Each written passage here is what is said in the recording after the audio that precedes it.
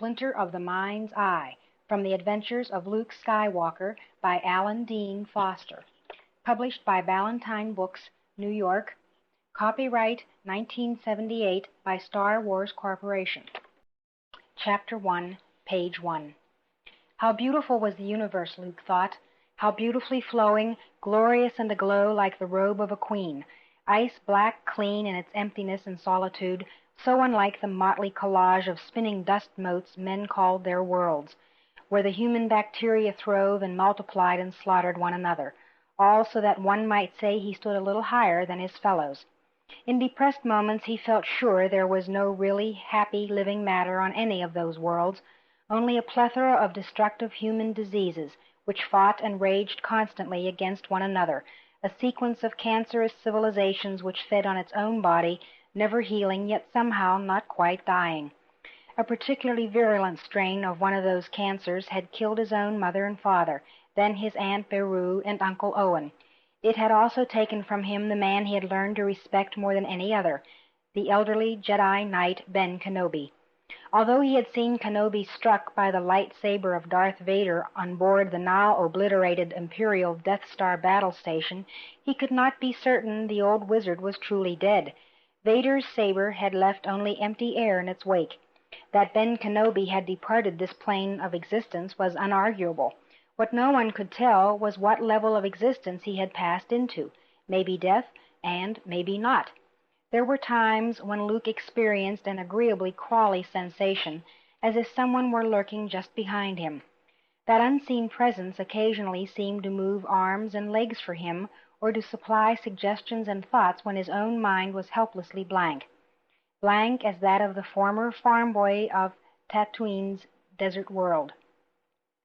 Unseen spirits or not, Luke reflected grimly, if there was one thing he was sure of, it was that the callow youth he had once been was dead and dry as dust. In the rebel alliance of worlds struggling against the corrupt rule of the Imperial government, he held no formal title. But no one taunted him or called him farm boy, not since he had helped destroy the bloated battle station secretly built by Governor Moff Tarkin and his henchman Darth Vader. Luke had no experience with titles, hence no use for them. When the rebel leaders offered him any reward within their ability to grant, he had asked only to be permitted to continue piloting a fighter in the Alliance's service. Some thought his request unduly modest, but one shrewd general disagreed, explaining how Luke might be more valuable to the rebellion without a title or commission, which, the veteran pointed out to his colleagues, would serve only to make the youth a prime target for Imperial assassination. So Luke remained the pilot he had always wanted to be, perfecting his flying skills and always, unceasingly, wrestling with the force Ben Kenobi had enabled him to begin to understand. No time for meditating now, he reminded himself as he studied the instruments of his X-wing fighter. A glance forward showed the brilliant, pulsing sunball of Sarkarpus Major. Its devastating radiance stopped down to viewable intensity by the phototropic material of the transparent port itself. "Everything okay back there, R2?" he called into his pickup. A cheerful beat from the stubby droid locked in position behind the cockpit assured Luke that it was. Their destination was the fourth planet out from the star. Like so many others, the Sarkoposians were appalled by the atrocities perpetuated by the Empire, but too paralyzed by fear to openly join the rebel alliance. Over the years, a burgeoning underground movement had arisen on Sarkarpus, an underground needing only enough aid and encouragement from the Alliance to rise and swing their world to the cause of freedom. From the tiny, hidden rebel station on the outermost planet of the system, Luke and the Princess were racing to a critically important meeting with the heads of that underground, to offer the necessary promise of support. He checked his console chronometer. They would arrive in plenty of time to reassure the highly nervous underground chiefs. Leaning slightly forward and glancing to starboard, he could admire the sleek Y-wing fighter cruising alongside. Two figures sat silhouetted by instrument lights within its cockpit. One was the gleaming golden shape of C-3PO, R2's droid companion. The other, whenever he looked at her, the other caused emotions to boil with him like soup too long in the fire, no matter if she was separated from him by near vacuum as at present, or by only an arm's length in a conference room. It was for and because of that individual, Princess and Senator Leia Organa of the now vaporized world of Alderaan, that Luke had originally become involved in the rebellion. First her portrait and then her person had initiated the irreversible metamorphosis from farm boy to fighter pilot. Now the two of them were official emissaries from the ruling council of the rebel government to the vacillating underground on Sarkarpus. Sending her on so dangerous a mission, Luke had thought from the first, was a risk, but a second system was ready to commit itself to the alliance if it was announced that Sarkarpus had also joined. At the same time, if that second system would declare its defiance of the Empire, then the Sarkarposian underground would undoubtedly come over to the side of the rebellion. So not one but two systems waited on the outcome of this mission. And if it failed, Luke knew both systems would probably lose heart and withhold their desperately needed aid. They had to succeed. Luke had no doubts as he silently adjusted his ship's attitude a quarter of a degree to the plane of the solar ecliptic about the outcome of their mission. He couldn't imagine anyone who could not be persuaded by Princess Leia. She could convince him of anything. Luke treasured those moments when she forgot her station and titles. He dreamed of a time when she might forget them forever. A beep from behind woke Luke from his daydreaming, wiped the smile from his face. They were preparing to pass close by Sarcopus 5, and R2 was reminding him of it. A vast, cloud-shrouded globe, the planet was listed in Luke's library as being mostly unexplored, save for a single early Imperial scouting expedition. According to the computer readout, it was also known to the Sarkarposians as Mimban, and his intership communicator dinged for attention. "I'm receiving you, Princess." Her reply was filled with irritation. "My port engine is beginning to generate unequal radiation pulses." Even when bothered, to him that voice was as naturally sweet and pleasing as sugar-laden fruit. "How bad?" he inquired, frowning worriedly. "Bad enough, Luke." The words sounded strained. "I'm losing control already, and the inequality's getting worse. I don't think I'm going to be able to compensate. We'll have to stop at the first base down below on Mimban and have the problem corrected." Luke opened his mouth to reply, did so after hesitating briefly.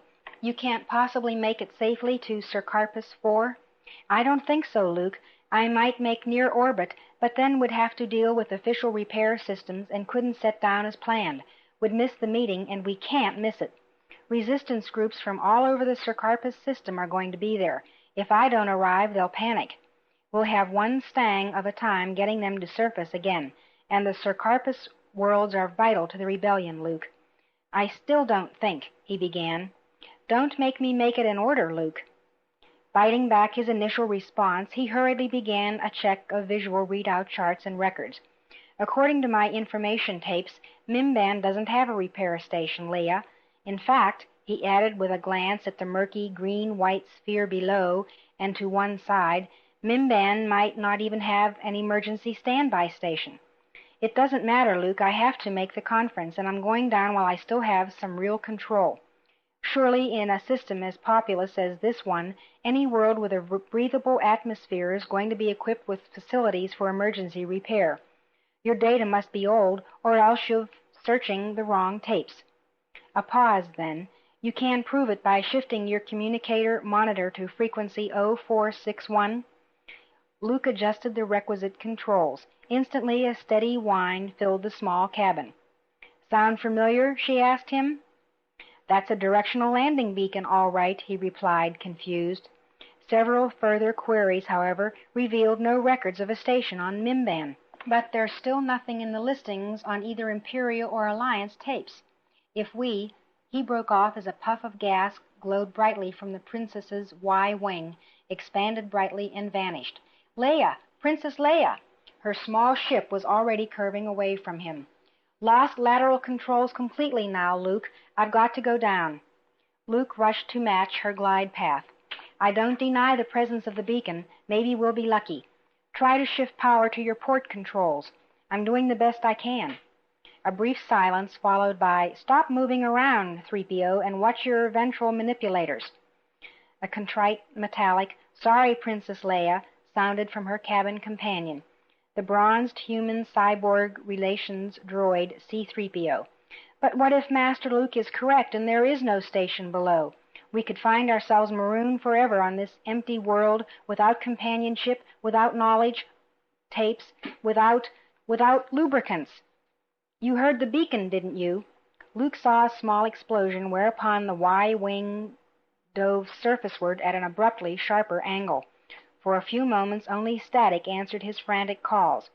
Then the interference cleared. Close, Luke. I lost my starboard dorsal engine completely. I cut port dorsal 90% to balance guidance systems.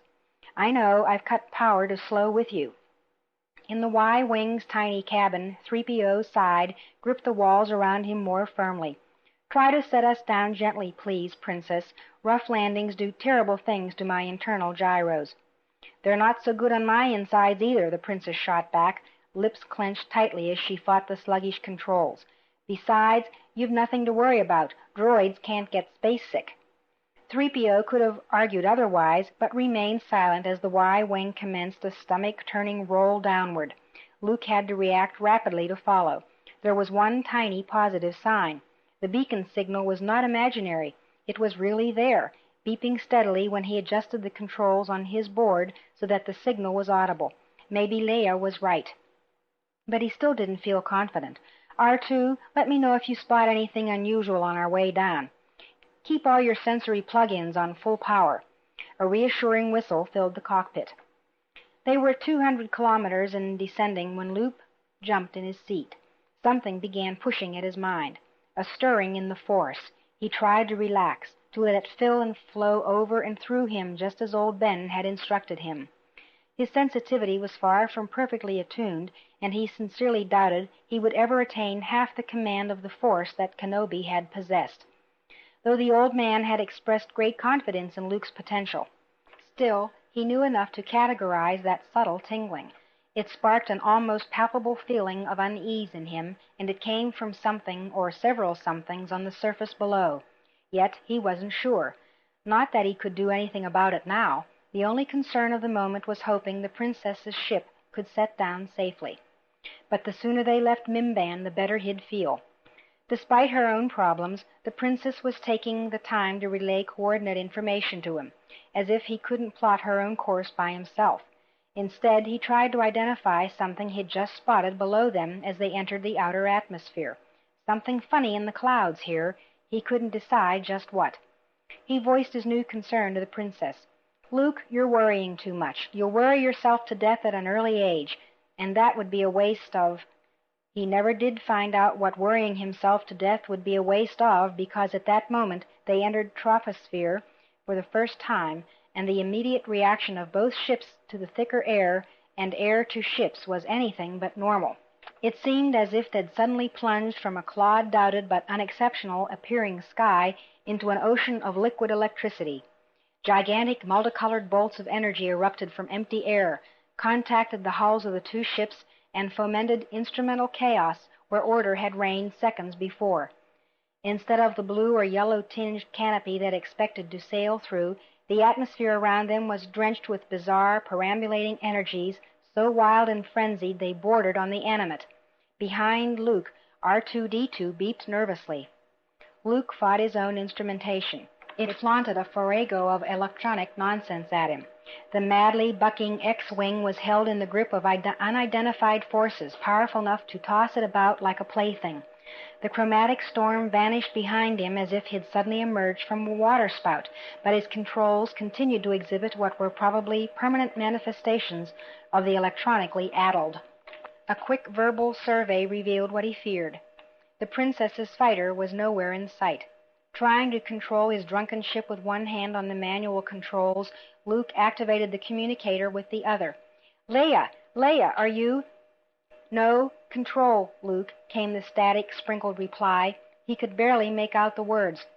Instruments, Replonza. I'm trying to get down in one piece. If we...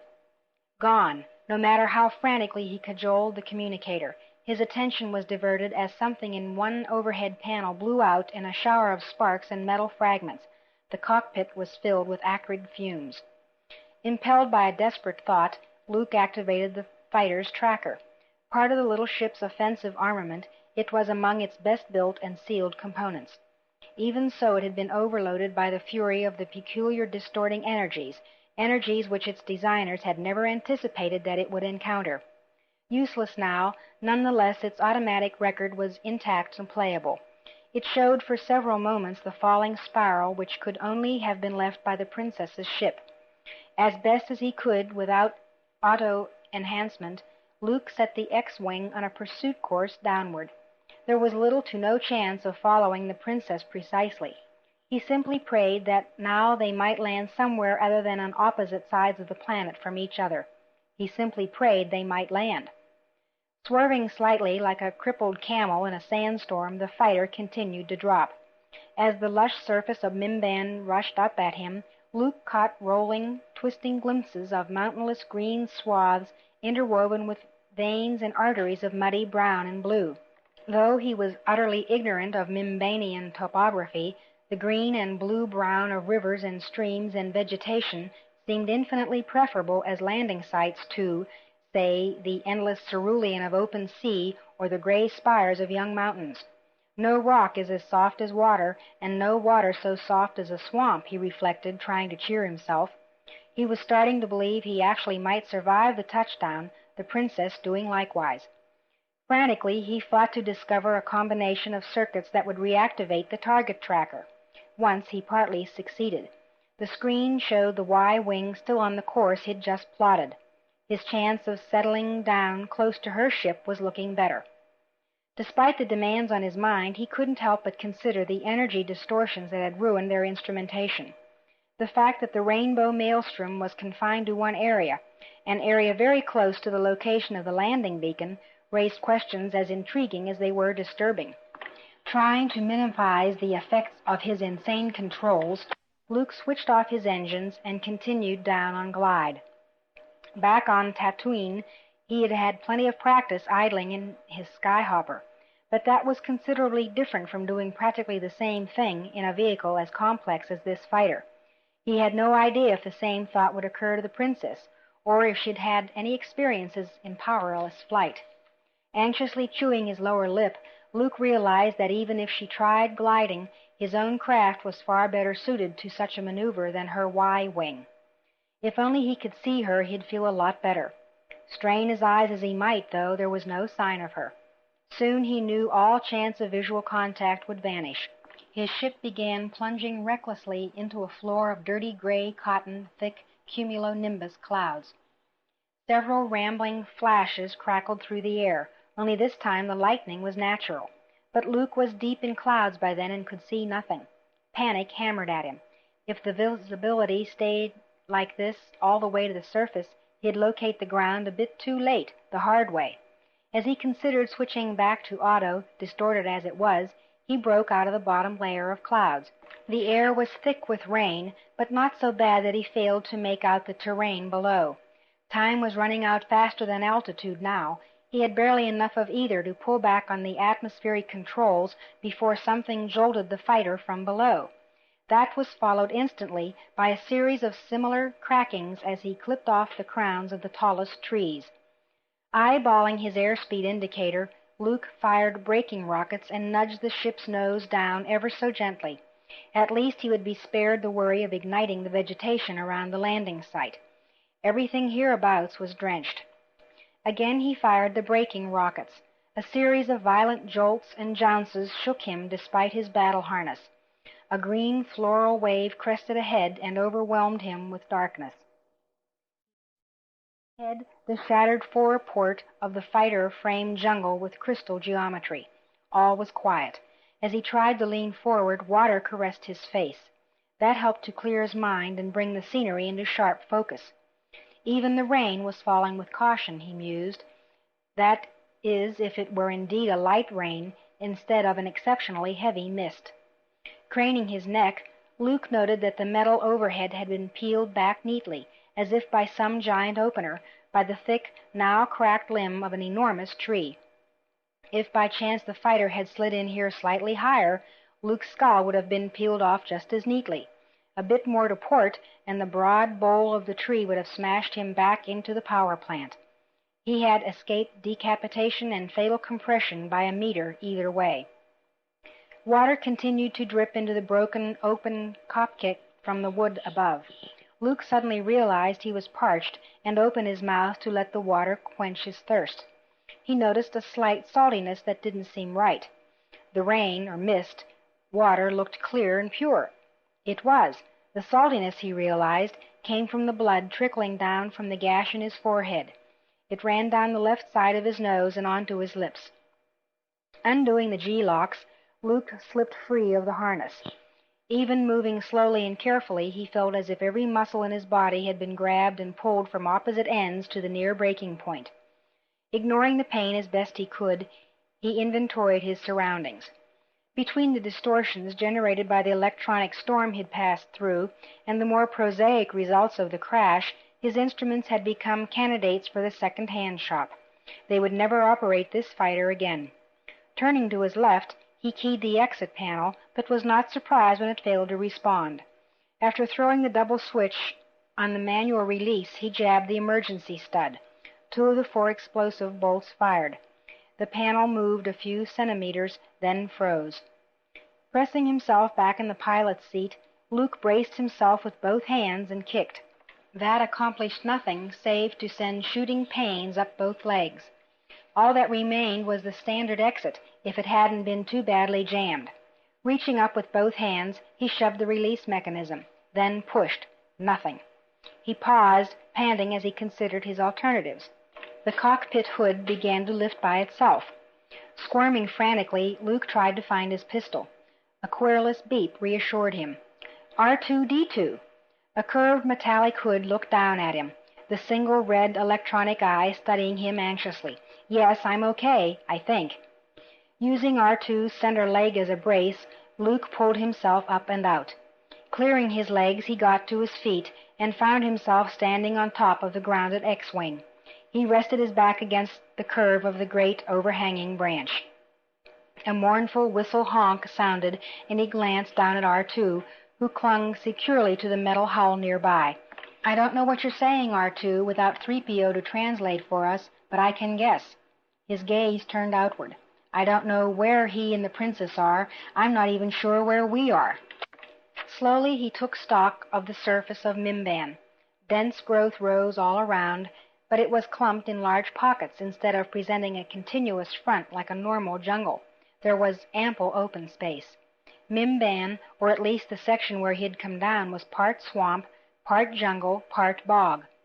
Fluid mud filled most of a languid stream to the right of the ship. It meandered in slow motion.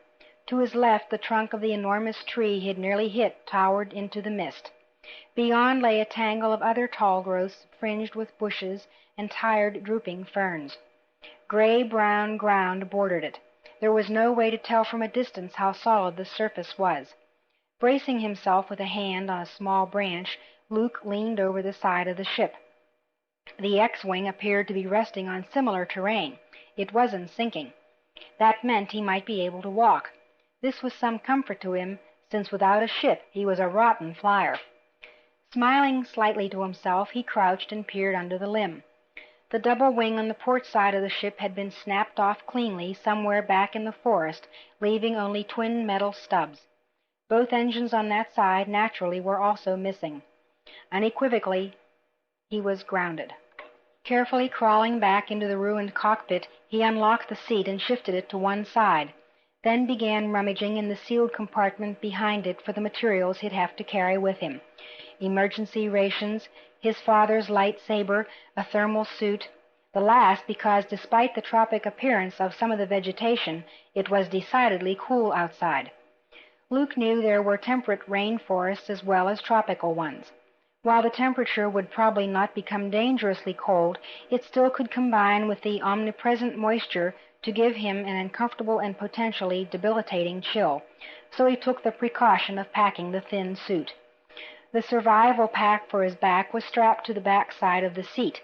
Unbuckling it, he began to fill its copious interior with supplies from the compartment. When the rip-proof sack was stuffed, he tried to seal the cockpit as best he could to protect it. Then he sat on the edge of the seat and thought. His preliminary observations had revealed no sign of the princess's Y-wing. Yet in the damp, foggy air it could have touched down 10 meters away and still be effectively invisible. She probably had landed or crashed slightly ahead of him, according to his estimate of how rapidly he had set his own ship down. Lacking any other information, he had no choice but to continue on foot along his last plotted course for her. It had occurred to him to stand on the nose of the ship and shout, but he had decided it would be better to locate the ship visually first. The cacophony of cries, hoots, howls, whistles, and buzzings which seeped out of the encircling bog and thick vegetation didn't encourage him to make himself conspicuous. Shouting might attract all sorts of attention, some of it possibly carnivorous. Better to find the princess's ship first. With any luck, she would be seated sensibly in the cockpit, alive and intact and fuming with impatience as she waited for him to arrive. Pulling himself clear of the cockpit again, Luke used branches for balance as he climbed down to the broken stub of the port double wing. He lowered himself carefully to the ground, which was soft, almost springy. Pulling up one foot, he saw that his boot sole was already coated with sticky gray gook that resembled wet modeling clay, but the ground held, supported him. R2 joined him a moment later. Thanks to the abruptness of his forced landing, he didn't have to search for a walking stick. There was an abundance of shattered, splintered limbs strewn in the fighter's wake. He selected one which would serve both for support and for testing the ground ahead. Using the nose of the ship as a crude guide, he set his tray-comp, and they started off, angling a few degrees to starboard. It might have been a movement of bush branches in the forest, it might have been the force, or it might have been an old-fashioned hunch, but even Ben Kenobi would have admitted that Luke had only one chance of finding the princess's ship. If it didn't lie close along the path he was taking, if he missed it and passed on, he could continue trotting the surface of Mimban for 1,000 years without ever seeing her again. If his original plotting tape had been accurate, and if she hadn't altered her course of descent at the last moment for some strange reason, he ought to find her within a week. Of course, he considered, she might not have been able to prevent her fighter from changing its angle of fall. He shunted that possibility aside. The situation was grim enough without such speculations.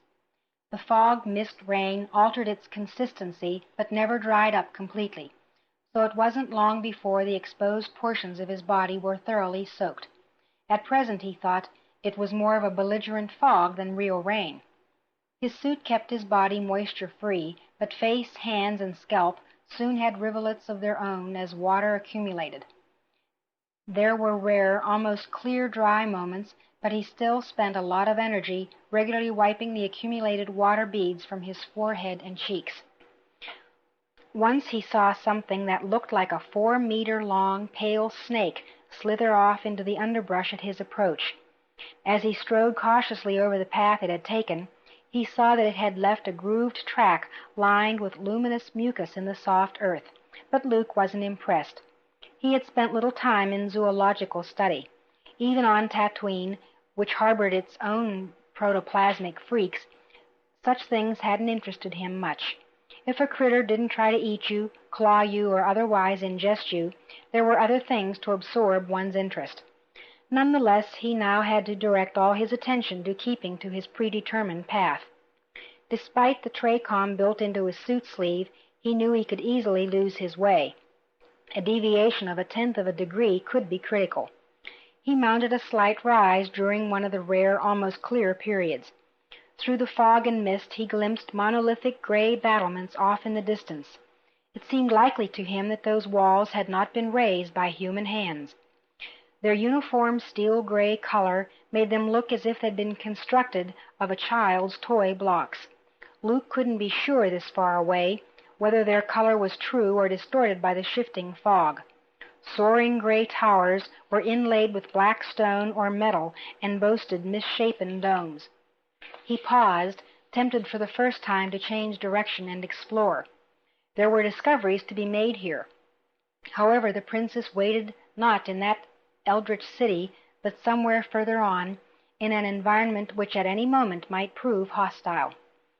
As if in response to his thought, he noticed a stirring in a clump of rust-green bushes ahead. Straining every sense, he dropped to one knee and removed the lightsaber from its place at his waist. The vegetation began to rustle violently. His thumb slid over the activation stud. R2 beeped nervously alongside. Whatever was in there was moving toward him. He thought about testing the wind, remembered sheepishly that there wasn't any. That, however, might not prove an inhibition to the creature approaching him. Quite abruptly, the greenery ahead parted. Out walked the Mimbanite.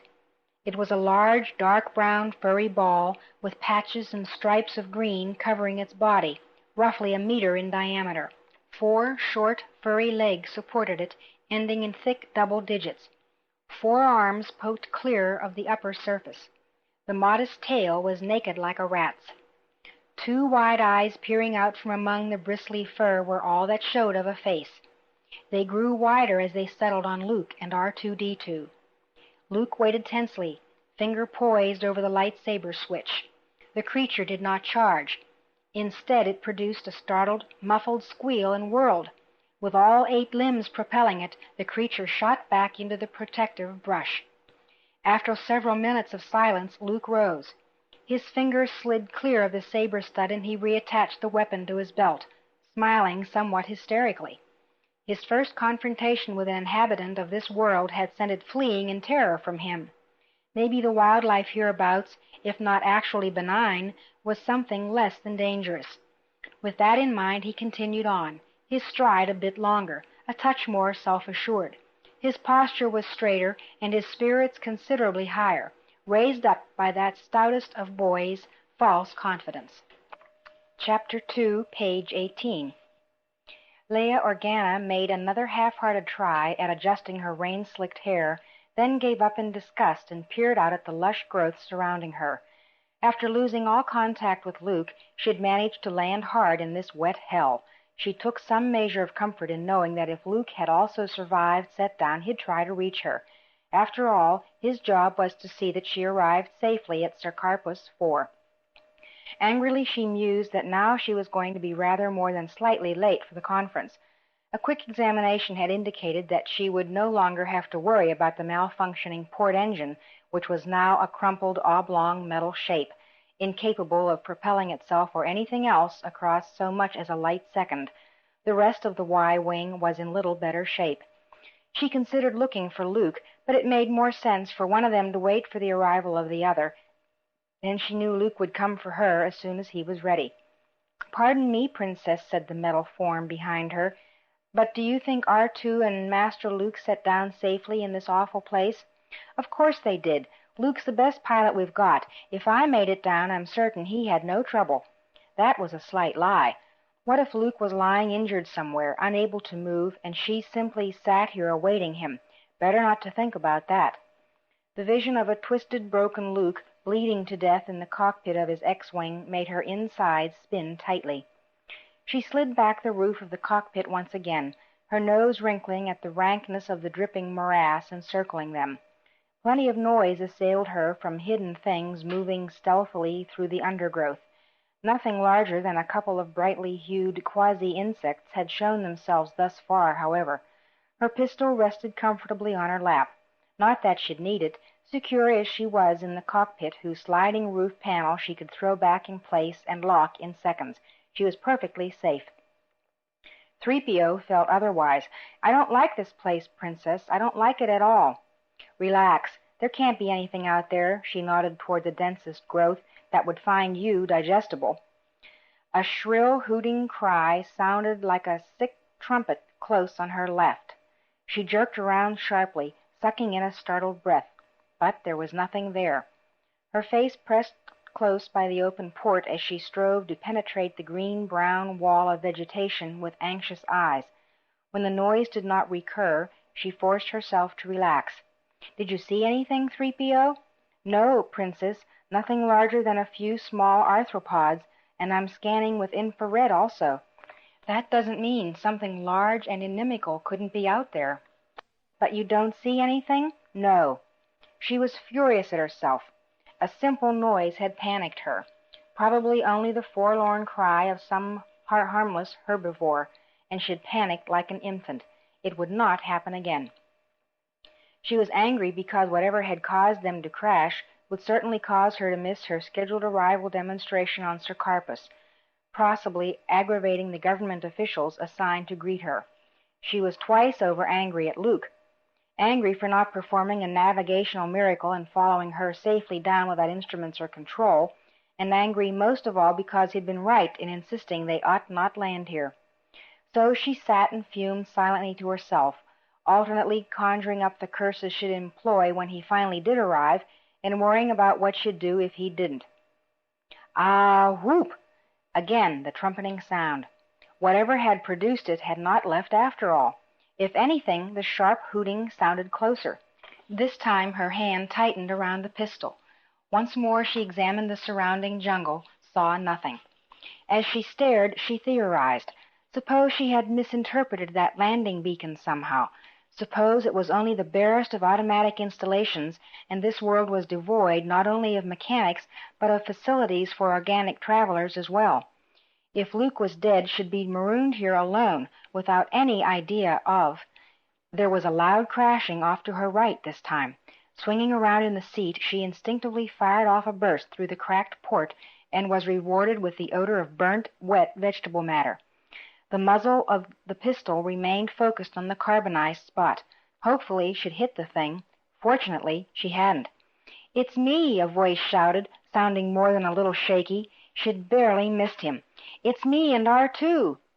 "R2-D2." 3PO clambered out of the cockpit, moved to greet his squat counterpart. "R2, it's good to—" 3PO paused, then continued in a different tone. "What do you think you're doing, making me wait like this?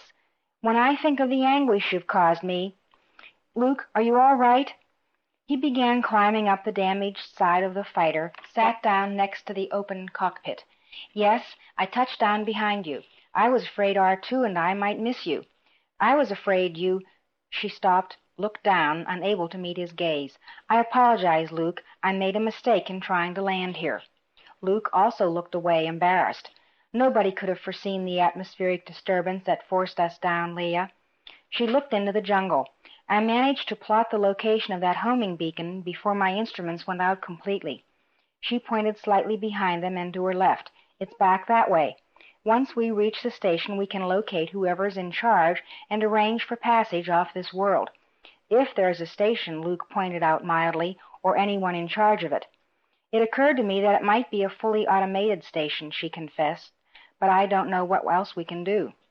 "Agreed," said Luke with a slow sigh. "We've got nothing to gain by sitting here. I used to believe in miracles. I don't any more. We can get eaten just as quickly here as we can on the trail." The princess looked downcast. "You've encountered carnivorous life, then?" "No, hardly any life at all, actually. The only animal of any size I confronted," he went on with a slight grin, "took one look at me and ran off like a spooked bantha."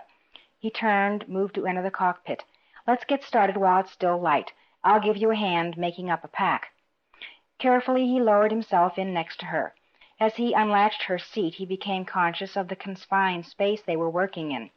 Awkwardly pressed up against him, the princess seemed to take no notice of their proximity.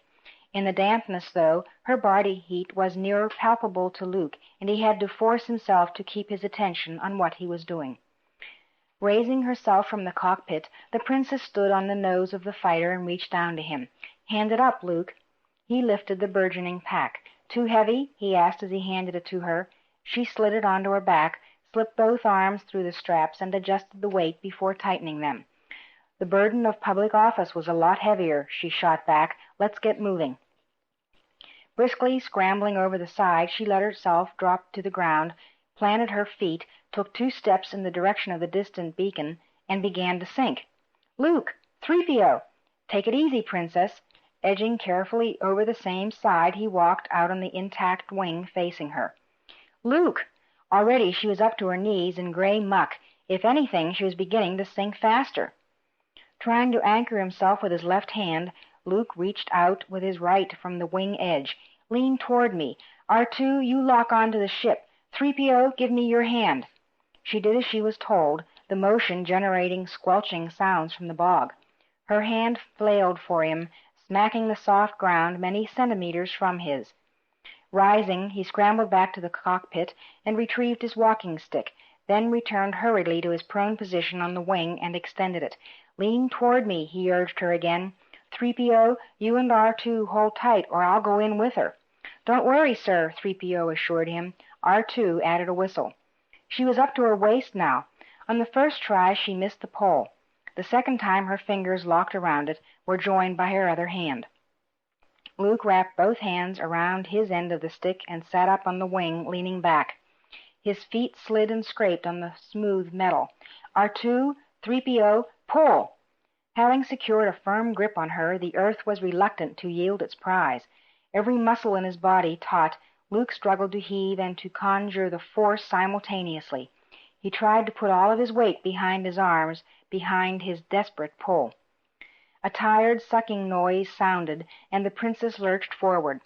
Luke allowed his exhausted arms a brief respite, and hyperventilated while he had the chance. "You can play toy engine later," the princess admonished him. "Pull now." Momentary anger gave him enough energy to pull her the rest of the way clear. Reaching down, he gave her a hand up, and then they were both sitting on the edge of the wing. Covered from the ribs down in a packing of green-gray mud and pieces of what looked like dried straw, the princess appeared decidedly unregal. She pushed futilely at the mud, which was drying rapidly to the consistency of thin concrete. She said nothing, and Luke knew anything he might venture would not be terribly well received. "Come on," he suggested simply. Taking up his walking stick, he moved to the back side of the wing. Leaning over, he probed at the ground, which displayed no inclination to eat his stick. But still he kept one hand on the wing edge when he stepped off. His feet sank, but only half a centimeter into the spongy loam. Yet the earth here looked no different from the quick clay that had almost taken the princess. She dropped down easily beside him, and soon they were traveling through intermittent patches of half-familiar vegetation. Branches and bushes blocked tired legs, and occasional thorns tore hopefully at them, but Luke's assumption that the ground beneath the taller growths was the firmest held true with gratifying consistency. Even the weighty droids didn't sink into the muck. From time to time, as they hiked along, the princess would dab or push disgustedly at her lower body, which was now solidly caked with the gook she'd slid into. She remained unusually quiet. Luke couldn't tell whether her silence was due to a desire to conserve her strength or embarrassment at her present situation. He tended to think the former. To his knowledge, being embarrassed was not something she was subject to. Frequently they would pause, turn circles, and then match up pointer alignment on their TRACOMs to ensure that they were still marching toward the beacon site. "Even if it is an automatic station," he remarked several days later, in an effort to cheer her, "somebody put it down here, and so they have to maintain it, however infrequently. I saw some pretty big ruins near the place we set down. Perhaps natives are still living in them, or they might be empty, but the beacon could be for the use of a xenoarchaeological research post." "That's possible," she admitted brightly. "Yes, that would also explain why the beacon's not listed. A small scientific outpost could be temporary. And recent," Luke added, excited by the plausibility of his own supposition. Just talking about such a possibility made them both feel better. "If that's the case, then even an automated station that's only used on occasion ought to contain an emergency shelter and survival provisions. Heck, there might even be a subspace planetary relay for contacting Sarcorpus 4 when the scientific team is operating here." "A cry for help would be a poor way for me to announce my presence," the princess observed, brushing at her dark hair. "Not," she added quickly, "that I'm going to be particular. I'll settle for arriving in a medical cocoon." They walked on in silence for a while before another question entered Luke's mind. "I still wonder, Princess, what caused our instruments to go crazy? That enormous volume of rising free energy we passed through, bolts jumping from sky to ship and ship back to sky again, I've never seen anything like that before." "Nor have I, sir," commented 3PO. "I thought I might go mad." "Neither have I," admitted the princess thoughtfully, "and I've never read of a natural phenomenon like it. Several colonized gas giants have bigger storms, but never with so much color. And big thunderheads are always involved. We were above the thick cloud layer when it happened. Still, she hesitated. The whole thing seemed almost familiar somehow. R2 beeped his agreement. You'd think whoever established that homing beacon in this area would also have put a message in the transmission warning ships away from the danger. Yes, the princess agreed. Hard to imagine a scientific expedition or any other kind being that negligent. The omission, it's almost criminal. She shook her head slowly. That effect. I can almost remember something like it. A diffident smile, then. My head still full of the conference. It should be, Luke thought, full of one thing only, making it to that homing beacon and hoping there was more there than just a pile of machinery. What he said was, I understand, Princess. Not the Force, but a more ancient, more highly developed sense in man half convinced him they were being watched. He found himself turning rapidly to scan the trees and mist behind them and at each side. Nothing looked back at him, but the feeling refused to go away. Once she spotted him peering hard at a dank copse. Nervous? It was part question, part challenge. You bet I'm nervous, he shot back. I'm nervous and frightened, and I wish to hell we were on Sarkarpus right now. Anywhere on Sarkarpus, instead of trudging through this swamp on foot. Turning serious, the princess told him, one learns to accept whatever events life has in store with the best possible spirits. She stared straight ahead. That's just what I'm doing, Luke confessed. Accepting them in the best possible spirits, nervousness and fear. Well, you needn't look at me as if this is all my fault. Did I imply that? Did I say that? Luke countered, a touch more tightly than he intended. She glanced sharply at him, and he cursed his inability to conceal his feelings. He would have been, he decided, a rotten card player, or politician. No, but you as much as, she began hotly. Princess, he interrupted softly, we still have a long way to go, according to your plotted location. Just because something full of teeth and claws hasn't pounced on us from every tree doesn't mean such creatures don't thrive here. One thing we haven't got is time to fight between ourselves. Besides, responsibility is a dead issue now. It's been superseded by survival. Survive we will, if the Force is with us. There was no reply. That in itself was encouraging. They trudged on, Luke stealing admiring glances at her when she wasn't looking. Disheveled and caked with mud from the waist down, she was still beautiful. He knew she was upset, not at him, but at the possibility they might miss the scheduled conference with the Sarkoposian underground. There's no night so dark as a night filled with fog, and every night on Mimban was like that. They made a bed for themselves between the parted roots of a great tree. While the princess started a fire, Luke and the droids constructed a rain shelter by stretching the two survival capes between both massive roots. They huddled together for warmth and watched the night try to slip around the edges of the fire. It crackled reassuringly despite the mist as the night sounds chorused around them. They were no different from day sounds, but anything that wears the cloak of night, especially on an alien world, partakes of the night's mystery and terror. Don't worry, sir, said 3PO. R2 and I will keep watch. We don't require sleep, and there's nothing out there that can ingest us.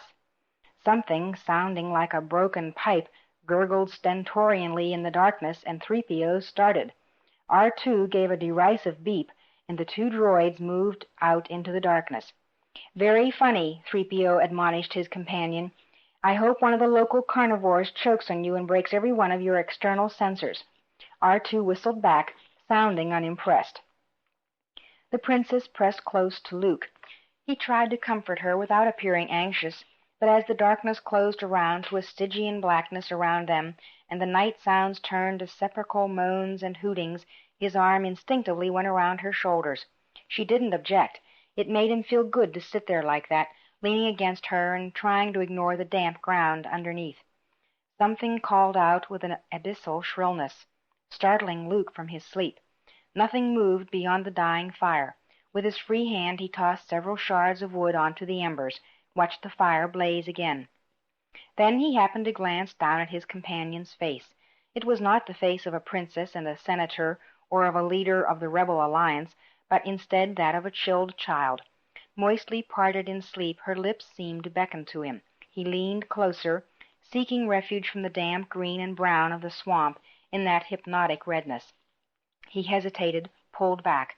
She was an aristocrat and rebel leader, For all he'd accomplished above Yavin, he was still only a pilot, and before that a farmer's nephew. Peasant and princess, he mused disgustedly. His assignment was to protect her. He wouldn't abuse that trust, no matter his own hopeless hopes. He would defend her against anything that leaped out of the darkness, crawled from the slime, dropped from the gnarled branches they walked under. He would do it out of respect and admiration, and possibly out of the most powerful of emotions, unrequited love. He would even defend her from himself, he determined tiredly. In 5 minutes he was fast asleep. Any awkwardness was spared by the fact that he awakened first. Removing his arm from her shoulders, he nudged her gently once, twice. With the third nudge she sat straight up, eyes wide and staring with sudden wakefulness. She turned sharply to stare at him. Then the events of the past several days came flooding back to her, and she relaxed a little. "Sorry, I thought I was someplace else. I was a little frightened." She started to rummage through her survival pack, and Luke did the same with his. 3PO offered a cheery good morning. While the cloud-masked sun rose somewhere behind them, warming the mist slightly, they shared a meager breakfast of emergency cube concentrates. Whoever created these, she grimaced in distaste, biting off a small piece of a pink square, must have been part machine. They didn't program anything like taste or flavor into them. Luke tried not to let the awful taste he was experiencing show. "Oh, I don't know. They're designed to keep you alive, not to taste good. Want another one?" She extended a blue square with the consistency of dead sponge. Luke eyed it, half-smiled queasily. "Not right away. I'm kind of full." She nodded knowingly, then smiled. He grinned back at her. The long day never grew truly comfortable, but their suits and the thermal capes kept them warm enough. By late morning it had grown sufficiently hot for them to unhook the capes, fold the thin material into small rectangles, and put them up in suit pockets. The rare breaks in the mist were never large enough to give them a view of the rising sun, though 3PO and R2 assured them it was there. It attacked the mist persistently, raising the light level from mere dimness to a kind of enthusiastic twilight. "We should be getting close to the beacon," she told them all around midday. Luke wondered how many hours they'd slept. Nights and days would be long on Sir Carpus Mimban. "We have to be prepared to find nothing, Princess. There might not be a beacon station." "I know," she admitted quietly. "We'll have to search, though. We can walk in an expanding spiral from the place I plotted, and hope." A long wall of trees and lesser growth lay ahead. They plunged into it without hesitating, trading ease of passage for secure footing. "Pardon me, sir." Luke looked slightly ahead and to his right. Both robots had paused, and C-3PO was leaning against something. "What is it, 3PO?" "You'll pardon, sir, but this isn't a tree I'm pressing against," the droid said. "It's metal. I thought the matter worthy enough to bring to your notice. There is a possibility." A loud beep cut him off, and he glared down at R2. "Talk too much? What do you mean I talk too much, you factory second?" "Metal! It is metal!" The princess was standing alongside the robots, waiting for Luke to make his way through the brush. "R2, see if you can clear some of this undergrowth away." The little droid activated a small cutting flame, used it to burn a path through the jungle. "It's a wall. It's got to be," Luke muttered as they walked parallel to the forest's scarred metal surface. Sure enough, the metal finally ended, and they emerged from the trees onto a modestly cleared roadway. It led into a street paved with packed clay earth. Buildings lined both sides of the glorified alley, marching resolutely into the swirling fogs. Warm yellow glows shone from lights hidden behind tightly sealed windows, illuminating and outlining raised metal sidewalks canopied against the mist and rain. "Thank the Force," the princess murmured. "First," Luke began, "we find a place to get cleaned up. Then—" He took a step forward. A hand caught his shoulder, held him back. He eyed Leia curiously. "What's the matter?" "Think a minute, Luke," she urged him softly. "This is more than just a simple homing beacon site. Much more." Cautiously she leaned around the corner of the metal wall, peered down the street. Figures were strolling along the metal walkways now. Others crossed the mist-slicked street. "It's too substantial for a scientific post, too." Luke turned his own attention to the shrouded streets, took in the figures, the crude shape of the structures. You're right. It's a big installation. Maybe some company from Sarkarpus. No, she gestured sharply. Look there. Two figures were swaying down the center of the street. They were armor instead of loose clothing, formed armor of white and black, armor that was all too familiar. Both men carried their helmets casually. One dropped his, bent to retrieve it, kicked it accidentally up the street. His companion shied at him. Cursing, the clumsy Imperial picked up his helmet, and the two continued on their meandering path. Luke's eyes had grown as wide as Leia's. Imperial stormtroopers, here, without the Sarkoposian's knowledge, or would have heard of it from the underground there. She was nodding excitedly. If the Sarkoposians find out, they'll quit the Empire faster than a bureaucrat can quote forms. And who's going to inform them about the violation? Luke wanted to know. Why, we. The princess stopped, looked somber. We have two reasons to need help now, Luke. Shh, he whispered. They drew back further into the darkness. A large cluster of men and women appeared around the near corner. They were chatting softly among themselves, but it wasn't their inaudible conversation that intrigued Luke and Leia. They wore unusual clothing, coveralls of some black reflective material which tucked into matching high boots. The coveralls rose to end in a cap that fit over the wearer's head. Some members of the group had their hoods up and fasten-formed, others wore them folded flat against their upper back. Various types of equipment Luke didn't recognize hung and swayed from wide belts. Evidently the princess knew what they were. Miners, she informed him, watching as the group moved off down one metal walkway. They're wearing mining suits. The Empire's digging something valuable out of this planet, and the Sarkoposians don't know a thing about it. How can you be so sure? Luke inquired. The princess sounded positive. They'd have their own installation here and no troops. The Empire obviously doesn't want anyone to know about this. R2 whistled soft agreement. Further conversation was made impossible when the air was suddenly filled with a distant, violent howling. It sounded like a parade of demons tramping along just beneath the surface. The sound continued for several minutes, then ceased. Realization transformed the princess's expression. Energy mining, she exclaimed breathlessly to Luke. They're using some big generators here. A thoughtful pause, then, that might account for the atmospheric disturbance which forced us down. I knew I'd read about that effect somewhere. A ship has to be specially insulated to drop down through an area where an energy drill is working. Byproducts, including excess charges, are shunted away skyward. But the fallout materials, if this world supports a native race, it's illegal, that kind of mining. Since when, observed Luke bitterly, did legalities ever matter to the Empire? You're right, of course. We can't stand here forever, he went on.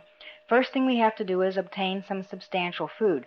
Those concentrates can keep you alive only so long without some protein to work with. And, he added, glancing at her muddy exterior, we've got to get cleaned up. We can't attract any attention. Since Yavin and the Death Star were both well known to Imperial enforcement officials, would be taken on sight. He studied her pilot suit, then his own. We can't go strolling around town in these. I think we'd better work on stealing a change of clothing. Steal? The princess objected, drawing herself up. From a possibly honest shopkeeper? If you think for a minute that a former princess of the royal house of Alderaan, a senator, is going to resort to— I'll steal them, Luke said curtly. He leaned around the metal corner. The mist-shrouded street was momentarily deserted, and he beckoned for her to follow. They hugged the walls of the buildings, trying to pass quickly before any lit windows or open doors, slipping furtively from shadow to shadow. Luke hastily examined each storefront in passing. Finally he halted, indicated the sign above a doorway. Miners' supplies, he whispered. This is the one we want. While the princess watched the walkways, he tried to peer through one dark window. Maybe it's a holiday, he guessed hopefully. More likely the only establishments open this time of night sell nothing but intoxicants, the princess pointed out prosaically. What now? She looked uncomfortable. By way of reply, Luke led her around back. The rear entrance he had hoped for was there, but it was secured as he feared. To complicate matters, there was a broad open lane behind the buildings from which the jungle and bog had been shunted away. If anyone happened to come walking past, they'd have nowhere to hide. Wonderful, the princess observed as Luke tried the locked portal. How do we get in? She was indicating the seamless metal door, which no doubt was locked and controlled from the inside. The back of the building was devoid of windows, possibly to foil intentions such as theirs. Luke removed the lightsaber from his waist, very slowly adjusted the control set in the handle. "What are you going to do, Luke?" "I don't know how big this town is, but a noisy break-in would attract too much attention. So I'm trying not to be noisy." The princess took a couple of steps back, looking nervously up and down the alleyway. Any second she expected to see a squad of angry troopers racing around a corner toward her, alerted by some hidden alarm they had unknowingly triggered. Only jungle sounds reached her, however, as Luke activated his saber. Instead of the meter-plus shaft of white energy, the pommel put forth a short, needle-thin spoke. With concentration worthy of a master craftsman, Luke stepped forward and moved the energy beam along the slight space visible between door and frame. A third of the way down the door a distant click sounded, and the door slid obediently aside. Readjusting his saber, Luke flicked it off and replaced it at his waist. "Go ahead," she told him. "The droids and I will keep watch." He nodded, vanished inside. Luke's principal objective was conveniently located close to the back of the store. He spent several minutes scrounging through the racks before he found what he wanted. Taking the well-used clothing, he hurried to the back entrance and tossed the booty to the princess. Then he stepped just outside the door, reached back in and touched the closed stud. He pulled his arm clear as the door slid shut behind him. With luck, it might be several weeks before the storekeeper discovered his loss. Well pleased with himself, Luke stepped down to the ground and began unsnapping his flight suit. He was partly undressed when he paused and noticed the princess standing and staring at him. "Come on, we've got to hurry." She put hands on seal-curve hips, cocked her head to one side, and stared meaningfully at him. "Oh," he murmured, half smiling. He turned away and continued undressing. Feeling that nothing had changed behind him, he sneaked a glance, saw the princess still eyeing him uncomfortably. "What's wrong, princess?" She sounded embarrassed. "Luke, I like you, and we've known each other for a while, but I'm not sure I can trust you now." He grinned. "You know it won't make any difference if the stormtroopers find us here in our flight suits." He gestured. "You can change in the bush." Turning away from her, he continued changing his own attire. She looked back at the nearby jungle. Tiny yellow points of light, the eyes of unknown creatures, winked on and off in the bushes. Strange, discomforting sounds hissed and bleated at her. She sighed, started to slip out of her own flight suit, then paused. "Well, what are you two staring at?" "Oh, sorry, An insistent whistle. "Yes, you're right, R2." Both droids turned away from the princess. Shortly, Luke was able to turn and study her approvingly.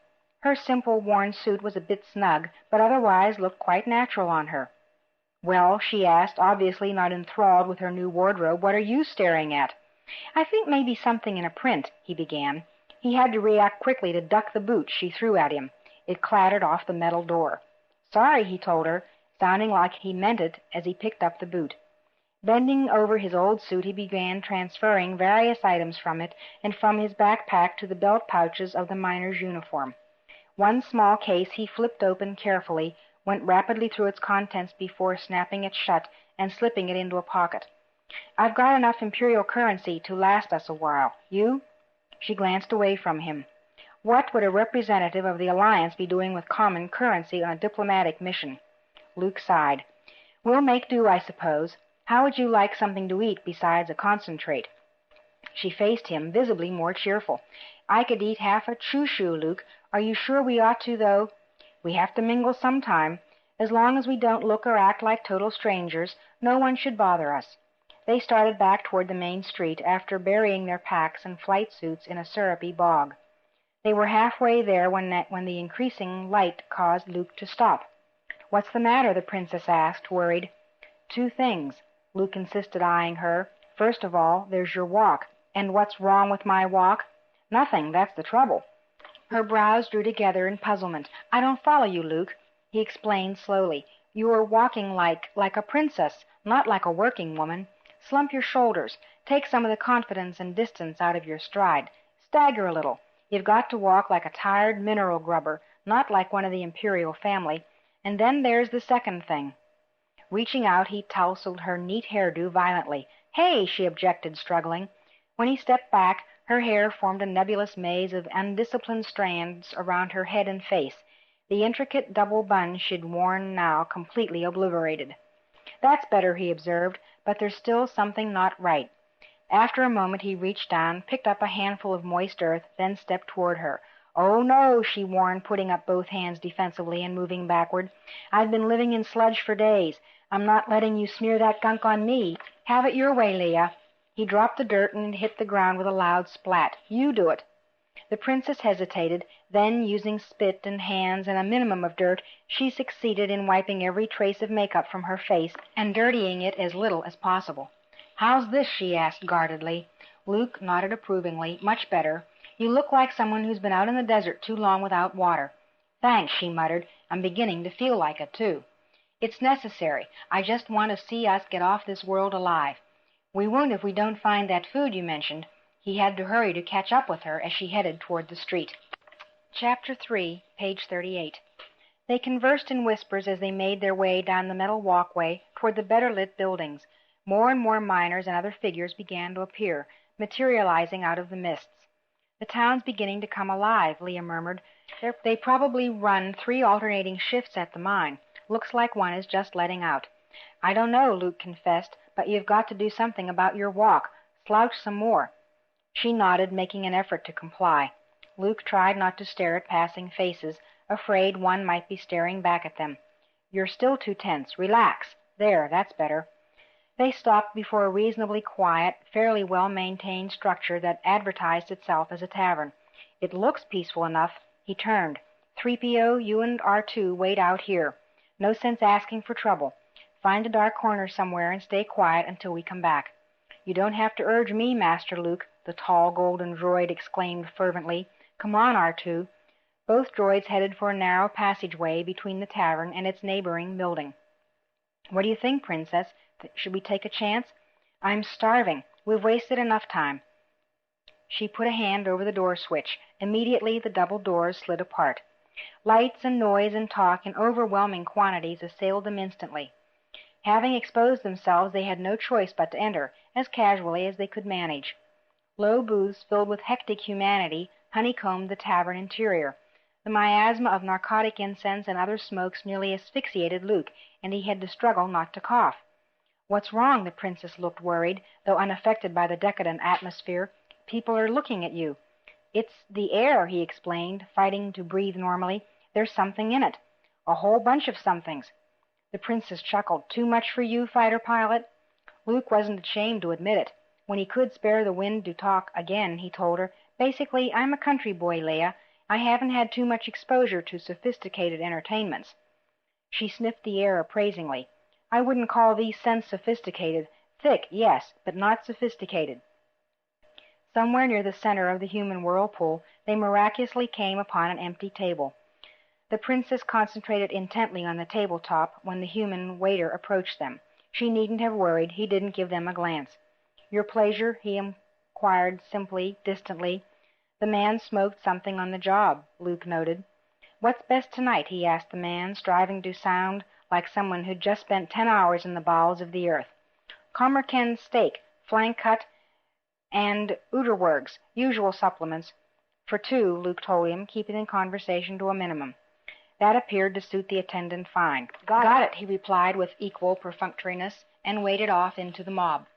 "He didn't ask any questions," the princess murmured excitedly, looking back up at Luke. "No, this might be easier than I thought." He was beginning to feel something like hope. Then his expression darkened. "What is it, Luke?" He gestured, and she turned to look toward the bar. A large, hulking miner was being feebly assailed by something human-sized, skinny, and covered completely with light green fur. It had wide, nocturnal eyes and a crest of higher, darker fur running from the crown of its head down the middle of its back. A simply worked skin of some unknown animal was wrapped around its pelvic region, and several jangling necklaces adorned with primitive decorations swung from the neck. Presently the creature began making mewing, begging noises in a high, rippling voice.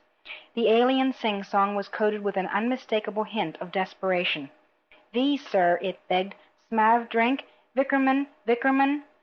The big miner met this pitiful request by putting out a broad foot and kicking the native in the face. Luke winced and looked away. The princess glanced at him. "What's wrong, Luke? I can't stand to see anything abused like that." he muttered. "Human or alien or animal." He faced her curiously. "How can you watch it?" "I saw my whole world, several million people destroyed," she responded with chilling matter-of-factness. "Nothing mankind does surprises me any more, except that anyone could still be surprised by it." She turned her clinical gaze back to the scene at the bar. "Bootop!" the miner bellowed at the aborigine, while his companions chortled among themselves. "Bootop, Vess!" Its head twitching in what seemed to be an unnatural action, the whining, pleading alien stared up at the man, wiping the blood from its face. "Vickerman! Vickerman?" "Yeah, Vickerman," the miner admitted, tiring of the little game. "Bootop!" Without further prompting, the native dropped on its belly. An unexpectedly long, snake-like tongue darted out and began to lick the grime and mud from the man's boots. "I'm going to be sick," Luke whispered, barely audible. The princess merely shrugged. "We have our devils and our angels, Luke. You have to be ready to handle both." When she looked back to the bar, the native had finished its demeaning task and was holding up cupped hands anxiously. "Tend Vickerman now? Now?" "Yeah, sure," the miner said.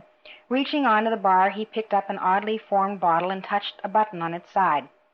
Part of the bottle's upper section filled with a dark liquid. It stopped filling with a click. Turning to face the expectant native, the miner tilted the bottle over, spilling the thick red liquor onto the floor instead of in the cupped hands.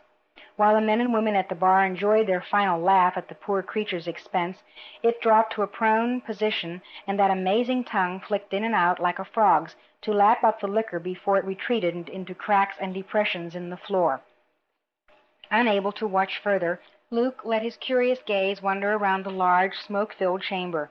Now he saw more of the green-furred bipeds moving about. Many were begging with an air of frantic hopefulness, others engaged in performing some menial task. "I don't recognize this race." "Neither do I," the princess admitted. "They must be native to this world. The Empire isn't noted for the gentleness with which it treats non-allied aborigines." Luke was about to comment, but she made a quieting gesture. The attendant had arrived with their food. The meat had a peculiar color, the vegetables more so, but everything was hot and of good flavor. 3 spigots emerged flower-like from the center of their table. Filling his glass from one, he sampled the contents expectantly. Not bad. Meanwhile, the princess tasted her meat gingerly, her mouth wrinkled as she swallowed. "Not what I'd order if I had a choice." "We don't," Luke pointed out. "No, we don't. She stopped, staring, and Luke turned to look behind him. The attendant was still standing there, watching her. As soon as he noticed her looking back at him, he turned and walked away. "You think he suspects?" she murmured worriedly. "How could he? Your clothes are right. Even I wouldn't recognize you." Partly reassured, Leia bent over her plate and resumed eating. "Look over there," she said. Luke turned, glanced furtively in the indicated direction. The attendant was talking with a tall, urbane man dressed in the uniform of an Imperial civil servant. "They do suspect," she whispered tightly. She started to stand. "I've had enough, Luke. Let's get out of here." "We can't rush off, especially if we're being watched," he countered. "Don't panic, Princess." "I said I'm leaving, Luke." Nervous, she started to turn and leave. Without realizing what he was doing, he reached out, slapped her hard across the face, and as heads turned in their direction, said loudly, "No favors for you until I'm finished eating." One hand went to her burning cheek. Wide-eyed and voiceless, the princess slowly sat back down. Luke frantically attacked his steak as the uniformed Imperial sauntered over to them, backed by the attendant at a discreet distance. "If there's some trouble," he began. "No, no trouble," Luke assured him, forcing a smile. The man didn't leave.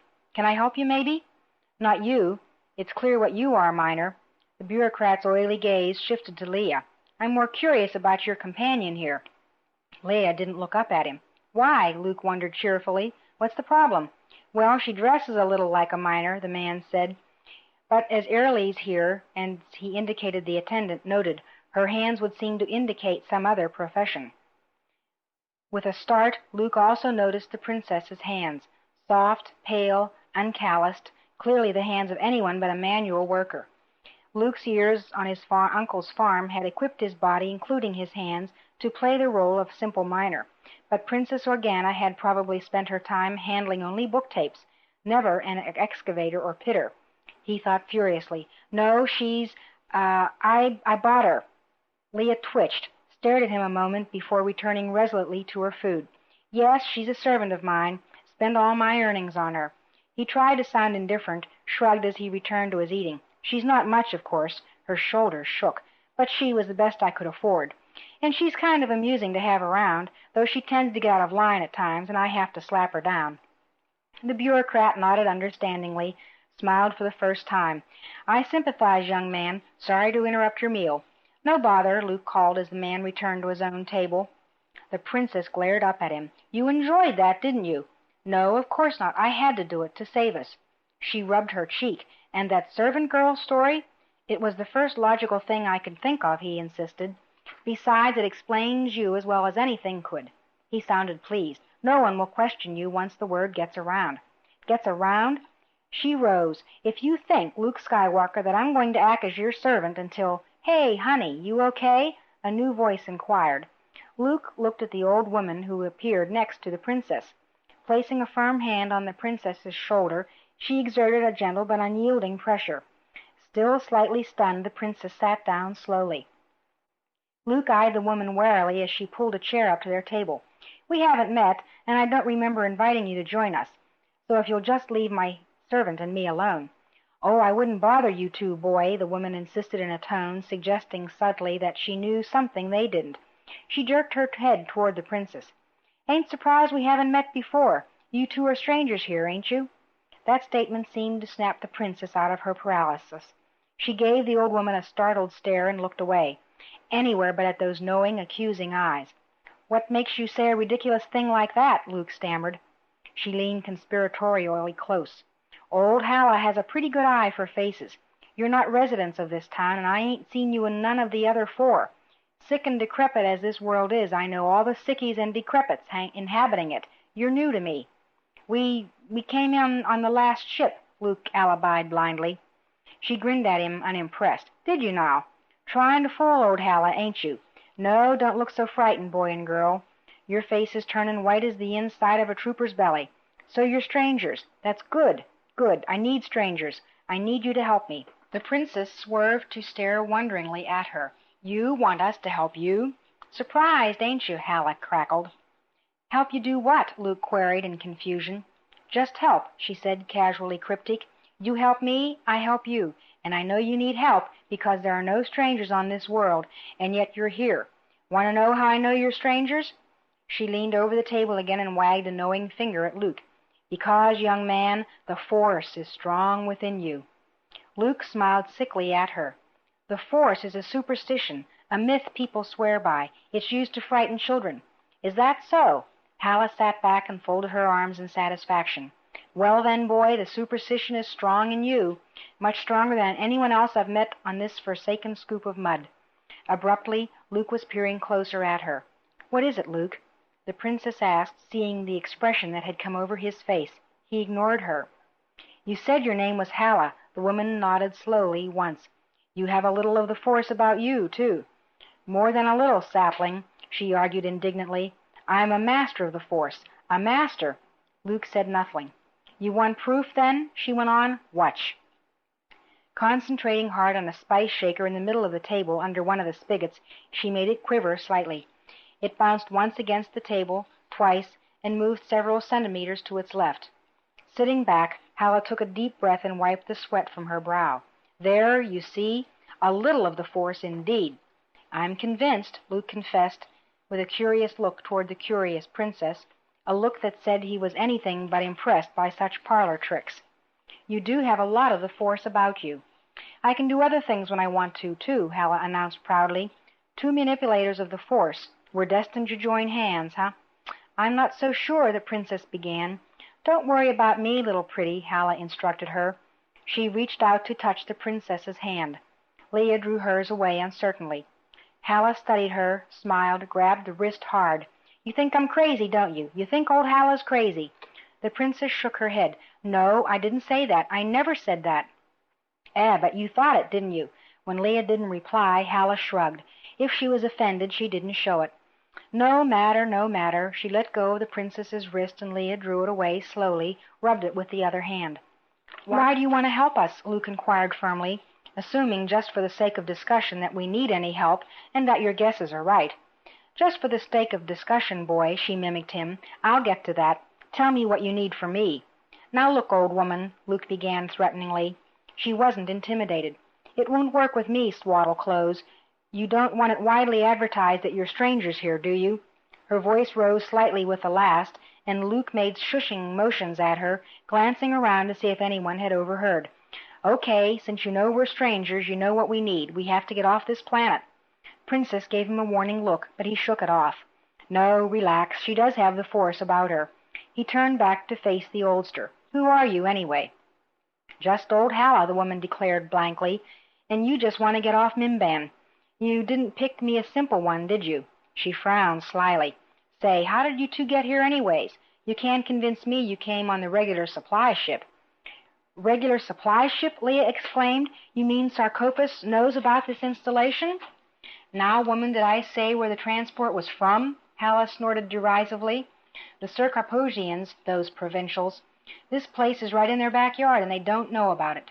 No, the Imperial government operates the mine, and the towns direct. We suspected as much, Luke admitted. They monitor space out from many planetary diameters, Halla went on. The Sarcophagians have a pretty good colony going on 10. If a ship passes anywhere close by, they shut down everything. The mine, the landing beacon, everything. I think I see why they didn't detect us, Luke ventured. Leia put out a restraining hand, looked at him warningly. He shook her off. Either we trust Halla or we don't. She already suspects enough to turn us over to the local enforcers any time she wants to. He looked openly at the old woman. We were traveling from Sarcophagus X to 4 on business. You were coming from the rebel base on 14, you mean, Halla corrected him smugly. So much for trust. When Luke choked on his reply, she waved it away. Never mind, boy. The only government I recognize is my own. If I wanted to sell out the rebels, do you think that base would still be there? Luke forced himself to relax, smiled at her. We were traveling in a pair of single-seat fighters. If the instrumentation here is standard, it's not calibrated to recognize anything that small. That must be why there's been no alarm raised. We got down undetected. Where are your 2 ships? Halla asked with concern. If they're nearby, they might be found soon. Luke made an indifferent gesture in a generally northeast direction. Out there somewhere, several days walking. That's if the muck that passes for ground here hasn't swallowed them up by now. Halla gave a gratified snort. Good. People don't stray very far from the towns. Not likely they'll be discovered. How did you manage to land without the field and beacon? Land? The princess snapped. That's funny. We ran into some kind of field distortion effect produced by the energy mining, I'll bet. It wiped out our onboard instrumentation. I'd expect a ship needs special shielding to pass through an atmosphere affected by that kind of waste energy. It's a damn good thing we did, though, or we would have set down right on the Imperial's field, she finished. You see, Halla, Luke explained, you have to help us arrange off-world passage. Next to impossible, boy. Think of something else. You're here illegal without proper identification. The moment anyone asks you to produce it and you can't, they'll dump you in the local Loctite for questioning. The local head is a mind-ugly ugg named Grammel.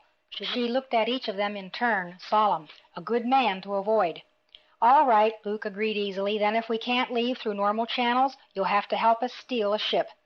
For the first time since she'd joined them, Halla sat speechless. Anything else you'd like, boy? She finally wondered. Grammel's cloak of office, or maybe the Emperor's dualities. Steal a ship? You've got to be out of your mind, boy. We're in sound company, then, the princess observed with satisfaction. Halla turned on her. I've had just about enough of you, little pretty. I'm not sure I need your help. Do you have any idea who I am? The princess started to tell her. She caught herself just in time. Not that it matters. What does matter is that you can't do it, can you? Halla started to object, but the princess cut her off challengingly. Can you? It's not that I can't, little pretty, Halla said carefully. It's that the risks involved to make it worthwhile. She went quiet, finally looked up reluctantly at Luke. All right, boy and lady, I'll help you steal your ship. Luke looked excitedly over at the princess, who continued to watch Halla. On that one condition. The princess nodded knowingly. What condition? She inquired formally. You help me first. I don't see that we have much choice, Luke essayed. What do you need us to help you with? To find something, Halla began. With your knowledge of the Force combined with mine, boy, it should be simple. But it's something I can't do alone, and something I can't trust anybody else with. I know I can trust you, because if you try to cross me, I'll sell you to Grammel." "Sensible," the Princess noted easily. "You say the task will be simple? What are we supposed to find?" Halla looked around the table with serio-comic intensity before turning back to them. "I don't suppose either of you children have ever heard of the Kaiburr crystal." "Right so far," Leia admitted, unimpressed. "Your ignorance isn't surprising," Halla explained. "Only a few people familiar with the exploration of Mimban have heard of it. Sarkophosian xenoarchaeologists first heard about it on their one and only expedition to this planet. They eventually decided it was a myth, a local tall story concocted by the natives in an attempt to coax more liquor from them. Mostly they forgot about it, but it was in the Imperial records when the mining outfit set up their hole here. According to the myth, the crystal is located in the temple of Pomojima. It's a minor local deity, say the greenies I've talked with." "All sounds plausible," Luke was willing to concede. "Where's the temple?" "A long haul from here, again according to the native information I've been able to piece together," Halla went on. "This world is rotten with temples, and remember, this Pomojima's a third-rate god, so nobody's been too interested in finding his temple house." "Temples, gods, crystals," the Princess murmured. "Okay, suppose this legendary place does exist," she hypothesized, jabbing an accusing finger at Halla. "This Kaiburr crystal, just what is it supposed to be? A big gemstone of some kind?" "Of some kind," Halla confessed with that sly smile of hers. "Interested in spite of yourself, ain't you?" The Princess looked away. "We're interested in anything that brings us closer to getting off here," Luke admitted. "I have to say this story of the crystal sounds intriguing on its own. What kind of gem is it?" "Faugh! I could care less what kind of necklace it could make for some spoiled noblewoman, boy." She eyed the Princess meaningfully before continuing. "I'm more interested in a certain property it's supposed to have." "More stories," the Princess murmured. "How can you be so absolutely convinced, Halla? So certain that the xenoarchaeologists weren't right, and that it's all a native tale?"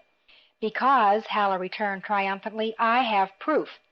Reaching into her suit top, she extricated a packet of insulating material and unrolled it on the table. It contained a tiny metal box. Using the nail of her right-hand little finger, she turned the miniature combination lock several times. With an infinitesimal pop, the tiny lid flipped open. Luke peered close for a good look. The Princess did the same. What they saw was a splinter of something that looked like red glass and glowed softly. The color was deeper, richer than red corundum. It had a vitreous luster resembling crystallized honey. "Well?" Halla asked them after a long moment. "Now are you convinced I'm telling the truth?" Still skeptical, the Princess sat back and looked askance at Halla. "A small fragment of radiant glass or plastic or an ordinary silicate treated to glow. You expect me to accept that as proof?" "This is a piece of the Kaiburr crystal itself," Halla insisted, offended by her disbelief. "Sure it is," the Princess agreed, nodding. "Where did you get it?" "From a greenie, in exchange for a bottle of tipples." Leia gave her a strained look. "So you're trying to tell us that one of the primitive, superstitious locals would part with a shard of some half-legendary gem from one of his own temples for a lousy bottle of liquor?" "It wasn't his ancestor's temple or god," Halla countered with mild contempt. "Even if it was, it wouldn't matter. Look at the pitiful things." She gestured, and they saw the degraded, crawling beggars pleading with patrons for a chance to perform the most servile acts in return for a sip of alcohol. They'll do anything short of killing themselves for a drink, perform the most menial jobs for days for a tenth of a bottle. "Maybe you're right," Leia had to admit uncomfortably. "Just maybe this could be a piece of what you claim it to be from where you say it came from. I still don't see why you have this drive to go hunting for it, especially if you insist its jewel potential doesn't interest you." "Still can't see, can you?" Halla murmured. She turned sharply to face Luke. "Touch it, boy." Luke hesitated, his gaze moving from the Princess to Halla and back again. Halla removed it from the box and extended it out to him in a cupped hand. "See, it's not hot," she told him. "Go on, touch it and believe. Are you afraid?" Luke continued to hesitate. "I'll touch it," the Princess volunteered, extending a finger, but Halla pulled it out of her reach. "No, this isn't for you. Touching it would prove nothing to you." She reached out toward Luke again. "Go on, boy, it won't hurt you." Licking his lower lip, Luke cautiously probed for the splinter with a finger. Touched it. It felt exactly like what it resembled, a piece of glowing, heatless glass. But the sensations that coursed through him did not come from his finger, were not carried by the nerves in his skin. He quickly drew back his arm as if he'd contacted a live current. "Luke, what is it?" the princess exclaimed, suddenly concerned. She stared accusingly at Halla. "You've hurt him!" "No, little pretty mouth, I haven't hurt him. He has been startled and shocked and surprised, much as I was when I first contacted the crystal." Leia faced Luke. "What did you feel?" "I didn't feel anything," he informed her softly, now utterly convinced of the old woman's sincerity. "I experienced it. This," and he indicated the fragment of red mineral, "increases one's perception of the Force. It magnifies and clarifies in proportion to its size and density, I think." He gazed hard at Halla. Anyone in possession of the entire crystal, if it's much larger than this fragment, would have such a lock on the Force that he could do almost anything at all. "My thought also, boy," Halla agreed. She replaced the fragment in its box and snapped the lid shut, then re-rolled it in the soft material. She handed it to Luke. "To show you I mean what I say, you keep it. Go on, take it." Luke did so, then slipped it into a pocket. "And now I think," she went on, "you have no choice but to help me, and without delay." "Who says so?" the princess grumbled. "No one says so, little pretty. Facts say so." But touching the fragment, Luke here set up a tiny but perceptible stirring in the Force. I felt it. It might have traveled no further than this tavern, or it might have affected sensitives halfway across the galaxy. There are Force sensitives in the Imperial government who might feel such a stirring. However, she continued with a shrug, as I said, the sensation might have gone no farther than myself. But can you take that chance, Luke? If you're both with the Alliance, as I'm pretty sure by now you are, then the Imperial should be real interested in Luke here. From what I hear, they don't like to think of there being anyone on the rebel side capable of handling the Force. Besides, boy, you know what kind of damage a Force master could do with the entire crystal in his hands. Can you take a chance on the Empire finding it first?" She looked almost apologetic. "Sorry, but I had to do something to shove you both past the no-return point. Couldn't risk having my first really secure helpers back out on me, could I?" "She's right, Leia," Luke told his companion. "We can't take the chance of having the crystal fall into Imperial hands." "You're right, Luke. Besides, Leia, we have no choice. We need Halla to help us get off planet, and she won't do that until we find the crystal anyway." He eyed her hopefully. "All right?" My, what's this? A miner asking permission from his servant girl?" Neither of them could meet her shrewd gaze. "Take it easy, children. I won't give you away, whoever you are." She glanced around. "This isn't the most private place to do business. Now, if you're finished with your supper, we'd do well to talk elsewhere." Luke nodded. "It's about time we assured R2 and 3PO. "Just a minute." Halla put out a restraining hand. "I thought there were only two of you." Luke grinned. "2 droids I acquired. Inherited, you might say." "Oh, that's all right then. Never could afford a personal droid myself." While paying their bill, Luke sneaked a glance in the direction of the Imperial civil servant. The man evidenced no further interest in them, didn't even look in their direction. The servant girl's story had apparently convinced him. Once outside, with the double metal door panels shut behind them, Leia kicked Luke sharply in the shins. He went staggering, tumbled off the narrow walkway into the mud-filled trench which separated walkway from more solid street. When he recovered his senses, he gazed at her in surprise. "Now you look more like a miner," she grinned at him. "That's for slapping me inside. No hard feelings?" Luke shook some of the mud from his hands, wiped at his chest, then smiled up at her. "No hard feelings, Leia." He reached up, extended a hand. The princess leaned forward, her left hand gripping a supporting post, her right extended to help Luke. Her caution didn't matter. Luke yanked hard, and she plunged messily into the trench beside him. He sat there grinning as she turned around, looking down at herself in distress. "Look at me! Look what you've done to me!" "Made you look a little more like a servant girl," he replied easily. "Can't be too careful here, you know." "Well, in that case—" Luke ducked the first handful of gook she heaved in his direction, caught part of the second, and grappled with her. Halla was watching, amused, until several large men came out of the tavern behind her. They paused, their attention also drawn by the wrestling match in the mud. They were all just drunk enough to be dangerous, and the longer they watched, the quieter they became. Much too quiet to suit Halla. Chapter 4, page 56. "For our souls and health," she muttered hastily to the two combatants. "Stop it, you two." Encased in mud, neither Luke nor the princess heard Halla's anxiously whispered warning. One of the men leaned to his right, spat something out between his beard, and commented, "Servants not supposed to fight back, boys." "Doesn't seem proper, somehow," his companion agreed. "Besides," the first man added, "fightin' in public's against the town decrees, ain't it?" "That's right," another man concurred. "Maybe we can straighten 'em out before the night troop takes 'em in. Be doing 'em a good turn." He called down to Luke, "Hang in there, young fella. We won't let her hurt you." Grinning and chuckling among themselves, the five stepped down off the walkway. Finding herself providently ignored by all concerned, Halla slipped back into the shadows.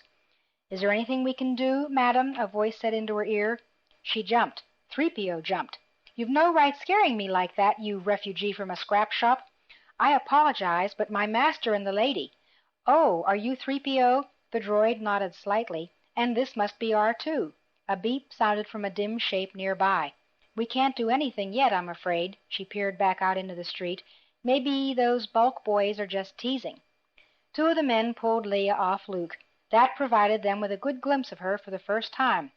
Their initial amusement abruptly shifted as less pleasant emotions surfaced. "Well now," murmured a barrel-chested individual with a Manchu mustache, "this is no droid servant, that's for sure." Leia became aware of the miner's stares. Several buckles and straps on the tight-fitting clothes had come undone while she'd been wrestling with Luke. Despite the coating of mud over them, their exposed areas were drawing an uncomfortable amount of attention. She felt as if something were crawling all over her under her clothing. Ignoring the mud and trying to draw the loose ends of her attire together, she drew herself up regally, announced with shaky dignity, "Thank you very much, this is a private matter. Now if you'll all be so kind as to leave us to settle our differences." "Thank you very much, this is a private matter," one of the men echoed in a mincing tone. The others guffawed. The one with the beard leered down at her. "You're not a registered citizen, lady love," he indicated her shoulder. "No name tag, nothing. Fighting in a public street's against the law. Mine laws says we got to apprehend anyone breaking the law when and where we can. Come here and let me apprehend you." He reached out a massive paw. Backing up a quick step, the princess continued to glare at them, but her confidence was seeping away like snow on a stove. "I can't tell you who I am, but if any of you put a hand on me, you'll answer for it." Barrel-Chest moved closer. There was no humor in his voice, and he did not smile at her. "Little mud hen, I'll put more than a hand on you." A slim form interposed itself between the princess and her would-be apprehender. "Look, this is a private argument, and we can finish it ourselves, friend." "I ain't your friend, Sonny," the man said evenly, putting out a hand and shoving Luke backward. "Stay out of this. Your argument ain't important any more." The princess let out a startled exclamation. One of the other men had slipped up behind her and had grabbed her around the chest with his left arm. Luke stepped over quickly, brought the edge of his palm down hard on the other's wrist. Letting out a hurt yelp, the miner stepped back, holding his wrist. It had grown deathly silent on the street. All eyes were focused on Luke now, not on the princess. The only sounds in the mist came from the distant jungle. "Sonny boy wants to play," snickered the man whose wrist Luke had clipped. "Resistin' public apprehension." He flicked his right forearm. There was a clicking sound, and a double-bladed stiletto slid out from under his coverall sleeve. The flat of the blades lay flush against the back of his fist. Faded light from the shielded tavern windows reflected ominously off both blades as the man started moving in a low crouch toward Luke. The princess said nothing, just stared. So did Halla, 3PO, and R2 from the safety of the shadows. "Come on, Sonny," the man urged, gesturing with his unarmed hand for Luke to approach. Then he flicked the weapon, and twin blades flashed out of his empty sleeve. He kicked his right leg, then his left. Double blades protruded from each boot sole. "Come on, let's dance. I'll make it last." Trying to watch all 8 blades at once, Luke tried to distract his attacker. "The lady and I were discussing something. We don't need any outside involvement." "Too late, Sonny," the man grinned. "You and I are involved now." His companions were watching and chuckling, occasionally nudging one another. They were obviously enjoying every second of the action. Jumping forward, the knife-wielder swung at Luke with his left hand, following up the miss as Luke moved back with a spinning side kick, then swung around in an arc, reaching with his right hand.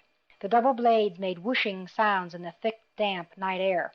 "We don't want any trouble," Luke declared, his hand moving reluctantly to the pommel of his light saber.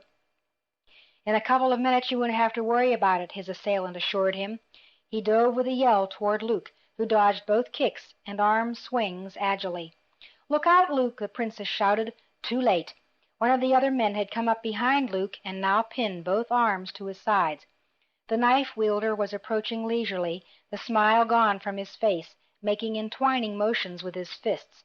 The blades gleamed like his eyes.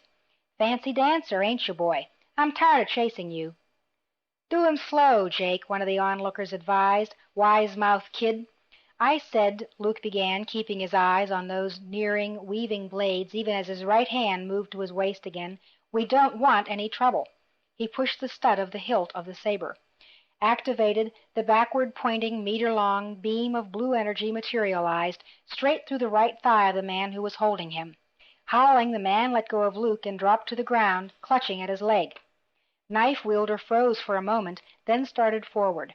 With the saber, Luke described an intricate series of interweaving arcs and circles in the near darkness that caused his attacker to hesitate. A steady moaning came from the man on the ground. Luke lunged at the knife artist just enough to make him retreat. "All of you now, clear off." Instead of clearing off, the grim-faced quartet exposed more blades and other hand weapons. They began maneuvering to encircle Luke, staying just out of the range of that darting, lethal beam of light. Leia evened up the odds by leaping on the back of the man nearest her and clawing at his face.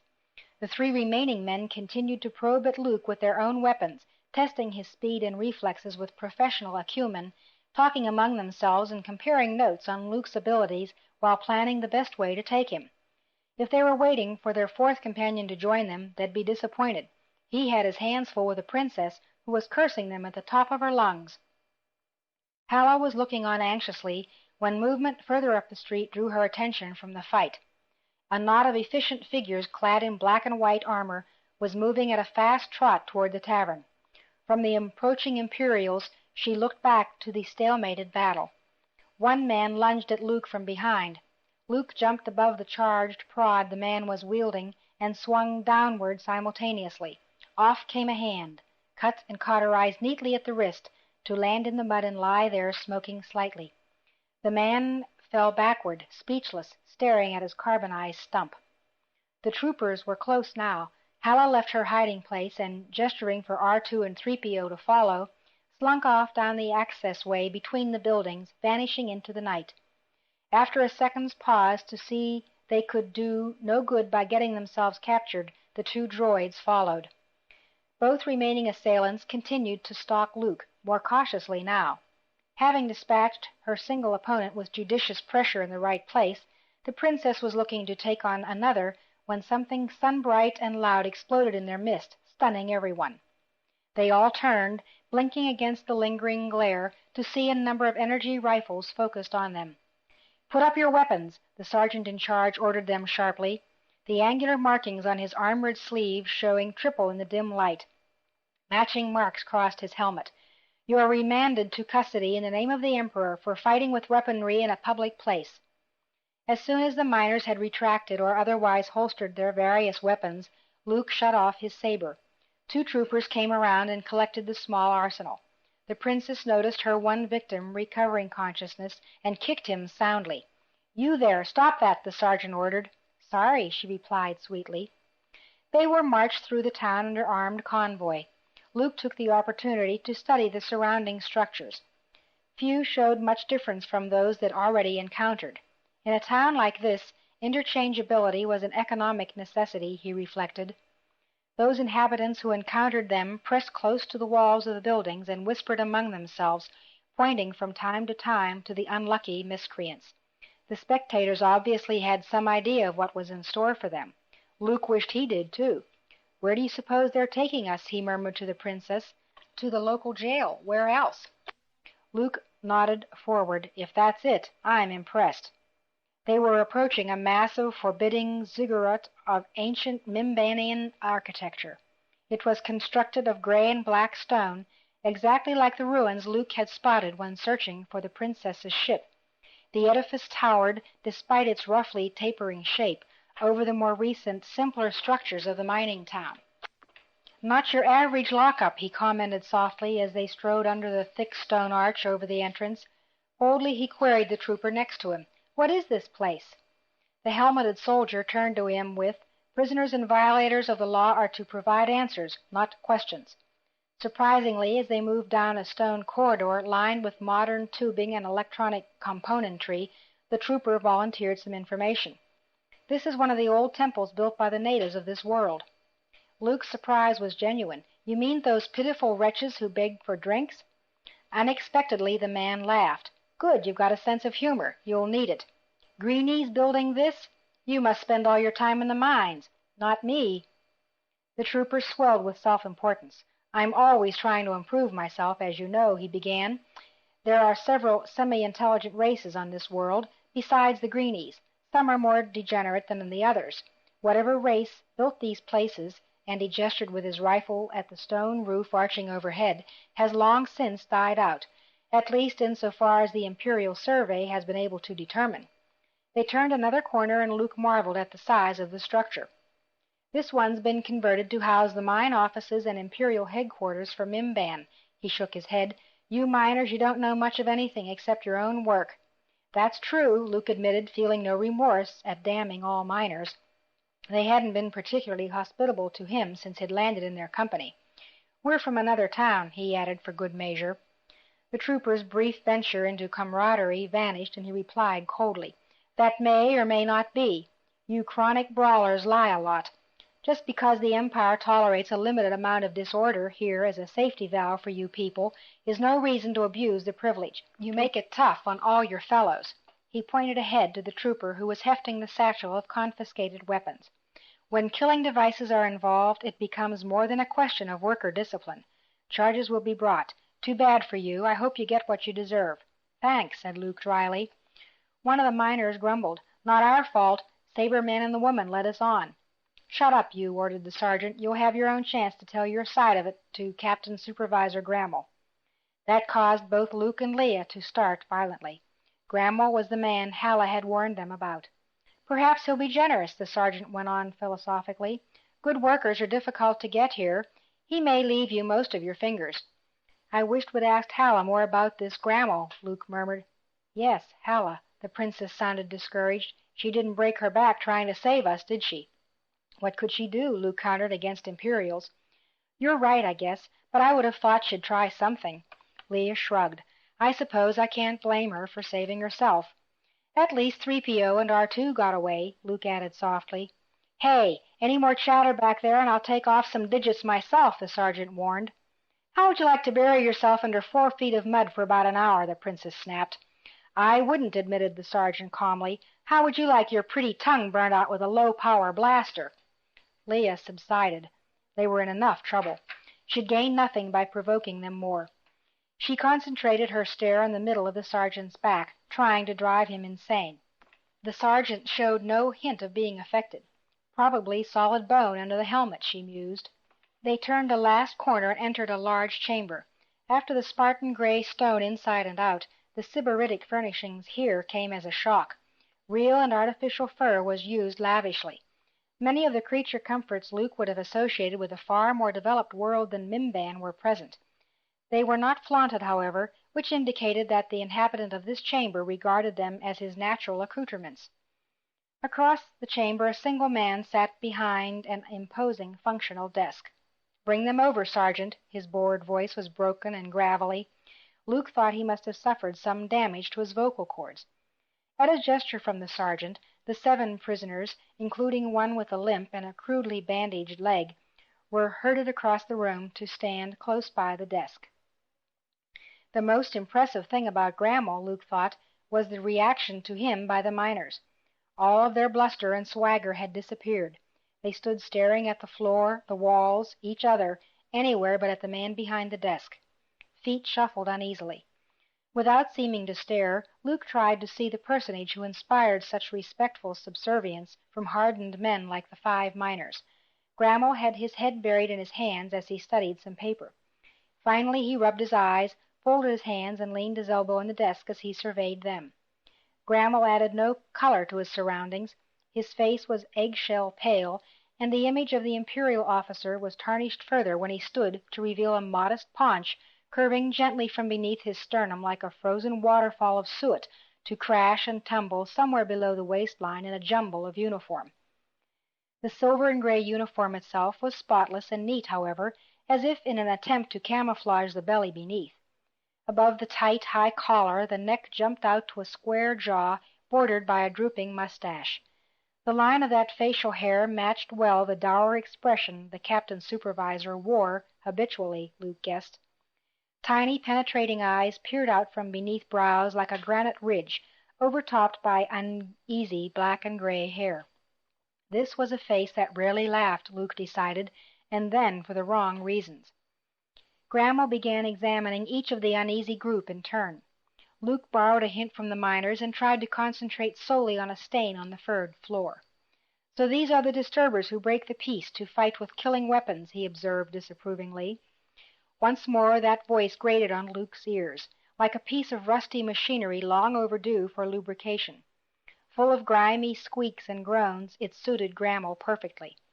Stepping forward smartly, the sergeant reported, "Yes, Captain Supervisor, permission to take 2 wounded to the infirmary."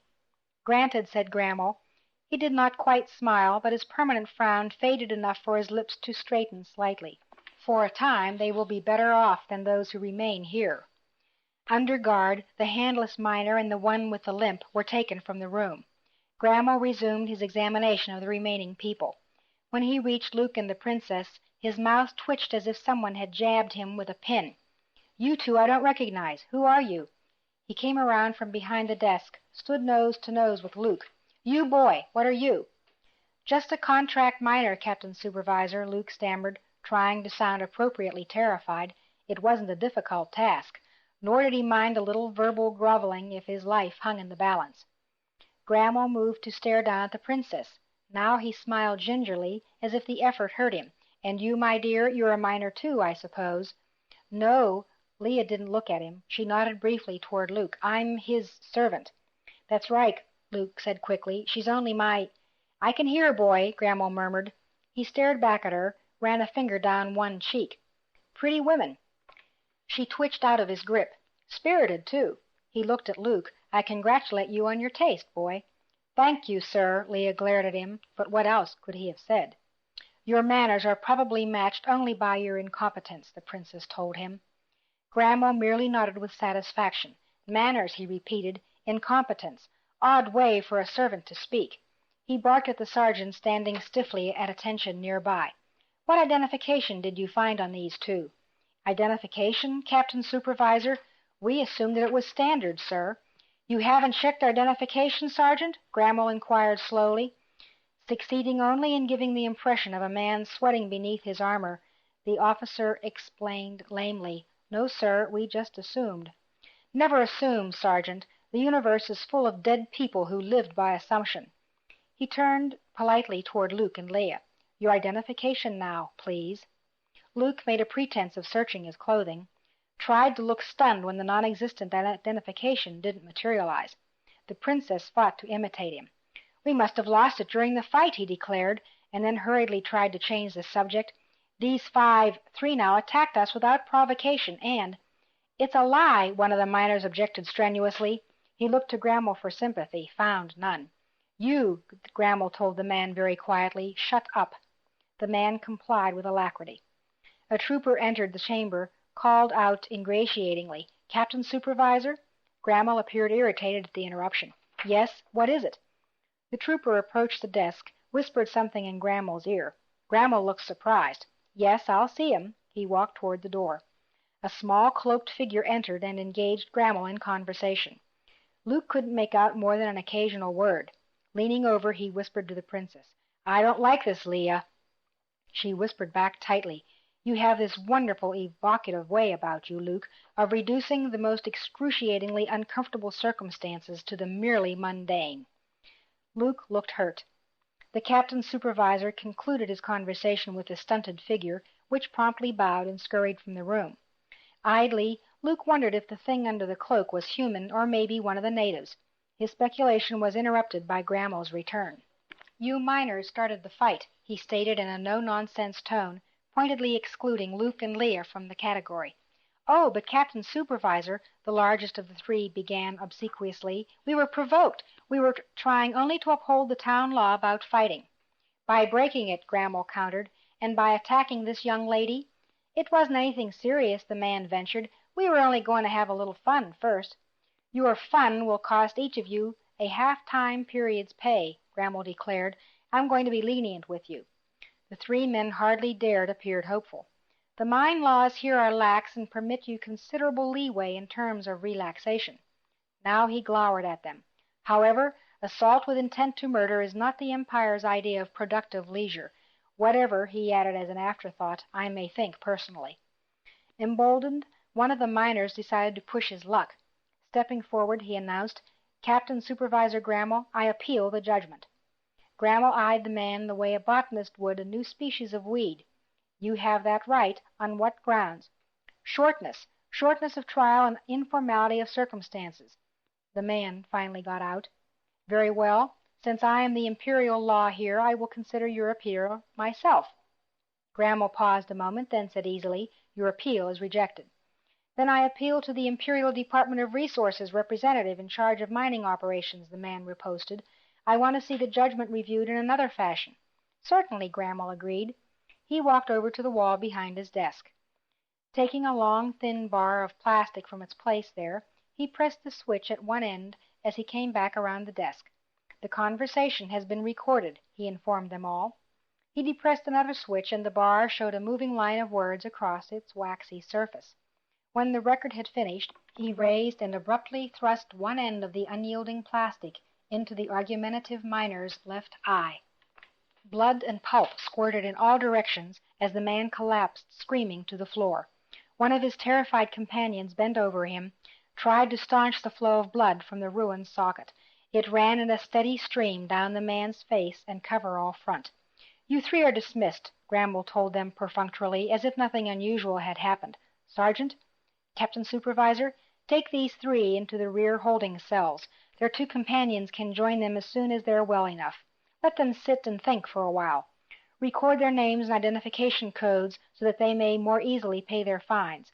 Unless," he finished conversationally, tapping the recorder rod in one palm, "someone else would like to appeal my judgment." As the two miners half carried, half dragged their unconscious companion to the exit under guard, Gramel gestured at them with the rod. "He still has his eye, you know. It's recorded permanently on this. Bring him back when he recovers, and I'll let him see it again." The sergeant saw the guards and miners out, then returned to stand watch beside the door. "I dislike these administrative details," Gramel said amiably to Luke and the Princess, "but this is a largely unknown, unexplored world, and I have little time to waste. Sometimes my decisions must be fast and harsh. Only the degree of their ability to devise more sophisticated debasements for themselves separates the human animals that work here from the natives. This kind of inventiveness has been a persistent and lamentable quality of mankind's for millennia. Realizing that as you must, I'm sure you two will be more sensible than those lower types who just left us." He sat back on the edge of the desk, commenced tapping his lower leg with a red-tipped rod. Luke watched it nervously. "I told you, Captain Supervisor," he reiterated, "we must have lost our identification in the fight. It must have fallen in the mud. If you'll just let us go back there, I'm sure we can find it. Unless," he added with seeming unconcern, "someone came by after the fight and stole it." "Oh, I don't think any of our hard-working citizens would do that," Gramel commented, turning away. He looked sharply back over his shoulder. "In fact, I don't think it's lying there either. I don't think you two had any identification to lose. From what I've been told, you both are more than strangers to this town. You're strangers to the mine, to the Imperial presence here, to this very world. How you arrived undetected and unauthorized and in one piece I can't imagine." He gritted his teeth and added dangerously, "I will find out, however. I always find out what I want to know." "That's funny," noted the Princess, "because you strike me as having a particularly limited capacity for learning." Her remark didn't faze Gramel. If anything, the Princess's studied insults appeared to please him. A little while ago, young lady, you called me incompetent. Now you belittle me intellectually. I'm no intellectual, but I'm also neither incompetent nor uneducated. I got that way by learning how to get answers to my questions. But your first comment was correct about my manners. He drew back his left foot and kicked her in the left thigh with the point of his boot. Moaning in pain, the princess grabbed her side below the hip and sank forward to her knees. Her right hand stopped her fall, while the other continued holding the bruised place. Luke raged inside, but resolutely stared straight ahead. This was not the place, Luke assured them in response to the unvoiced question. He brushed mud and plastic splinters from his coveralls. I feel filthy all over, though. Funny, said the princess tightly. That's the feeling I got whenever Grandma looked at me. She gestured behind him. They won't be chasing us for a couple of minutes anyway. Luke turned. The entire entrance of the temple had collapsed. Smoke and flame were issuing from cracks in the walls and roof. Sirens and alarms were beginning to sound from the town. Moving at a fast trot, with the Yuzum hurrying to keep pace with the two humans, they rushed off in the direction specified by Halla. Eventually they encountered the stream, hurried on alongside it. Before too long they reached the maintenance yard, which was larger and more imposing than Luke had expected. It was dark out now. The vast, silent open space was littered with huge sections of mining machinery and portable transporters, some lying about in assorted stages of breakdown. I don't see anything, Luke whispered.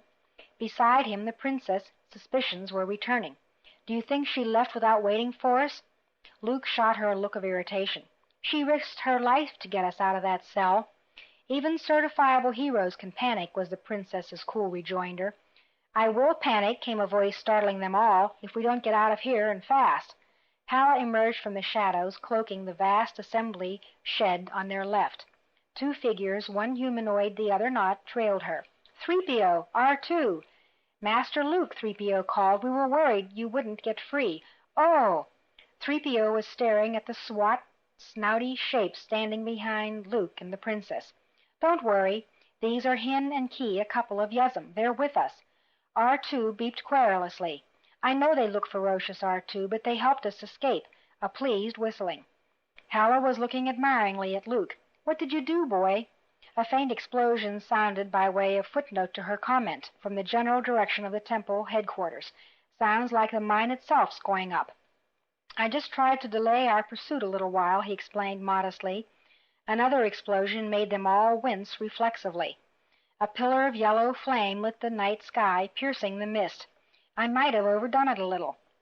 Halla led them inside the open shed, directed them between a long line of massive shapes to an open vehicle mounted on bloated multiple wheels. They climbed in. Halla positioned herself behind the controls. At first I didn't know how I was going to start this beast, she told them. Your little friend took care of that. R2, get us going. The stubby D2 unit trundled forward. Extending an arm, it positioned a tool, part of itself, into a coded locked slot immediately. Occasionally, 3PO was forced to concede, he's useful for something. Are you sure you can drive something this size? The princess inquired. No, but I can drive anything smaller, and I learned fast. Halla touched something with a finger, and the crawler leaped forward with startling acceleration for so bulky a vehicle. They exploded out of the shed entrance, nearly ran over several mechanics who were walking toward them to investigate the noise the engine had made. They scattered, one man throwing his helmet cap after them in disgust and frustration. Others ran to notify their superiors. Halla put the wheel hard over. They smashed through a wire fence. In seconds the graded ground gave way to bog and jungle. She headed the swamp crawler over soft bog and through trees and bushes with reckless disregard for whether or not they might be traveling over solid earth or bottomless peat. After barreling for half an hour through total darkness, broken only by the crawler's multiple fog lamps, Luke finally put a restraining hand on Halla's arm. I think we can slow down now, he said with a glance back the way they'd come. At least, he thought it was the way they'd come. Halla had made so many frantic turns and swerves during their wild flight he couldn't be sure any more. Yes, slow down, the princess urged. Luke may not have left anyone capable of organizing immediate pursuit. Halla brushed a strand of gray hair clear of her eyes, brought the crawler to a gradual idle. Using a flux lamp set on her side of the crawler's open cab, she hunted through the mist until it settled on a high clump of vegetation. After driving the crawler into it, she switched off the engine, leaving only the internal cab lights on. "There," she exclaimed tiredly, leaning back in the driver's chair. "Even if they're right behind us, which I'd bet against, they'll have a time finding us here." The cab lights gleamed eerily in the gentle swirling mist. A querulous chittering sounded behind them. "Key wonders if we have anything to eat," Luke asked. A second grunt. "Hin wonders, too." "Never heard of a Yuzum that wasn't always hungry," Halla replied. She turned in the chair, pointed toward the rear of the vehicle. "There's a big storage locker back there. It's full of rations." She permitted herself a smug grin. "I checked through the yard pretty thorough before settling on this particular mud mauler. Engines are full charged, and we can run on them for weeks. Plenty of food and equipment on board. Water's never a problem on Mimban, so long as you take care to kill the things that live in it before you drink." "I'm impressed," the princess admitted. "How did someone like you, not authorized, I mean, manage to set up the theft of a fully equipped, expensive vehicle like this crawler?" "You sure are strangers here," Halla commented. "Nothing's put under guard here if it's larger than a personal hand case. There's nowhere to run off to with anything big. The only way off planet is under Imperial supervision, and they check everything that comes down, and especially anything going off. Anyone could make off with a crawler like this one or a truck, but just try to steal one drill bit. No, any thief has only one place to run to, and that's back to one of the 5 mine towns, and Grammel." The princess nodded. "I'm hungry myself, Luke." "In a minute." While she moved to excavate something for them to eat, Luke turned to Halla. "How far do you estimate we have to go before we reach the temple where the crystal's supposed to be?" "According to what the native told me." "Oh, here, it makes more sense if you can see it." She reached inside the top of her suit, brought out a small slipcase. It bulged with papers. Hunting through it, she finally selected one and unfolded it before Luke. He studied the drawing in the dim light of the crawler's console illumination. "I can't make anything out of this." "I'm no artist," she grumbled, "and the native wasn't either." "No, you're not." Luke stared at this enigmatic old woman in the mist. "What are you, Halla?" She broke into a wide, toothy smile. "I'm ambitious, boy. That's enough for you to know." Picking up the map, she checked some instrumentation on the console, then pointed into the darkness. "A week to 10 days' travel, local time, in the crawler." "That's all?" Luke exclaimed in surprise. "So close to the mine? I'd think a ship coming down would be able to spot it easily." "Even if they could through this soup," Halla told him, "it wouldn't inspire a rush to the site. There are probably 100 temples in the immediate vicinity of the mine towns, and more scattered through the jungle nearby. Why bother with it? Also, 1,000 men could march within 5 meters of a temple here and miss it entirely." "I see." Luke sat back considering. "What kind of place is this? Is it anything like the temple building that Grammel's people used for headquarters?" "That nobody knows, not even the native. No humans ever seen the temple of Pomojima. Remember, the natives who built the temples had thousands of gods and deities. Each had its own sanctuary. According to the records I managed to get a look at, they're not classified or anything. This Pomojima was a minor god, but one who was supposed to be able to give his priests the ability to perform miraculous feats, healing the sick and stuff like that. Of course, half the Mimbanian gods were supposed to be capable of miracles. Nobody wants his neighbor's god to have a bigger reputation than his own, but with this Pomojima, those legends could hold some truth. The Kaiburr crystal could be the basis for those stories." "If Grammel's Asada gets hold of it," Luke muttered disconsolately, "it'll become a force for destruction, not healing." Halla frowned. "Asada? Who's this Asada?" Her gaze went from Luke back to the princess. "Is there something you two aren't telling me?" "Governor Asada," the princess told her, shifting uncomfortably at the mention of the name. "A governor? An Imperial governor?" Halla was becoming visibly upset. Luke nodded. "An Imperial governor's after you two?" Another nod. She spun in her seat, started the crawler's engine. "This expedition is canceled, boy. Off. I've heard rumors of what the governors can order done to ordinary citizens. I don't want any part of it." "Stop it, Halla. Stop it." Luke was wrestling with her for the controls. His greater strength finally prevailed, and he shut the engine back down. R2, don't start up again unless I give permission. A response beep sounded. Halla gave up, slumped tiredly. Leave it alone, boy. I'm an old woman, but I've still got some life left in me. I don't want to throw it away, not even for a chance at the crystal. Halla, we have to find the crystal, and we have to do it before Grammel can catch us or this governor or his representatives arrive on Mimban.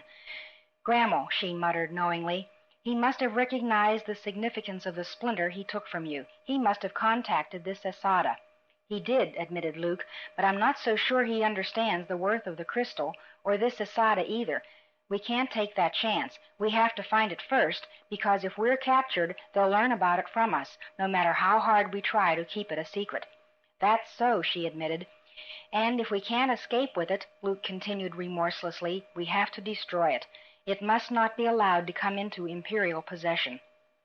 7 years, boy, 7 years, Halla muttered. I can't promise you that if we do find it, I'll be ready to break it into dust. All right, Luke agreed. Let's say we don't worry about that now. All that's important is finding it before Grammel finds us. A week to 10 days, she told him, if the terrain doesn't get too bad and we don't run into trouble with the locals. What locals? The princess wasn't impressed. You don't mean those pitiful things we saw crawling and begging for a drink back in the town? Some of the native races of Mimban haven't been ruined by contact with human beings, Halla told them. They're not all as degraded as the Greenies. Some of them can and will fight. Keep in mind how little of this world has actually been explored. Nobody really has much idea what's out there. She waved toward the night. Beyond the immediate perimeter of the mine towns, not the archaeologists, not the anthropologists, no one. There are enough discoveries right by the towns to keep the small scientific station here plenty occupied, girl. They don't have the time or the need to go tramping off into this muck looking for specimens, not when the specimens wander into town. We'll be going places no one's had reason to go before, and will likely encounter things no one's met up with before. This is a thriving, healthy world. We're a nice dollop of meat. I've seen visuals of some of the carnivores on Mimban. Their described methods of eating aren't any prettier than they are. She turned back to Luke. Look under the seat, boy. Luke did so, found a compartment holding 2 blaster rifles and 4 pistols. They're all charged, she informed him, which is more than you can say for the ones you broke out with. Luke removed the 2 rifles, passed them to the Yuzum, who would be able to handle the bulky weapons easily. Then he handed a pistol to Leia, gave one to Halla, and kept the 3rd for himself. The remaining one he left inside the compartment. Hin began sighting along the rifle experimentally. On this model, the trigger guard was set close to the trigger itself, too close for a thick Yuzum finger. Hin used both hands, applied pressure in a certain way. After the guard snapped off, he tossed it over the side and thumbed the trigger with satisfaction. Luke speculatively aimed his own pistol at a nearby bush. A touch of the firing stud and a brief flare of intense light dissolved the bush. Pleased with the new weapon, he slipped on the safety and attached it to his belt. There was one more thing he had to do. Taking the pistol he had brought with him, he flipped open its butt end. Switching the terminal control from charge to draw, he attached it to the matching terminals in the haft of his lightsaber. Leaning back, he regarded the mist silently as his father's ancient weapon sucked power. Chapter 8, page 115. After replacing the marrow, the doctor had heat-sealed the bone, then folded muscle, flesh, and skin around it to reform. An epidermal flush concluded the operation and assured that the new skin would take and not fall off in fragments and flakes in the near future. While powerful, the local anesthetic the doctor had used was beginning to wear off. Captain Supervisor Grammel still had no sensation in his right arm, but he could see it. He used his left hand to lift the rebuilt limb toward the light, turned it over for a look at the obverse side. Experimentally, he tried flexing his fingers. They reacted only slightly, but they reacted.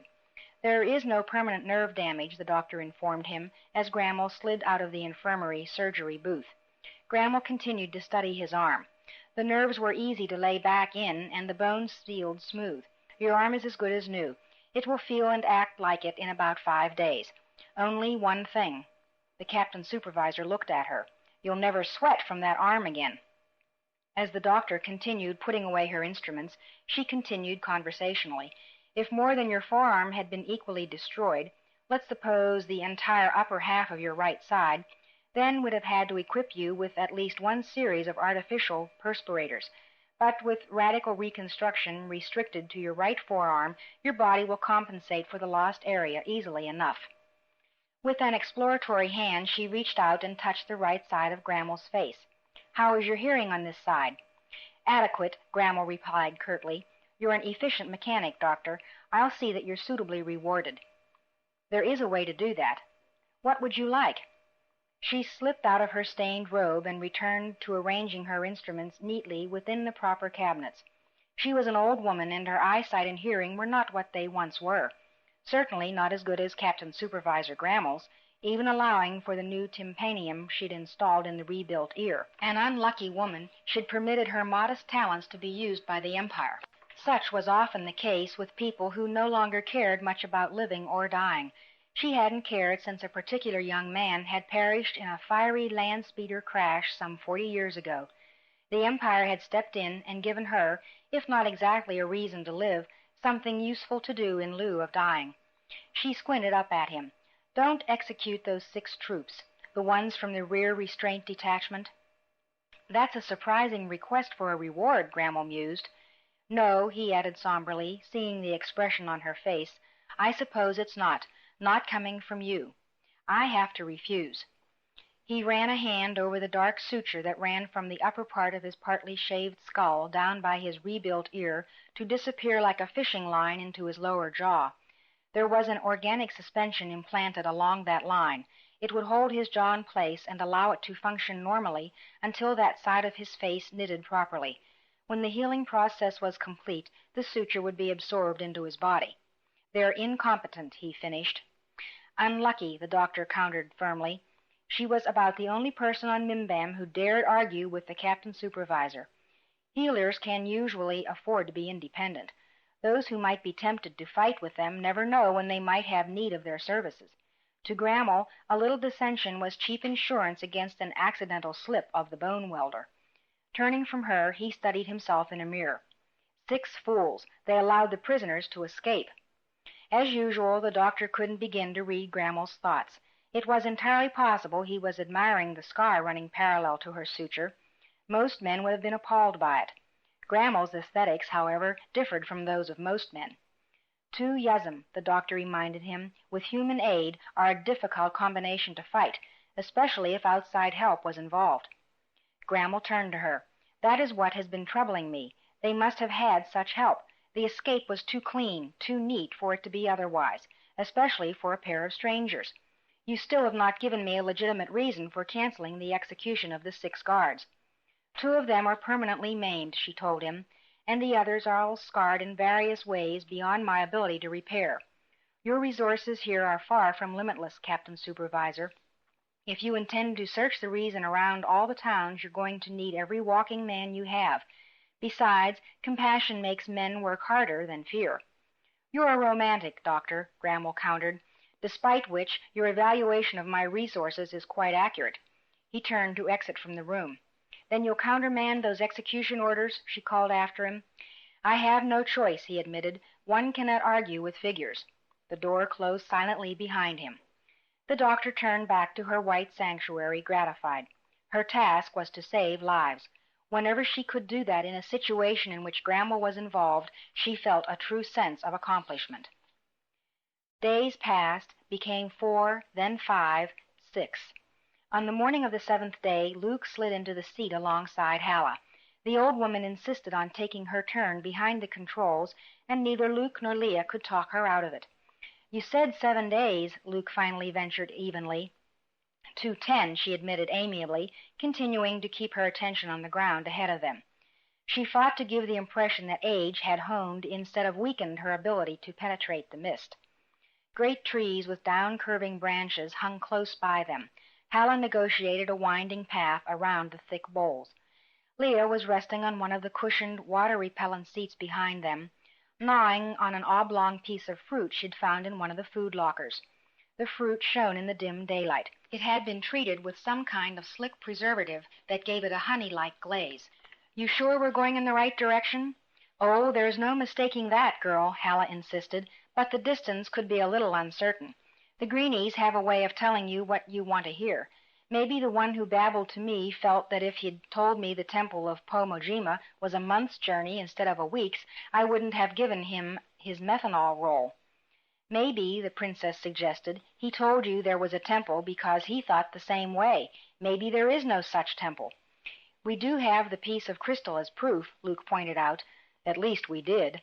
He looked downcast. There now, Luke boy, Halla comforted him. As you say, there was nothing you could have done about that.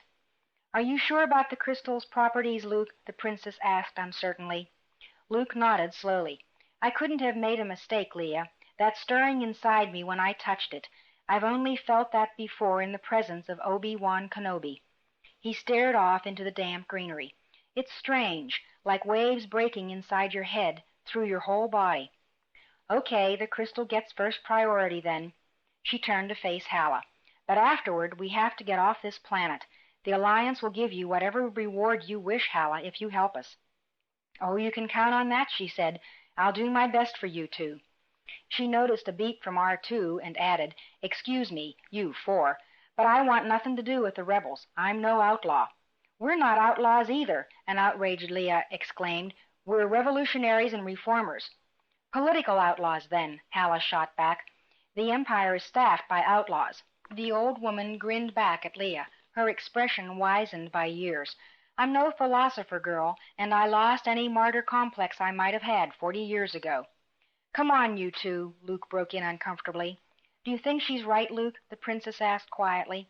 Leia, Well, boy, Halla watched him expectantly. He was saved the necessity of a response as an abrupt lurch threw everyone toward the left side of the crawler. Halla responded swiftly by throwing all 6 wheels into reverse. Leaning over the side, Luke had a bad moment when he saw the forward balloon wheel sinking into something with the consistency of watered porridge. But the crawler was well designed. Multi-wheel drive and the powerful engine pulled them clear. Halla leaned over the wheel for a minute, then studied the terrain ahead. A paler plot of ground lay between patches of the treacherous sludge. Running forward once more, the crawler pushed on over firmer ground. You have to be alert every second on Mimban, Halla declared. This is a crazy world, where the ground itself is your most uncertain enemy.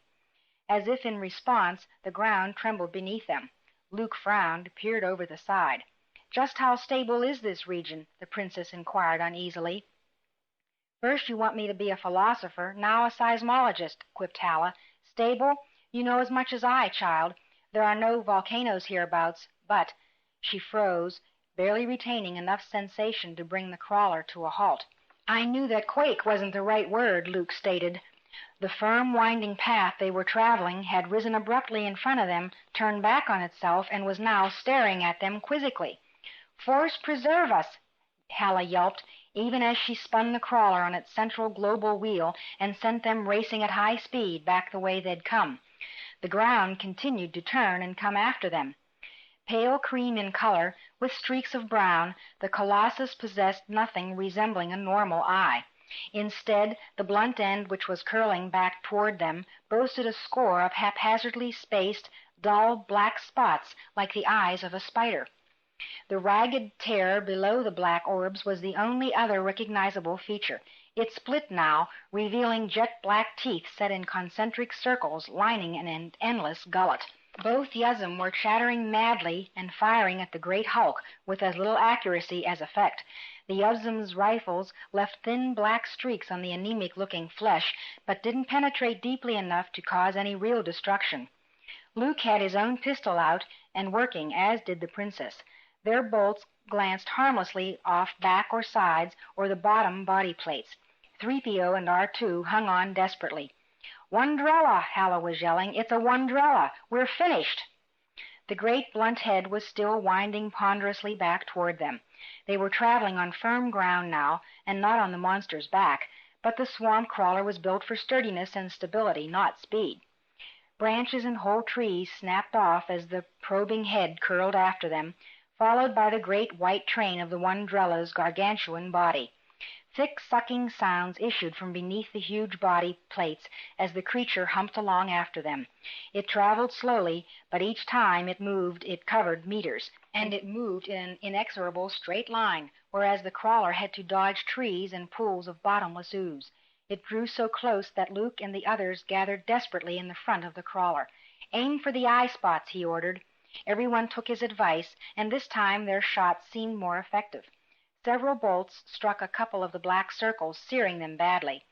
A dull rumble boiled up out of the creature's depths, a lingering, moaning thunder. It was part confusion, part barely realized pain.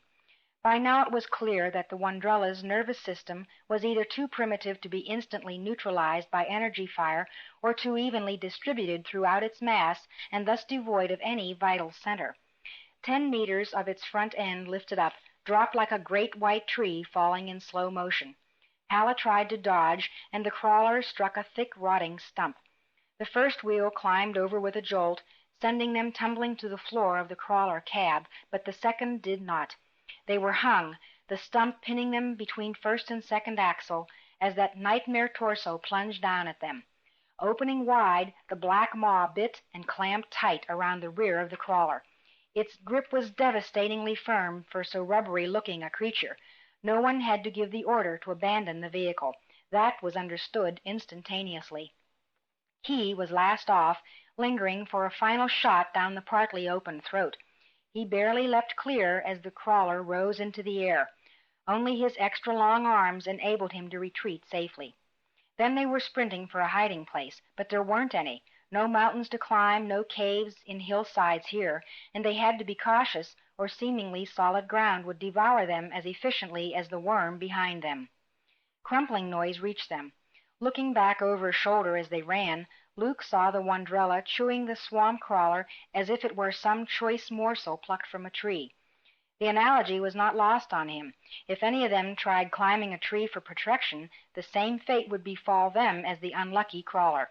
Their only chance was to find some kind of hiding place, secrete themselves out of sight, and pray that the hulking threat's sense of smell did not match its size. Possibly the creature belonged to so primitive a species that it would regard prey as out of sight, out of mind. If it could no longer see them, hopefully the dull-witted monstrosity would interpret that to mean they no longer existed. "This way," Luke abruptly decided, turning and running to his left. Leia followed. Slightly ahead, and sandwiched between the two Yuzum, Halla didn't hear him. She and the two big aliens continued on the way they were headed. Several minutes passed before a tired Halla slowed and did think to glance behind her. When she did, she saw only the phosphorescent convoy of white worm sliding through the mist well behind them. She came to a stop, admonishing the two Yuzum to do likewise. "It's gone off in a different direction," she exclaimed. Hin, panting like an engine, nodded affirmation. The trio squinted into the fog around them. "Luke boy, child," she called, "you can come out now. It's given up on us." Mist sounds and peeps from the underbush responded blankly. "Come on, Luke boy," she added, beginning to feel a little nervous. "Don't be fooling old Halla like this." Trying to help, Key let out a stentorian bellow. Halla had to jump to clap a hand over his mouth, then put her own hand over her own mouth and shook her head, pointing to the last bit of Wandrella disappearing into the growth not far enough away. Key nodded realization, called again more softly through his snoot for their missing companions. R2 was whistling mournfully. "Luke," Halla called again, worried. Together the three began searching the surrounding brush. When several minutes of this failed to turn up any sign of the princess or Luke, Halla gathered up the two Yuzum and glanced back the way they'd come. "I don't think it got them. Not yet, anyhow. They were right behind us." She turned, and they started to retrace their steps in the hope that Luke and Leia had somehow managed to elude the beast. "They may be hiding under a tree somewhere," ventured 3PO hopefully. Neither assumption was correct. Luke and the princess hadn't been devoured, but neither had they lost their lumpish pursuer. As they had deserted the crawler, the Wandrella noted the movement unemotionally. Once the mangled swamp vehicle proved itself unappetizing, the Leviathan had turned after smaller and, it was hoped, more nutritious prey. but mysteriously its food had split into two parts. In primitive Wandrella reasoning, the nearer was the tastier. Ignoring Halla and the others, it swerved to follow Luke and Leia. "It's still behind us," Luke told her, breathing with difficulty. A massive circle lined with black dots was humping through bog and brush after them. Leia stumbled over a gnarled root, and Luke fought to help her up. "I don't know how much longer I can keep this up, Luke." "Neither do I," he confessed tiredly, his frantic gaze hunting for some place, any place, to conceal themselves. "What about a tree?" "Already thought of that," he informed her as they stumbled on. "That thing could pull us out of the biggest tree here, or push it down." "It's getting closer," she exclaimed with a backward glance. Her voice was starting to crack. Luke squinted, saw what appeared to be a regular line of rocks. "Over here," he urged.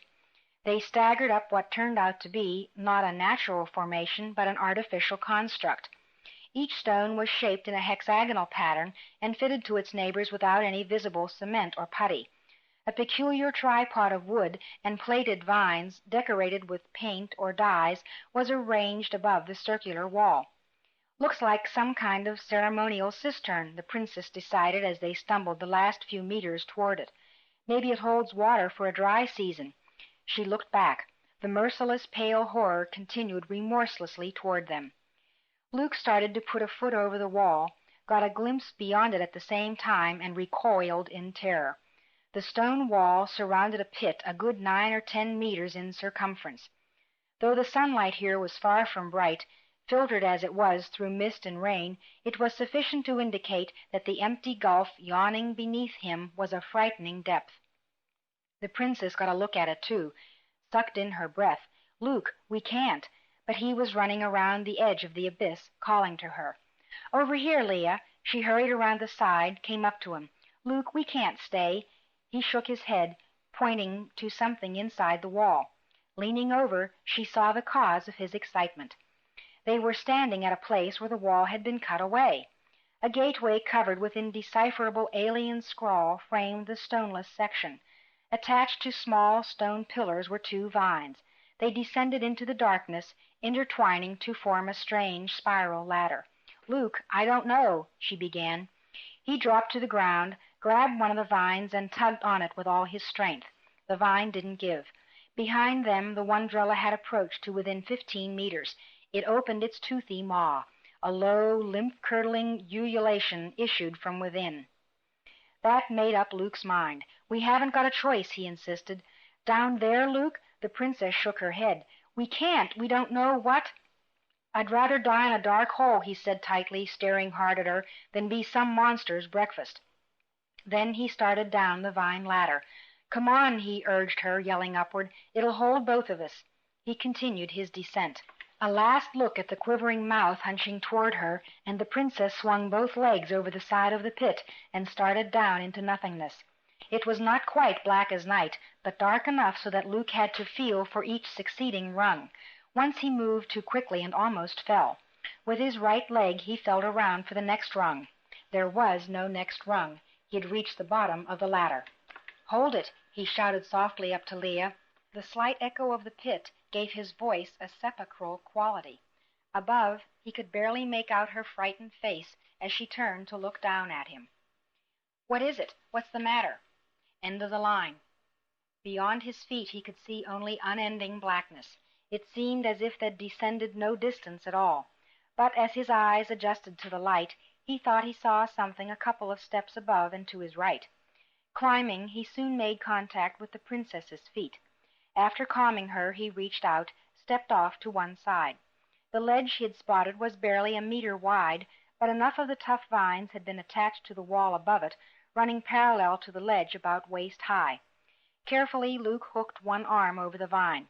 "There's a ledge, Leia," he explained, reaching out a hand for her. She stepped over, grabbed the vine with both hands, and examined the rock underfoot.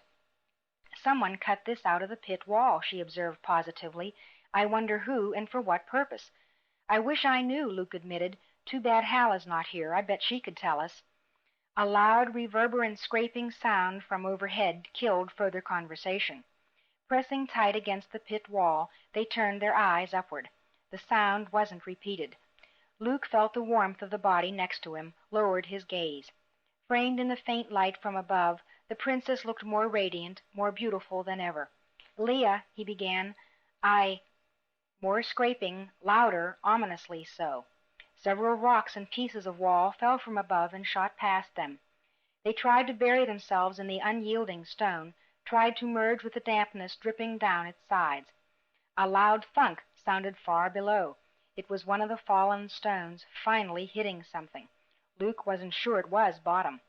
Breathless, they stayed huddled together, eyes fixed in the circle of misty sunlight above. With infinite slowness, something slid into view.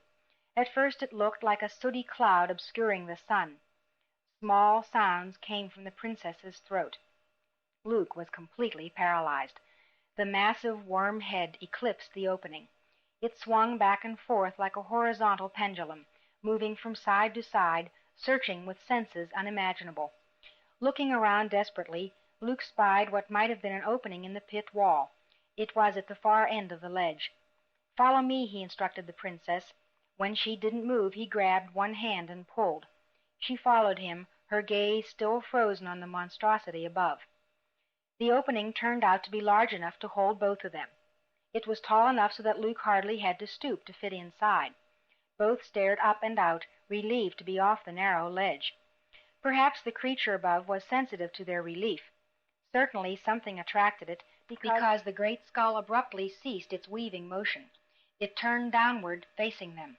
"It sees us," the princess breathed, gripping Luke's arm so hard it hurt. "Oh, it sees us." Maybe it's just looking down the pit," Luke responded, more hopeful than sanguine. With a hunching movement that filed stone and rock from the upper edge of the chasm, the head drifted lazily down toward them. Its vast mouth was agape, framing a darkness deeper than that of the pit itself. "It's coming down," the princess breathed. "It's coming for us, Luke." It can't reach us," Luke insisted, feeling for his pistol. It wasn't there. He'd dropped it in the retreat from the crawler. His hand went around the hilt of his lightsaber. A ponderous groaning sounded. Larger chunks of dislodged stone fell past them, went crashing and booming off the walls below. "How long is it?" Luke wondered, indicating the worm-like creature. "I don't know. I didn't get a good look. It seemed to go on forever," she responded. The Wondrella was less than a dozen meters above them and still moving. There was no doubt that it saw them now. "Can it get a purchase on the wall? It's so slick." "I don't know," he mumbled dully. His fist tightened convulsively on the hilt of the saber. All at once the worm thing seemed to leap down at them. The princess screamed, her shriek echoing madly around the walls of the pit as Luke yanked the saber from his belt and activated. In the Plutonian confines of the well, its clean blue light was small comfort. But the Wondrella was not striking at them. Overextended even for its own incredible length, it was falling. It went rocketing past, a seemingly endless white waterfall of faintly glowing flesh. Leaning out, they saw it shrink to a dot, a pinpoint of brightness, before it finally vanished into the abyssal depths. Echoes of the creature bouncing and bumping from wall to wall drifted up to them with steadily increasing faintness, dying memories of a massive death. Luke shakily deactivated his saber and reattached it to his belt. At the same time, the princess grew aware of how tightly she was clinging to him. Their proximity engendered a wash of confused emotion. It would be proper to disengage, to move away a little. Proper, but not nearly so satisfying. She was utterly drained, and the comfort she derived from leaning against him was worth any feeling of impropriety. They stood like that for a timeless stretch. Luke slid his arm around her, and she didn't resist. She didn't look yearningly up at him either, but this was enough for him, for now at least. He was happy. An eternity later, a querulous voice bounced down the walls to them, so gently he wasn't certain he'd heard anything at all. "Luke, boy, are you down there?" They exchanged glances. Luke leaned uncertainly out of the little alcove they'd sought refuge in and stared upward. 4 faces were staring back down at him from high above. 2 were bewhiskered and furred. 1 was golden and metallic. "Halla?" An excited chittering came back to him. Hin unmistakably. When the hysterical hooting finally died down, Halla called to him again. "Are 2 all right, Master Luke? 3PO called down to them. I think so, he shouted back. It came down after us. I thought you were behind me all the time, came Halla's reply. I'm glad you're still alive. So are we, exclaimed the princess, her normal self-reliance flooding back rapidly. We'll join you in a minute. She started out of the rock recess.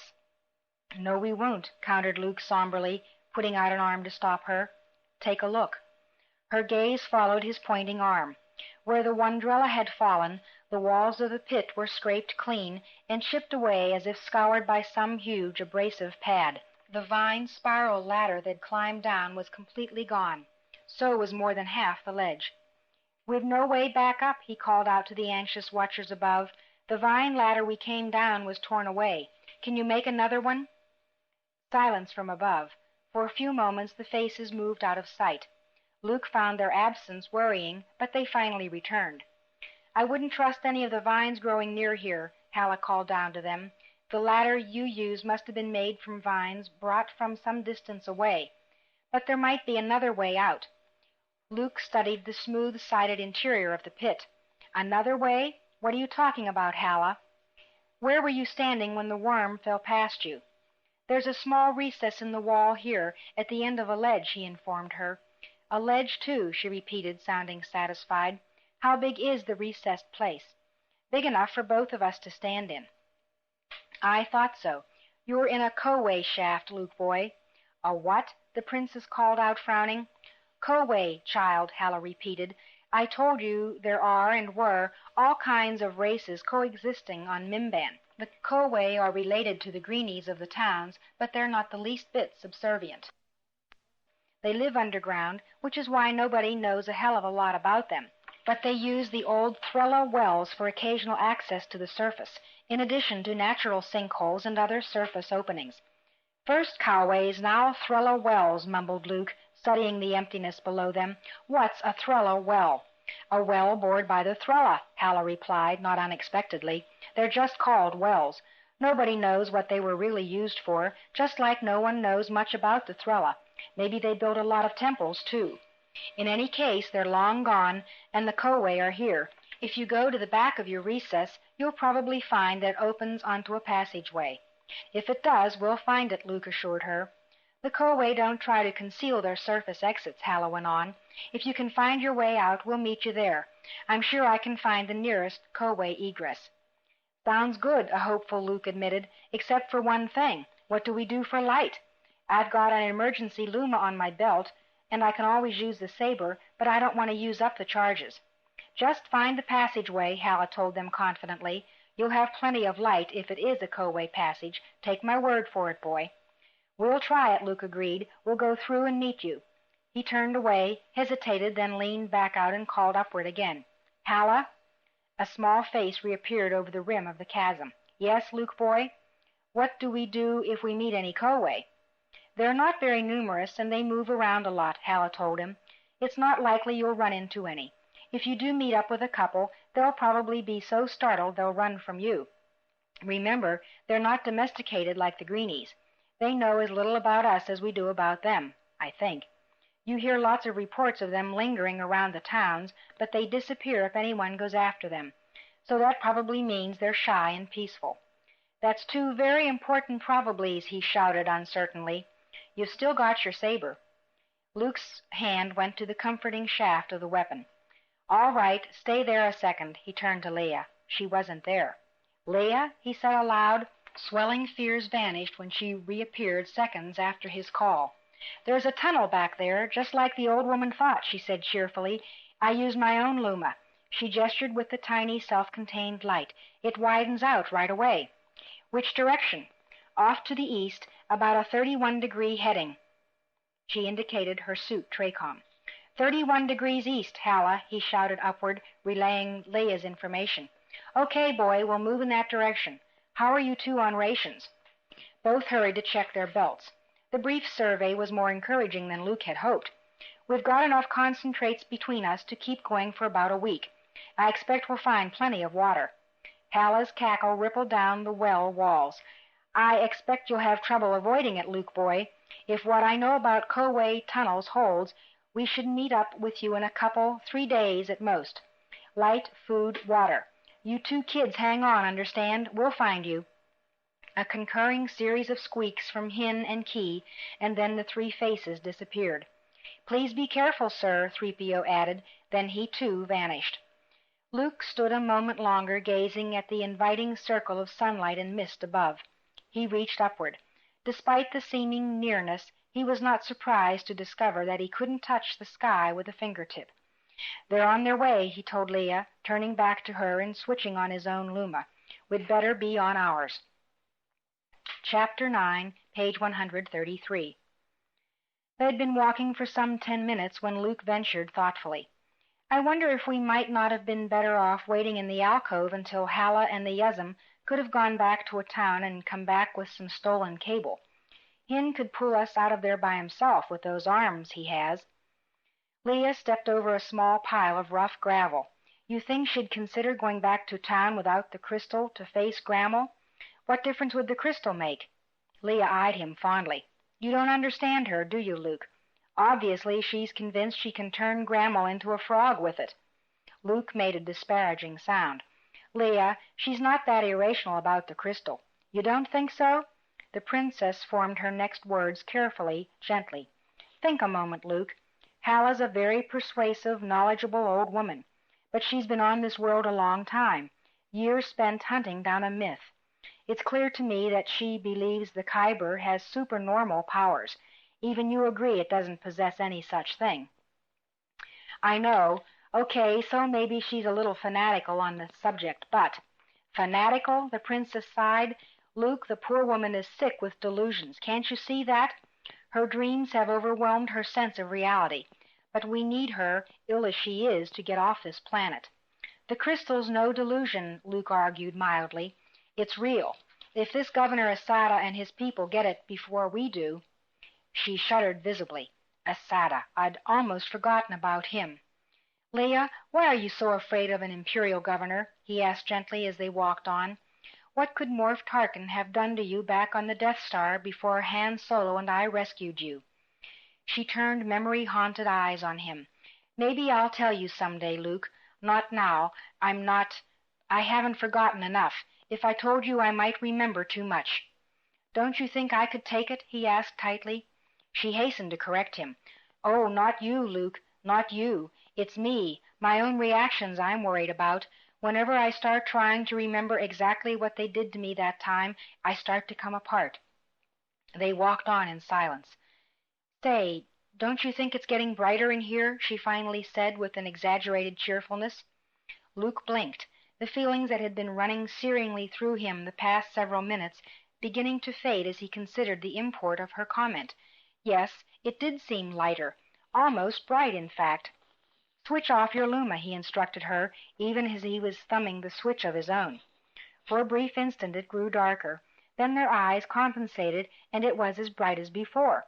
The light was a faint blue-yellow, somewhat brighter than the hue of his own saber. When his gaze returned to the princess, he saw she was standing next to the tunnel wall. "Over here," she called, directing him to an especially luminous section of stone. He leaned close. It seemed as if the rock itself was pouring out light. "No," she corrected when he voiced that thought. "Look closer. Here." She dug at the stone with her nails, and the light came off in her hands, setting her palm aglow. It burned coldly in her hand. After a while it started to fade out. "Some kind of growth," she announced. "Lichen, a fungus. I don't know. I'm no botanist. This is what Halla told us would find if we kept on." She brushed living light from her hand, looked on down the gradually descending cave. "It's another world down here, but now I don't find it frightening." As they continued downward, the path they were traveling leveled off. The tunnel widened into a true cavern. Multicolored stalactites began to appear, mineral impurities turning them into painted pendants coated with the phosphorescent growths. Blunt-tipped stalagmites thrust ceilingward. They were accompanied by the ever-present music of dripping water. A faint rumble sounded ahead, and they slowed cautiously. The noise turned out to be the song of a running underground stream. It ran parallel to their path, a bubbling, unceasingly cheerful guide and companion. They passed a hole in the cave's roof.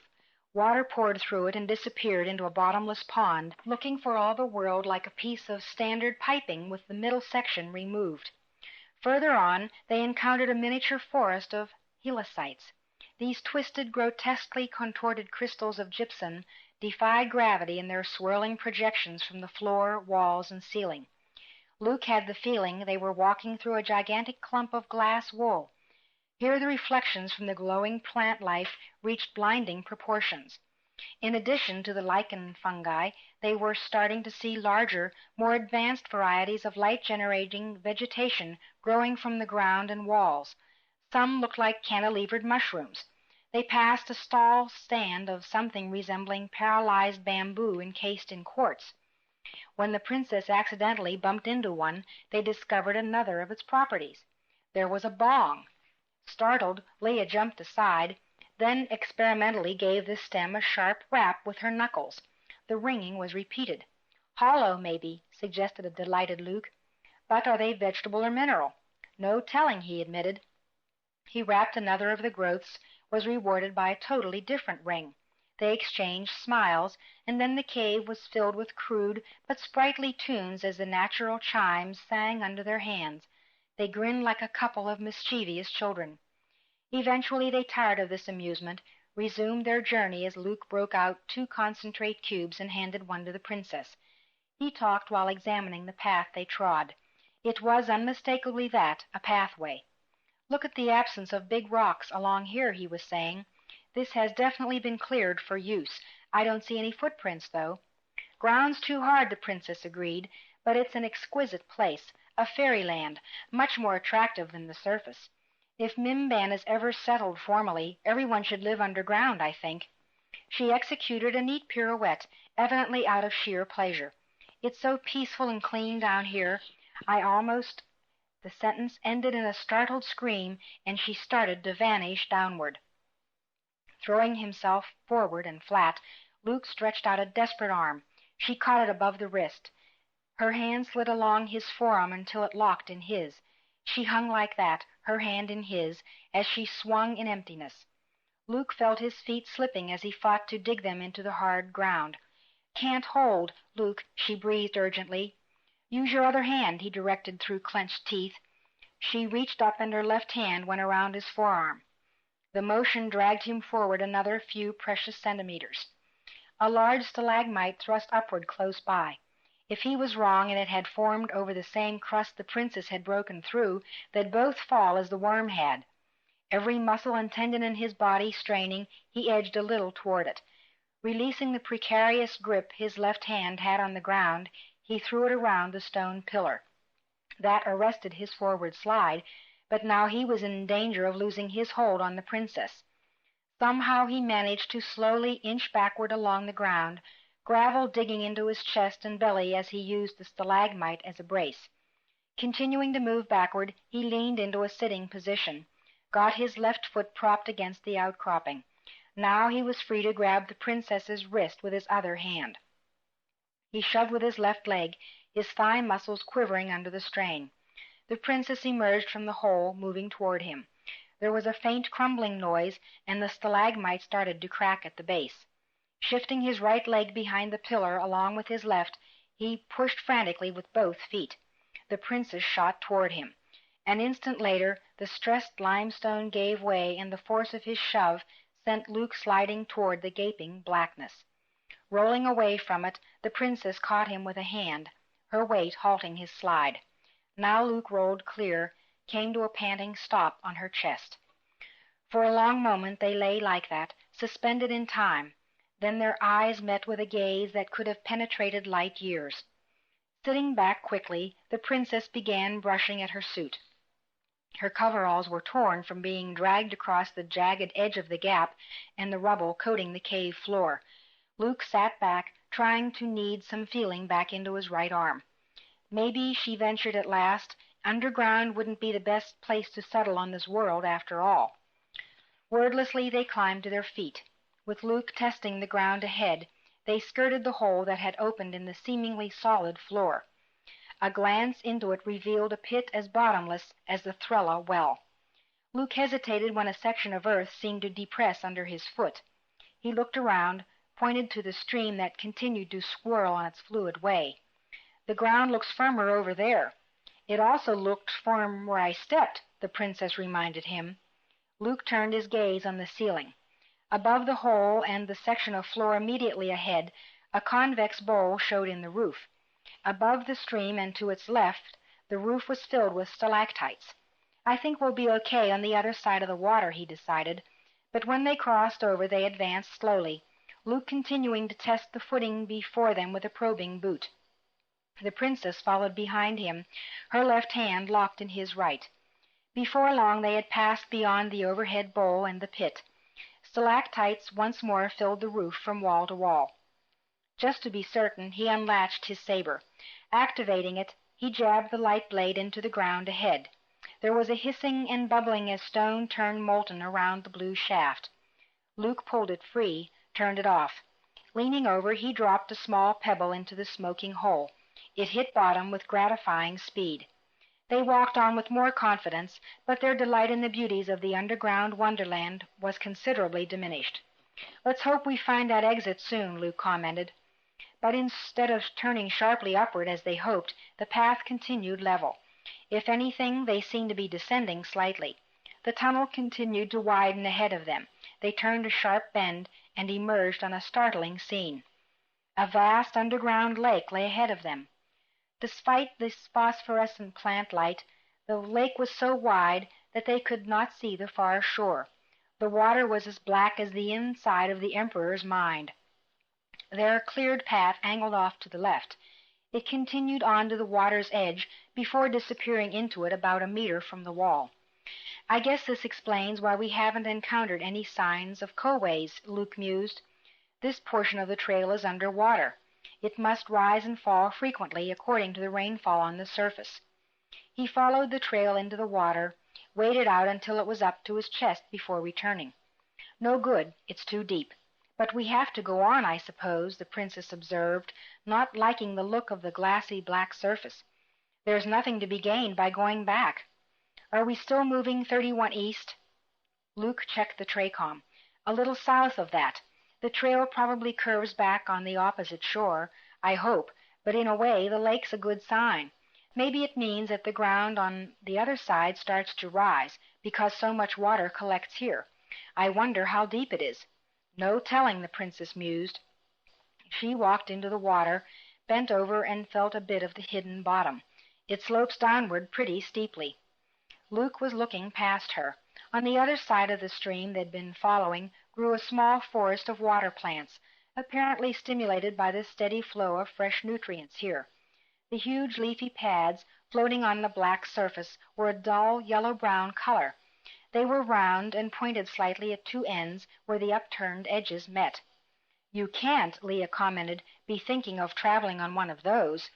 "I'm not swimming," Luke told her, walking toward the forest. He hopped the stream, splashing through the opposite side. Leaning over, he saw signs of broken stems just beneath the surface. "Looks like some of the pads have already been snapped off. Probably the Koway used them. Or else they broke free naturally," the Princess grumbled, so softly that Luke didn't hear her. She moved to join him. Tentatively, Luke stepped onto one of the flat pads. The one he was testing was 2.5 meters in diameter. As he pushed down with his weight, the yellow interior gave spongily, but it didn't break and his foot didn't push through. Unsteadily, he moved onto the pad. His knees sank into the surface which held. His mouth firming, he jumped into the air and came down as hard as he could with both knees. The pad sank up to his hips in the water, rebounded solidly. Convinced that the pad was lake-worthy, Luke rolled to its edge and looked over. There was enough light here for him to see the man-thick stem which secured the pad to the lake bottom. "I'm going to cut this one loose," he announced. The Princess looked skeptical. "With what? Your saber? I didn't know they operated underwater." He gazed back at her solemnly. "They'd better." He slipped over the side, found himself treading cold water. Then he activated the saber and shoved it under the surface. Bubbles promptly broke the glassy water, but the hard blue light continued to gleam in the blackness, and there was no hint of a malfunction. Taking a deep breath, he slid into darkness. Fortunately, the saber itself provided enough light to show him the stem. It took only a second or two to slice through the tough core. He noted with interest that the pad narrowed to a concave shape instead of being flat across the bottom. That would give them at least an illusion of stability. Then he was breaking the surface, gasping for air and wiping water from his eyes after deactivating the saber. Once it was secured to his belt again, he put out a hand and tugged the freed pad close to shore. He employed the saber briefly again to cut a small hole in the rear of the pad. With a thin roll of survival cord, he secured their craft to a stalagmite mining drill on his head for the past week. Leia began walking away from him toward the single window. It showed a panorama of mist-obscured lights from the town, and was blocked by the same configuration of thick, diagonally placed bars. "I know someone I'd like to take a drill to," she muttered disconsolately. "You mean Halla," Luke declared. "She couldn't and can't do a thing for us. If I were in her situation, I'd probably be running too." Looking over at him, she smiled dazzlingly. "You know that's not true, Luke. You're too loyal and responsible for your own good." Her gaze turned back to the mist-shrouded roofs of the distant town. "If we hadn't lost control of ourselves back in front of the tavern, we wouldn't have attracted the attention of those miners. We wouldn't be here now. It's my fault." He put a reassuring hand on her shoulder. "Come on, Leia, Princess. This mess was nobody's fault. Besides, it's fun losing control once in a while." She smiled again, thankfully. "You know, Luke, the rebellion is lucky to have you. You're a good man." "Yeah," he turned away. "Lucky for the rebellion." There was a chattering from across the cell. Leia eyed Luke questioningly. "Key says someone's coming," he translated. Together with the two Yuzum, they turned their attention to the corridor. Footsteps approached rapidly. Several storm-troopers appeared, an anxious Grammel leading them. He seemed to relax a little on catching sight of his prisoners. "You're both unharmed?" Luke nodded. "Good," he declared, visibly relieved. His gaze traveled to the Yuzum and back again to Luke. "I see you're sharing your cell agreeably, so far. I'm pleased. I was afraid I'd have to move you. But if the Yuzum can tolerate your presence, then I think you should stay. You will be more secure in here. It develops that someone else has expressed an interest in your case." Luke looked blankly at the princess, who stared back with equal lack of comprehension. "Yeah, one of the enforcers back on Serkarpus, I'll bet," Luke essayed boldly. "Not exactly." Another of those enigmatic half-smiles and sent chills down Luke's spine. "An Imperial representative is coming here to question you personally. That's enough for me. I know when to stand aside, so I'm not going to contact our sources on Serkarpus until he tells me to." "Oh," was all Luke could find to say. He was at once pleased and concerned. Pleased because their little tale of being escaped criminals from Serkarpus was apparently going to avoid scrutiny for a little while longer. Concerned because he couldn't imagine anything Grammel might have told someone that would intrigue an Imperial representative. Where might they have slipped and revealed something? "Why would an Imperial representative be so interested in us?" he asked, fishing for information. "That's what I'd like to know," Grammel replied. He walked to stand next to the bars. "I don't suppose you'd care to tell me." "I don't know what you mean," Luke responded, stepping back from the bars. "I could make you tell me," Grammel growled, "but I've been ordered to—" He had to force himself away from the bars. "To leave you strictly alone." "Don't let that make you confident. I am of the impression that this representative, and he is a very important one, will have his own plans for you, and that they will be more unpleasant than anything I, in my simple way, could devise." "You or some Imperial officer," Luke shrugged, affecting the casual attitude of the streetwise. "It's all the same to us, so long as we don't get sent back to Serkarpus. Wish I knew why all the fuss over us, though." Grammel shook his head slowly. "You impress me, the two of you. I really wish you'd tell me who you are and what this is all about." He reached into a pocket and pulled out the little box containing the splinter of Kaiburr crystal. "But I don't suppose that you will," he concluded with a sigh, replacing the box in the pocket. "As my hands are now tied, I can't force it from you the way I'd like to. I must admit that whatever Governor Asada sees in you two escapes me utterly." An Imperial governor! Leia had slumped, was backing away and breathing unevenly, both hands going to her face. Sweat beaded on her forehead. Grammel was studying her intently. "Yes, why should that bother you so?" He glanced sharply at Luke. "What's going on here?" Ignoring him, Luke moved to comfort the princess. Take it easy, Leia. It might not mean anything. Imperial governors don't take an interest in common thieves, Luke, she whispered tightly. Something was clutching at her throat. I'll be interrogated again, like that time. That time. She broke away, threw herself up against the back wall of the cell. That time back on the Death Star. Small black worms crawled through her brain. Another governor's demands, the now-dead Grand Moff Tarkin, the machine drifting into her holding cell. The remorseless black machine, illegal, concocted by twisted Imperial scientists in defiance of every code, legal and moral. It drifted over to her, moved down, metal limbs preparing to perform efficiently, emotionlessly in response to inhuman programming. Screaming, screaming, screaming, never to stop, she was. Something hit her hard. She blinked, turned to see Luke looking at her, worried. She slid down to sit up against the wall. Hin had ambled over. The massive black-eyed Yuzum bent solicitously over her. One long arm went to touch her curiously, the long flexible snout sniffing at her. She'll be okay, Hin, Luke told the alien in its own language as he helped Leia wipe away cold tears. Just the Empire's reputation for cruelty, he called back to Grammel.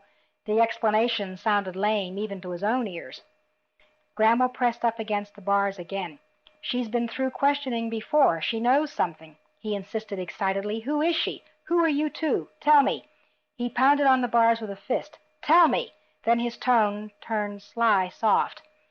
Maybe I can intercede on your behalf with whomever the Imperial representative is.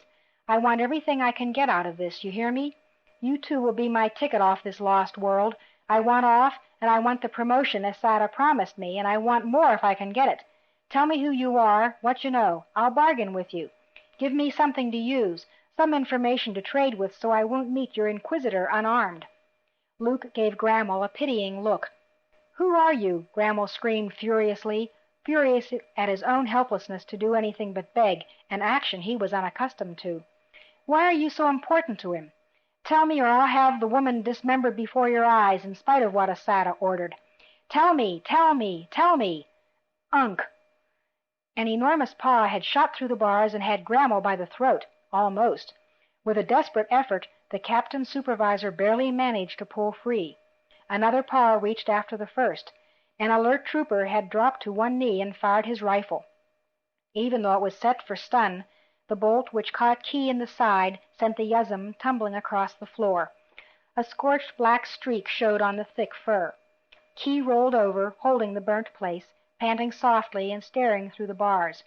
Hin moved to his injured companion and checked the wound, also glared frighteningly out at Grammel. Then he moved to the bars. Grammel stood just out of the long reach, not smiling as Hin lunged for his throat. A huge hand flailed in the air centimeters away while the captain supervisor massaged his neck. The Yuzum grabbed the bars, pulled in opposite directions, straining, straining.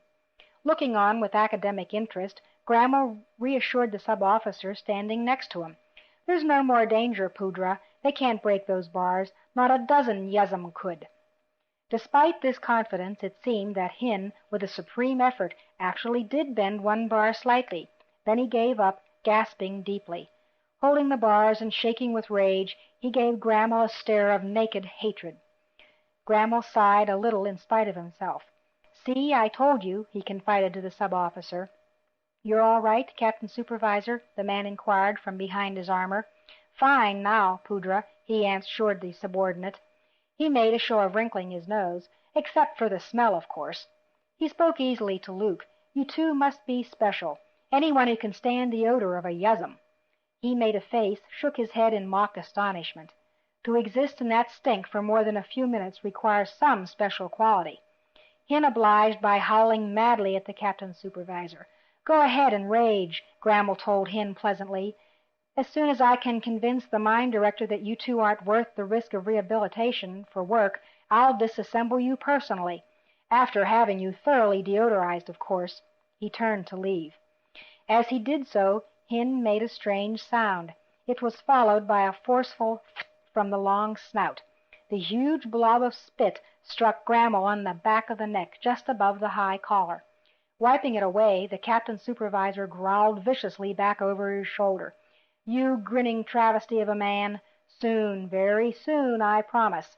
He gestured sharply to the troops, and they disappeared in a body up the corridor. Hin left the bars, walked back to check on the princess. She had fainted, and Luke was supporting her with one arm. A grumble, and Luke commented knowingly, "Yes, he's a prince, our jailer, isn't he?" By way of reply, Hin picked up a piece of gravel from the floor. Rolling it between two long fingers, he pulverized it effortlessly and let the dust trickle back to the ground. "I hope you can do that to him some day, Hin," Luke agreed, eyeing the Yuzum. "Right now, though, I'm afraid our chances of getting out of here, let alone of getting to this Captain Supervisor, aren't very good." A moan, and the princess reached out toward Luke. He caught her hands, and she opened her eyes in surprise. An uncertain glance, then she saw the huge-eyed Hin staring at her curiously. "I'm sorry, Luke." He helped her to her feet. "The thought of going through an Imperial interrogation again. I lost control." "That's understandable. You won't go through another session. I'll see to that." She smiled at him. Why discourage such confidence with mere facts? Luke had moved to the single window, was testing the bars with exploratory pulls. "They're just as solid as they look," he grunted. "No way out here." "The Yuzum probably already tried that," she pointed out reasonably. A small section of stone wall slid aside, and she jumped. A reassuring rush to the wall from both Yuzum caused Luke to relax. Several bowls and dishes of something steaming were slipped into the cell on smooth metal trays before the stone panel slid back into place. Hin and Key left no doubt as to the contents of the dishes. They grabbed one apiece and started wolfing down the contents. "I don't think much of Yuzum table manners," Luke observed. "I think if we want something to eat, we'd better hurry or they won't leave us a thing." Exchanging glances, they studied the contents of the two remaining trays. Luke sniffed of the contents of one bowl, shrugged, and tried a spoonful. Some kind of stew, he decided. Not bad for prison fare. "Remember," Leia said, "Grammel's under instructions to keep us healthy until the Imperial governor's representative arrives." Luke paused between mouthfuls to venture hopefully, "At least, if we do get a chance to escape, we'll be able to do it on a full stomach." Luke finished his meal, rose, and walked over to the bars forming their cell. He stared down the corridor at the distant spot in the stone wall where the cell entry control was emplaced. Leia eyed him quietly. If only they could cover the recessed photosensitive switch with something, he mused. His gaze traveled around the cell. The trays on which their food had appeared were smooth, unmalleable metal, no way to attach them to one another. The result wouldn't be nearly long enough to reach the far-off switch anyway, and it was, self-evidently, well out of the extended reach of the two Yuzum. "We've got to get a hand or something over that switch," he muttered in frustration. "Or something, Luke boy." Everyone stared at the unexpected voice, especially the excitable Yuzum. Hin rushed toward the window, but Luke fortunately got there before him. "No, it's a friend, Hin." The Yuzum gibbered and clacked at him, but finally moved away. Luke rushed to the opening himself, grabbed the bars, and stood on tiptoe to look out. A wrinkled, smiling face stared brightly at him. "Halla," he almost shouted, "you didn't forget us after all." He tried to see past her. "What about 3PO and R2-D2? "Your droids are fine, boy. As for me, I never forget a partner. Besides, I need you too, so don't go emotional on me. It's the crystal I'm after." Her grin faded, and she stared hard at him. "Did you tell that maggot Grammel anything about me?" "No," Luke assured her. There was a cough, and he noticed the princess staring at him. "Well, not exactly," he corrected himself. "He thinks we were trying to sell the crystal fragment to you." Halla chuckled. "So that's why I wasn't brought in for questioning. Grammel always did see things through the wrong end. He's taken the fragment, I guess." "I'm sorry." Luke looked downcast. "We couldn't do anything about it." "Never mind, boy. We'll have the whole crystal soon's we get you out." "How? You've got something to blow the wall?" "Now that would be a waste of time, boy. What would you do, run away from here?" She paused, realization striking. "Say, I'll bet you can't see down out of this window, can you?" "No, only in a straight line," Luke admitted. "Boy, I'm standing on a ledge about 10 centimeters wide over a 40-meter deep trench. There's a barrier on the other side that would detect any energy weapons or explosives anyone tried to carry over here. Or did you think I was pressing this close to the wall because I like the way your breath smells?" "Halla, you're crazy. What if you slip?" "I'll make a small splash, Luke boy." As for the first, since everyone seems so sure I'm crazy, I don't see any harm in acting like it. Only a crazy old woman would come sliding out on this little bitty ledge here. That means you couldn't negotiate it. No, boy, the only way out of here is back the way you came." A loud, exuberant grunting sounded behind Luke. Hin came over, put a hand on Luke's shoulder, and eyed Halla imploringly. Then he and Luke engaged in a rapid exchange of grunts. Hin walked back into the cell and commenced a low dialogue with Key, while Halla looked on uncertainly. "What was that all about?" she asked Luke. "I don't understand that monkey talk."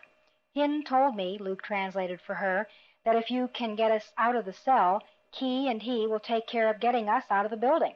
"You think they can?" Halla wondered, licking her lips. Luke looked confident.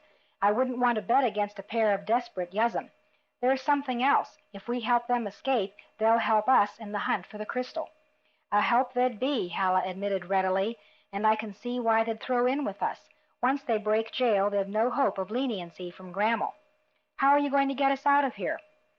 Halla adjusted her precarious stance above the sheer drop, then said proudly, "I told you I was a master of the Force. Stand aside, young man."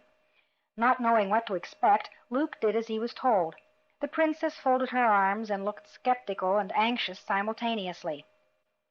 Halla's eyes closed, and she appeared to enter some kind of trance. Luke felt the stirring, knew that she was manipulating the Force in a way he could never manage well.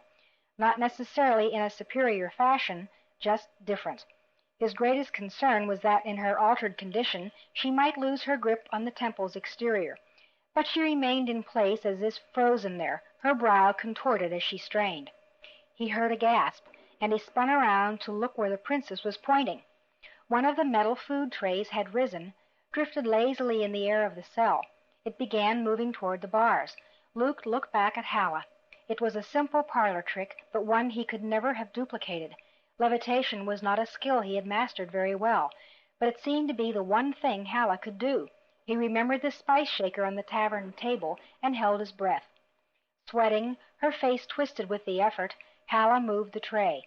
It thumped against the bars. Luke winced, thinking it might be too wide to squeeze through any of the openings, but the tray turned, angled to match the bars, and slipped through with a slight scraping sound. Fluttering, it continued drifting up the corridor. Halla was hardly breathing now, her entire being thrown into the tremendous effort she was making. Luke watched as the tray dipped, rose to its former height, dipped again before continuing on up the corridor. "Boy," came an echo of the old woman's voice, "you gotta help me." Her eyes were still closed. "I can't, Halla," he told her tightly. "I'm no good at this." "Got to, boy. Can't hold it myself much longer." Even as she finished, the tray dipped, struck the ground with a clang before rising once again. Luke shut his own eyes and tried to concentrate only on the tray, ignoring the cell, the princess, everything but that floating flat plane of formed metal.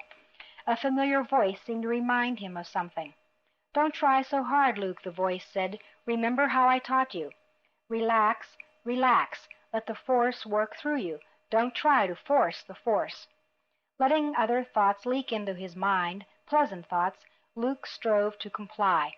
A general sense of well-being flowed through him, and he smiled. The tray, lifted firmly to its former height, continued on up the hallway at a rapid pace. The princess switched her gaze constantly from Luke to Halla and back. Striking the corridor wall, the tray commenced bumping along it. It finally reached the recessed control, turned itself flat to the wall, and covered the depression. A very faint click sounded. An open ellipsoid appeared in the middle of the cell bars. Halla let out a long, slow sigh and wavered, almost falling. She caught herself as the tray plunged toward the floor. Hin and Key gasped, as did the princess. Luke leaned forward, his brows lifting sharply. Something caught the tray barely a centimeter above the hard stone floor and lowered it gently and silently the rest of the way. First through the gap were the two Yuzum. The princess followed immediately behind. Once clear, she turned and called to Luke. "What are you waiting for? Come on." But Luke was back at the window. "Are you all right, old woman?" "I will be," Halla quipped, her face still showing the strain, "if you don't call me that too often. Couldn't have done it without your help, boy. Your control is good." "Not as good as your guidance," he responded gently. You showed me the way. I've been lucky. I've had good teachers." She reached through the bars and patted his hand. "You're kind, Luke boy. There's a big land speeder garage and maintenance yard nearby. You turn right as you exit this mausoleum and pass some prefab administrative co-ops. Continue on until you hit a small adjusted stream. Turn right again, follow the stream. You'll pass a few more larger buildings. Eventually you'll reach the depot. The garage is the big structure on the immediate left. I'll meet you there with your droids." "What happens when we get there?" "Happens? Why, boy, we've got to steal a land speeder or crawl high. Or do you think we're going to walk to the crystal? Not on this planet. See you there." "Right," Luke acknowledged. "Hurry up, Luke," the princess was calling to him, expecting a flood of troops at any moment. When he didn't reply, she rushed back into the cell, grabbed one arm and pulled. He came willingly, still glancing back toward the window Halla had already abandoned. A loud commotion sounded ahead, and Luke made worried noises. "What's wrong?" the princess asked, trying to see around corners in front of them. "It's the Yuzum. Sounds like they're having fun," she demurred, after an especially violent crashing echoed down the corridor. "We ought to be trying to sneak out of here quietly." "A subtle Yuzum. You might as well wish for a squadron of Y-wings," she snorted derisively. She picked up the tray and passed it over the cell lock, then slipped it back inside the bars. "That should give them something to think about," she announced with satisfaction. "Let them think we dematerialized the bars. It won't bother Grammel, but it might make some of the troops uneasy. I want anyone trailing me to be as nervous as possible." Together they started up the corridor. Hin and Key were waiting around the second corner. The first Yuzum was standing over the limp form of 3 troopers. He was using a droid to beat a 4th soldier to a pulp. The droid he was holding by one leg was coming apart at roughly the same rate as the man. Key had a long armful of weapons apparently taken from the decommissioned troopers. Luke caught a pistol, tossed to him, as did Leia, while the 2 aliens armed themselves. Key promptly assumed a listening pose, turned and dashed toward a far doorway. "No, not now," Luke protested. Reaching out, he came away with 2 handfuls of brown hair. This did not seem to affect the big alien in the least. "I was afraid of this," he groaned. It took only seconds for Key to flatten the door and burst inside. They followed. The large room was a communications center, possibly the central one for the whole temple complex. Key was rushing about, firing wildly with a rifle held in one massive hand, while using the other to demolish both instrumentation and operators with casual indifference as to whether the target was inorganic or protesting. Luke charged in behind, yelling in Yuz, "We've got to get out of here, Key. Listen to me." No use. The creature was beyond reason. Luke left the room. As he did so, an energy bolt smashed into the wall just above them. Dropping to one knee, he whirled and fired his pistol, dropping an Imperial trooper down a secondary corridor. Leia caught another in the midsection, and the remaining pair dove for cover, firing as they did. "Regulars are beginning to show up, Luke," she shouted. "We can't stay. We've got to get out." "I can see that," Luke shot back nervously. He pressed back against the wall, pushed and shoved at Hin to get his attention. "Come on, Hin. Use your head instead of your back for a change." The big Yuzum growled dangerously at him. Luke didn't let that intimidate him. "I know this whole place stinks. I'd like to blow it to hell and be gone myself, but we're just a little outnumbered." Hin bared sharp canines, grabbed Luke by the neck. Luke stared resolutely at his furry visage. Abruptly the hand moved away, and Hin nodded slowly, giving out with an apologetic grunt. "Okay, then," Luke sighed. "Go get Key." Another bolt broke stone above them, and he turned to return the fire. The hallway was starting to fill with Imperial troops. Luke retreated up the hall, called, "Come on, Leia." Under his covering fire, she ran to join him. Then the 2 of them covered the alien's retreat. As Key emerged from the communications room, a tremendous explosion shattered the door frame behind him. Smoke and flame gushed from the ruined portal, singeing back fur, but that helped screen them from the massing troops. Hin had a surprise for Luke and handed it to him expectantly. "My lightsaber, where'd you find it?" The Yuzum explained that the soldier who had appropriated it wouldn't need it any more. Luke refastened the heirloom at his belt as the 4 of them ran for the front of the building, leaving confusion and blood in equal amounts behind them. Chapter 7, page 104. Grammel rushed into the corridor, several troops at his heels. The captain supervisor finished buckling on his pants and screamed at the assembled mass of troops. "What the double moons is happening here?" Get down, sir," one of the sub-officers yelled frantically to him. "What for, you idiot?" Grammel roared. "Can't you see they're interested in escaping, not in killing you?" Pulling a pistol from its holster, he grabbed at the sergeant next to him. "Get in there," he instructed the non-com as he gestured toward the communications room with the pistol, "and tell them to secure every exit. No one goes in or out of the complex until I give my personal okay." "Yes, Captain Supervisor." As the sergeant rushed from the room, Grammel led the by now enormous body of armed troops up the smoking hallway. Very soon the sergeant exited from the room, shouted after them that communications were out and everyone inside was dead or dying, but Grammel was already out of earshot. The sergeant rushed after him. Luke threw up a warning hand, and the four would-be escapees slowed to a halt. "There's the exit," he informed them, pointing around the corner. Ahead lay double transparent doors leading to the now attractive, damp ground outside. An unarmored soldier sat scribbling at a desk to one side of the doorway. "They haven't gotten the alarm here yet," Luke muttered. "That won't last long," the princess declared knowingly. "He's not alone." She indicated the two guards flanking the exit. Each was armed with assorted devices in addition to a brace of heavy rifles. Luke leaned against the wall, thinking furiously. It was a long way across an open floor to the doorway. "We could cover the Yuzum," the princess suggested, "if they can take out the man at the desk before he can sound an alarm." "No," Luke objected. "Too risky. If the two guards are good shots, he and Kin will both be killed. Maybe if you and I put our weapons down and fake one of us being in trouble—" "Well," Luke went on thoughtfully, "we could make some noise here, maybe draw one or both of them away from the alarm switches." Hin and Ki listened a minute longer to the two humans chattering, then exchanged glances. Hin grunted, and Ki nodded in reply. An ear-splitting shriek made both Luke and Leia jump. Waving their gangly arms and brandishing their rifles like toys, the two Yuzum went charging around the corner like a hirsute avalanche. The tactic was unrefined, but it worked. All three guards became momentarily paralyzed by the sight of the two giants bearing down on them. At the desk, the uniformed trooper shakily hit two studs, neither of them the right one. Hin was on the first guard before he could raise his heavy weapon. It went off, blasting a gaping hole in the floor. Without bothering to remove the man's armor, Hin proceeded to dismember him. Ki picked up the entire desk and communications console and brought it down the terrified trooper behind it. The other guard finally unlimbered his heavy weapon. He was taking aim on the nearest rampaging Yuzum. "Ki, look out!" Luke yelled, even as he and Leia were charging around the corner and across the alcove.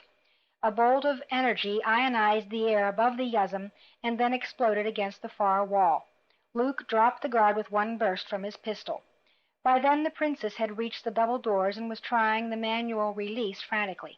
"It's no good, Luke. It's got to be activated remotely. From that, probably." She pointed to the demolished desk. Luke looked around, started fumbling at the body of the soldier he'd shot. There were several smooth, hand-sized canisters attached to the man's waist, and he was carefully removing them. Taking action of his own, Hin yanked the helmet off the man he had killed. Placing it over his fist, he began punching at the transparent doors. Despite the Yuzum's enormous strength, the fragile-looking material refused to crack. "That won't work, Hin," Luke finally informed him, hurrying up alongside. "Security material. You'd never break through. Get behind the corner. You too, Princess." She didn't argue with him. Together with the two Yuzum, she rushed to take cover around the bend from which they'd attacked. Luke twisted the dial set on top of the canister, flipped the small cylinder over, and adjusted a matching dial set on the bottom. After placing it at the junction of the double doors, he ran to join his companions. Several seconds passed. The blast gave the feeling that lightning had struck just behind them. Green fire flared around the corner, faded instantly to acrid smoke.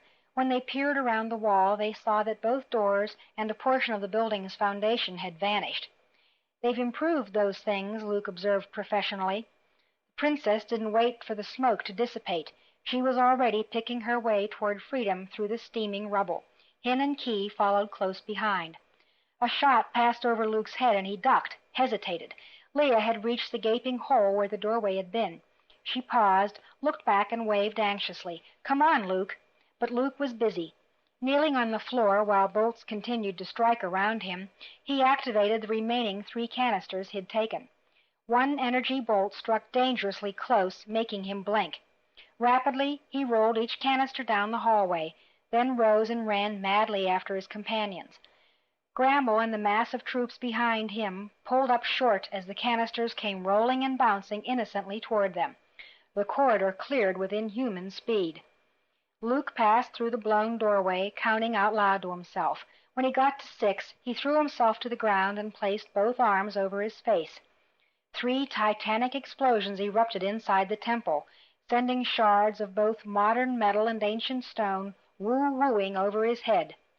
When the debris finally stopped falling, he scrambled to his feet and ran on. Leia and the Yuzum left their concealing trees and rushed to meet him. "However, I am straightforward," Gramble continued, gazing down at her. Using his leg again, he kicked her right arm out from under her. She fell forward, then rolled over and sat up, still holding her left leg. The captain's supervisor kicked out sharply, catching the base of the spine, but not hard enough to paralyze her. She wailed as both hands went to the small of her back, and she fell over on her side, where she lay moaning. Gramble drew back his leg again. Unable to stand it by any longer, Luke stepped between them, said rapidly, "If I told you the truth, Captain Supervisor, you wouldn't believe me." That offer was intriguing enough to cause Gramble to forget the princess for a moment. "I'm always willing to listen, young man." Luke took a disconsolate breath, looked downcast. "We're escaped criminals from Sarkarpus," he confessed painfully. "We're wanted there for extortion and blackmail." He indicated the prone form of the princess. "The girl's my partner in lure. We made the mistake of compromising some people who turned out to be more important than we thought. We're not very important criminals, but we managed to get some very important people mad at us." He stopped. "Go on," urged Gramble noncommittally. "Sarkarpus still maintains the death penalty for many crimes," Luke continued. "It's a hectic private enterprise-style world." "I know all about Sarkarpus," the captain supervisor snapped impatiently. Luke hastened to go on with his story. "We stole a small life ship. We'd heard about the small colonies on 12 and 10. "So you tried to flee there?" Gramble interjected. "Logical enough." "In hopes of finding a way to gain passage out-system," Luke finished rapidly. His enthusiasm was honest, because Gramble, at least so far, hadn't rejected the story out of hand. "We even," he added for good measure, "went so far as to consider joining the rebels if that would help us escape prosecution." "You'd both make pretty pitiful traitors," Gramble observed. "The rebels would have sneered at you. They don't enroll criminals in their ranks. Odd, since they're all technically the worst sort of criminals. Anyone can see by looking at you that you'd never be accepted by them." Fortunately, the princess was in too much pain to snicker, Luke knew. "I happen to think that your story, young man, though plausible, is a cleverly crafted falsehood." Luke went cold inside. "But it could be true. If that's the case, if you are what you claim to be, we might even manage to bend the laws a little for you. I admire ingenuity in others. We might even find something for you to do here on Mimban. The Empire has many malcontents working in the mines. You have already encountered 5 of them. Of course," he concluded, "I could always return you to Sarkarpus for prosecution there." "Oh, no, Captain Supervisor," Luke cried, dropping to his knees and clutching desperately at Gramble's trouser legs. "Please don't do that. They'll have us executed. Please, we'll work till we drop, but don't send us back there." He was sobbing openly now. "Get off my boots," Gramble ordered disgustedly. As Luke backed away obediently, the captain supervisor bent to brush at his pants where Luke had touched them. Wiping tears conjured with difficulty away from his eyes, Luke tried not to appear too hopeful as he regarded Gramble. The princess, meanwhile, had shifted to a sitting position. She was still rubbing the small of her back with one hand, carefully avoiding Gramble's gaze. "As I stated, everything you've told me is possible and unlikely," the captain supervisor went on. He eyed Luke in a funny way. "There is one thing which does interest me, however. It would be a sign of your good faith if you were honest with me about it." "I don't understand, Captain Supervisor," Luke admitted blankly. "I am told," Gramble continued, "that you have in your possession a small gemstone." Luke froze. Chapter 5, page 74. Great Captain Supervisor, he finally managed to say, I'm not sure what you mean. Please, Grammel requested, showing a hint of genuine emotion for the first time, don't toy with me. You are observed conversing with a local person, the last words uttered with obvious distaste, whose presence here is barely tolerated by the Imperial law. She remains always just the safe side of illegality. Despite personal feelings, deporting her illegally and unnecessarily would irritate certain segments of the populace who find her amusing. Besides, it would be expensive. You were seen showing her a small glowing red stone. Something you acquired during your illegal sojourning on Sarkarpus, perhaps? Luke's thoughts were in turmoil. Unquestionably, some informant of Grammel's, probably the tiny cloaked figure the Captain Supervisor had talked with some minutes ago, had seen the shard of Kaiburr crystal that Halla had presented to them. But the spy hadn't seen Halla bring it out and show it to Luke. So Grammel and his spy were assuming that the stone was something Luke had brought with him and was showing to Halla, which was fine for the old woman, he thought. She shouldn't be drawn into this now. For an awful moment Luke thought that Grammel might be a force sensitive with the knowledge and ability to operate the crystal, or at least to sense its special property. But a hasty reaching out revealed only the usual vapid vacuum associated with normal humans hovering about Grammel's mind. He couldn't suspect anything about the fragment's real importance. Nevertheless, Luke balked at turning over the precious splinter to a servant of the Empire. Grammel wasn't one to waste time. Come on, young man, you seem like a sensible sort. Surely it can't be worth additional inconvenience to you. Really, Luke insisted, stalling frantically, I don't know what you're talking about. Oh, if you will press me, Grammel responded, not particularly displeased. He turned his attention to the princess, who continued to sit on the floor nursing her bruises. The young lady is something more than a business associate, maybe? She means something to you? Luke shrugged elaborately. She means nothing to me. Fine, said the Captain Supervisor. Then you won't mind what's going to happen next. He gestured to the sergeant. The armor-clad soldier walked over and reached down for the princess. Leia reached up to grab his hand, slipped a leg under his, and pulled and kicked simultaneously. As the trooper went crashing to the floor, she was rushing for the doorway, calling for Luke to follow. No matter how she tried the door key and switch, it wouldn't open for her. You're wasting your time, my dear, Grammel advised her. You should have gone for his weapon. The door is keyed to me personally, to certain close members of my staff, and to troopers who have the proper resonator built into their armor. You don't qualify at any level, I'm afraid. Angry now, the sergeant was back on his feet, moving toward her with open arms. She started to run past him, stumbled, and went sprawling to the floor. Grammel loomed over her, his right hand forming into a fist. No, Luke exclaimed at the absolute last possible moment. Grammel's hand paused in midair as he glanced back at him. That's much better, he advised Luke. Better to be sensible than obstinate. I'll find the stone anyway, of course, but you'd find the finding unpleasant. Luke unsnapped a pocket, reached in. You can't, a voice objected. He turned to see the princess staring up at him. Evidently she'd come to believe at least part of Halla's story. Or maybe, he corrected himself, she was simply playing out her part of the petty thief, reluctant to part with hard-won goods. With no choice. As long as Grammel didn't ask for names, he saw no point in volunteering any, faked or otherwise. Unwrapping the small box, he handed it to the expectant administrator. Grammel eyed it, asked a question Luke hadn't prepared for. What's the combination? For a second, Luke panicked. If he confessed that he didn't know the combination, his whole carefully fabricated lie would disintegrate here and now, so he took the only gamble he could. It's open. Both he and Leia held their breath as Grammel touched the tiny catch. There was an audible click.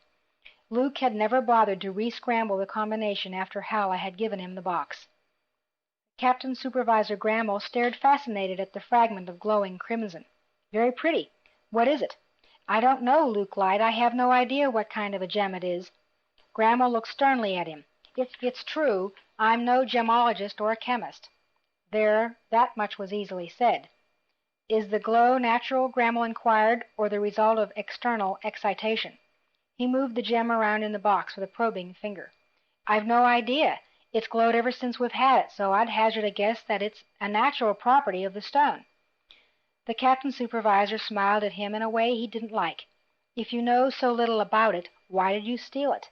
"I didn't say we stole it." Grammel snickered derisively, and Luke, playing the part willingly, assumed a defensive attitude. "All right, we stole it. It was pretty, and I'd never seen anything like it. Anything pretty and rare is likely to be valuable." "You told me your field of expertise was extortion, not burglary," Grammel countered. "The thing intrigued me, and I had the chance to swipe it, so I did," Luke responded with a touch of belligerent bravado. Apparently that was the right approach. "Sensible," Grammel conceded. He turned his gaze back to the splinter. "I don't recognize it either. As a gem it's not very impressive, not faceted or even trimmed for cutting. But you're right about it being unusual.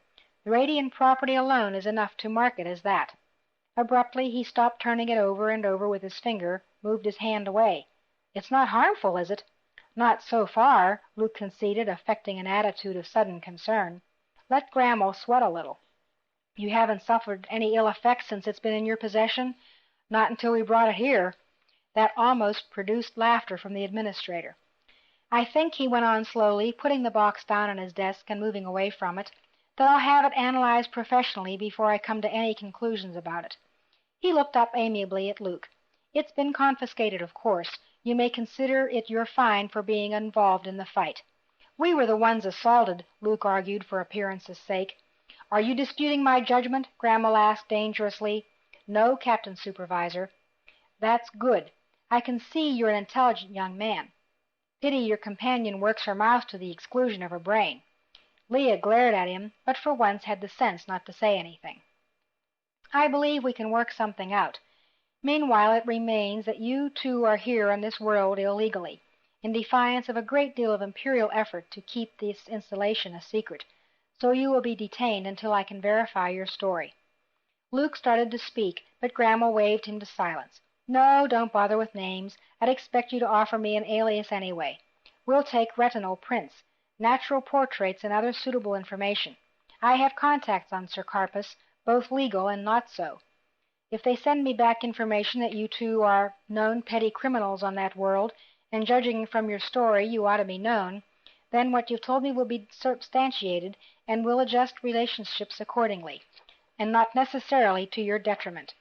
If it turns out that no one unearths any information on you, or information that conflicts with what you've said, then I'll have to assume that everything you've told me is pure fabrication. In that unfortunate event, I'll be forced to resort to indelicate methods of obtaining the truth." Luke would have preferred any kind of smile to the empty, inhuman expression Grammel wore as he said that. "But there's no reason why we can't be pleasant about things until then. Sergeant," Captain Supervisor the non-com acknowledged, stepping over smartly, "see these two escorted to the restraining area." "Which cell, sir?" "The maximum secure holding pen," Grammel replied, his face unreadable. The sergeant hesitated. "But, sir, that cell's already occupied. Its occupants are dangerous. They've already put 3 men in the infirmary." "No matter," Grammel insisted indifferently. "I'm sure these two can handle themselves. Besides, prisoners don't fight other prisoners. Not too often, anyway." "What are you talking about?" the princess demanded to know, climbing to her feet. "What are you caging us with?" "You'll find out," Grammel assured her pleasantly. Several troops entered the room and boxed themselves around Luke and Leia. "Please try to keep yourselves alive until I can check on your story. I'd be distressed if it developed that you've been telling me the truth and couldn't survive the company of your cell companions long enough to be released." "We've been honest with you," Luke insisted, sounding desperate. "Sergeant?" The non-com led the two prisoners to the exit. Grammel ignored Luke's entreaties to know what they were being sent to. When they were gone and the chamber was quiet again, the captain supervisor spent several minutes gazing at the glowing fragment of crystal. Then he touched a switch behind his desk. Another door opened, and a small cloaked figure entered the room for the second time. "That's the thing you saw, Bot," said Grammel, gesturing at the open box sitting on the desk, a nod from the hooded shape. "You know what it is?" "A negative shape this time." "Neither do I," Grammel confessed. "I think the youth underestimates its strangeness. I've never seen or heard of anything remotely like it. Have you?" Another sidewise shake of the hooded skull. Grammel glanced at the closed doorway where Luke and Leia had been taken out. "Those two could be what the boy said they were. I don't know. I have the feeling his story is a little too neat, too convenient, almost as if he were gauging his responses to what I wanted to hear. I can't decide whether he's an inefficient crook or a supernally smooth liar. Something else. He sounded almost confident that he and the girl could make contact with rebels on 10 or 12. None of our agents have been able to do that. A husk of a sentence from the figure, and Grammel nodded. I know that the rebels have ways of separating true traitors from our people, but the boy's confidence still troubles me. It seems misplaced in a petty criminal. And the girl had more spirit than her type normally displays. I'm puzzled, Bot, but I think there might be something important all this. I just don't have the facts available to glue it all together with yet. It might mean much to us both. The figure nodded vigorously, pleased. Grammel reached a decision. I'm going to have to contact higher authority. I don't like the idea of sharing anything like this, but I don't see a way around it. He jerked his head contemptuously toward the door. In any event, we'll cut the truth out of them before anyone of importance can get here. Leaving the desk, he walked to a wall behind it and touched a small switch. A section of wall vanished, leaving revealed behind a blank screen of golden hue. Grammel adjusted another control. A panel awash with dials and studs slid out from the wall beneath the reflective screen. Further adjustment, and then he spoke into a protruding Vaux pickup. I have a deep space communication of the first priority for Governor Bin Esada on the territorial administrative world of Gindeen. He glanced back at the cloaked form for reassurance, was rewarded with a nod. Call is being processed, a computer voice declared flatly. Visual static appeared for a moment, then the screen cleared with gratifying speed. By Imperial distances, Gindeen was not very far away. The portrait that appeared on the screen was of an overweight, swarthy individual whose most outstanding feature was a series of chins falling in steps to the upper part of his shirt. Curly black hair, touched with white at the sides and dyed orange in a spiral pattern on top, crowned the face like seaweed on some water-worn boulder. Dark eyes squinted perpetually, their pink pupils ever sensitive to light. I have work to do, Governor Esada grunted in a porcine contralto. Who calls, and what for? With that smug, powerful visage looming over him on the screen, much of Grammel's customary assurance melted away. His own words came out sounding shaky and subservient. It is only I, Governor, a humble servant of the Emperor, Captain Supervisor Grammel. I don't know any Captain Supervisor Grammel, the voice said. I am in charge of the secret mining colony on Sercarpus 5, sir, explained Grammel hopefully. Esada paused momentarily, looking up from the tape he was inspecting. I am familiar with the Imperial operations in that system, he replied guardedly. What business do you have that requires first priority with me? The huge bulk leaned forward. It had better be important, Captain Supervisor Grammel. I know you now. Yes, sir. Grammel bowed his head repeatedly to the screen. It's a matter involving two strangers who somehow set down here secretly. Two strangers and a peculiar bit of crystal they had in their possession. The people aren't important, but as you, sir, are widely famed as an expert on unusual radiations, I thought perhaps— Don't waste my time with flattery, Grammel, Esada warned. Since the Emperor dissolved the Senate, we regional governors have been overwhelmed with work. I understand, sir, Grammel said hastily, rushing to gather up the tiny box containing the stone. He held it so that the Viz pickup in the room could see it. Here it is. Esada peered at it. Strange. I've never seen anything like that, Grammel. The radiation is generated from within? Yes, sir, I'm certain. I'm not, the governor replied, but I admit it looks to be so. Tell me more about the people who had it. Grammel shrugged. They're nothing, probably just a couple of petty thieves who stole it, sir. A couple of petty thieves penetrated and landed in secret on Sercarpus 5, said the governor disbelievingly. I think so, sir. A boy and a young woman. Young woman? Esada repeated. We've heard rumors from Sercarpus 4 about an important meeting that the underground leaders there were preparing for. A young woman, you say? Would she be dark-haired, fiery-tempered, perhaps even a touch sarcastic? The very person, sir, a startled Grammel stammered. You have identified them? No, sir, we've only just imprisoned them. They've been jailed together with— Chaos, take your details, Grammel, Esada shouted. Give me visual representation of both of these people. That is easily done, a relieved Grandma replied. He took the plastic recorder rod from the desk, held it up uncertainly before the screen. This has not yet been transferred, sir. Do you think you can make out the rod imagery? I can make out many things, Grandma, down to the shallow depths of your own soul. Place it close to your Viz pickup. The administrator adjusted the requisite switch and placed the long, glassy tube close to the screen panel. He touched the retrieval stud, and two-dimensional portraits appeared within the rod's substance. A pause, and then he shifted the rod to show full-length views of both subjects. It may be her. By the Force, it just may be, Governor Asada muttered, now excited. The youth, I don't know, but he may also be important. I am pleased. Important, sir? You know of them? I hope to have part credit for their capture and eventual execution. Hers at least. Asada looked sharply at the bewildered officer. They must not be harmed or injured until proper authority arrives for them, Grandma. It shall be as you say, sir, a bemused Captain Supervisor conceded, but I don't understand. Who are they, and how do they come to the notice of someone such as— I require only service from you, Grandma, not questions. Yes, sir, the administrator barked stiffly. Asada took a lighter tack. You did well to contact me directly, though not for the reasons you thought. Once those two are in Imperial hands, you will become Colonel Supervisor, Grandma. Governor! Grandma lost his poise completely.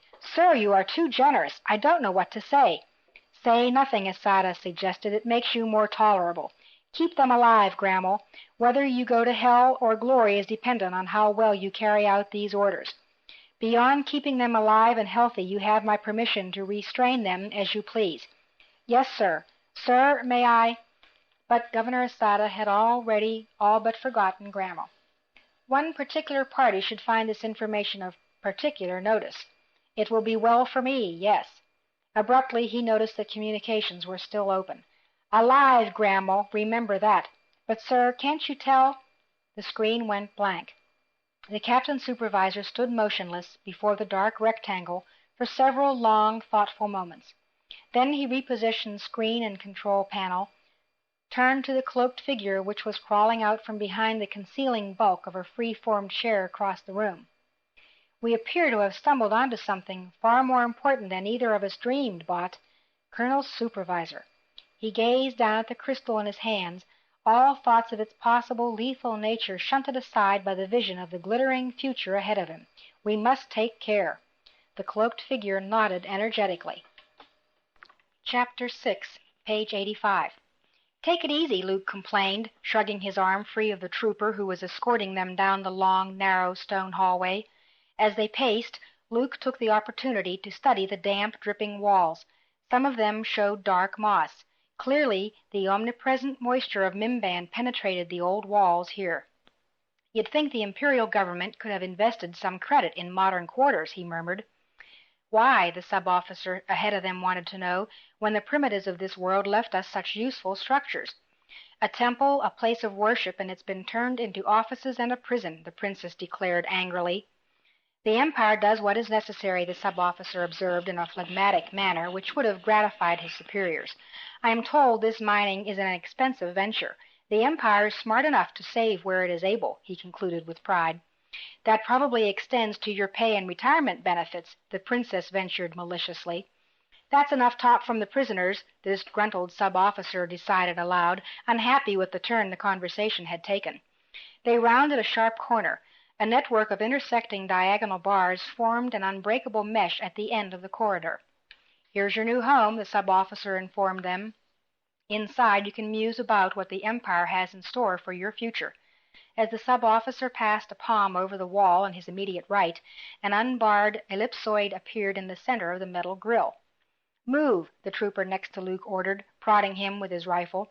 I was told we were going to have company, Luke ventured, walking toward the empty space with great reluctance. This provoked considerable merriment among the assembled troopers. You'll find it soon enough, the sub-officer chuckled, or it'll find you. Once both prisoners stood inside the cell, the sub-officer passed his hand over the photoplate again, and the dematerialized bars reappeared with a solid clank. Company, he says, one of the retreating troopers echoed as they walked back up the corridor. They continued laughing among themselves. For some reason I'm not amused, Luke muttered. Each of the angled bars was as big around as his forearm. He flicked one with a nail, and it rang like a bell. Solid, not tubular, he announced. This cell was designed to hold more than ordinary people. I wonder what. The princess gasped, pointed to a far corner, and began backing toward the nearest wall. Two massive, hairy mounds lay clustered near the back of the cell under the single window. The fur moved up and down, indicating it was surrounding something alive. Easy, and putting both hands on her shoulders, she leaned into him. "We don't know who they are yet. We don't know what they are," the princess whispered fearfully. "I think they're waking up." One of the huge shapes stood, stretched, let out a grunt like a volcano clearing its throat. It turned and caught sight of them. Luke's eyes bugged. He started toward the figure. The princess put out a hand to hold him back, but he shook it off. "Are you out of your mind, Luke? They'll tear you to pieces." He continued walking slowly toward the waiting figure.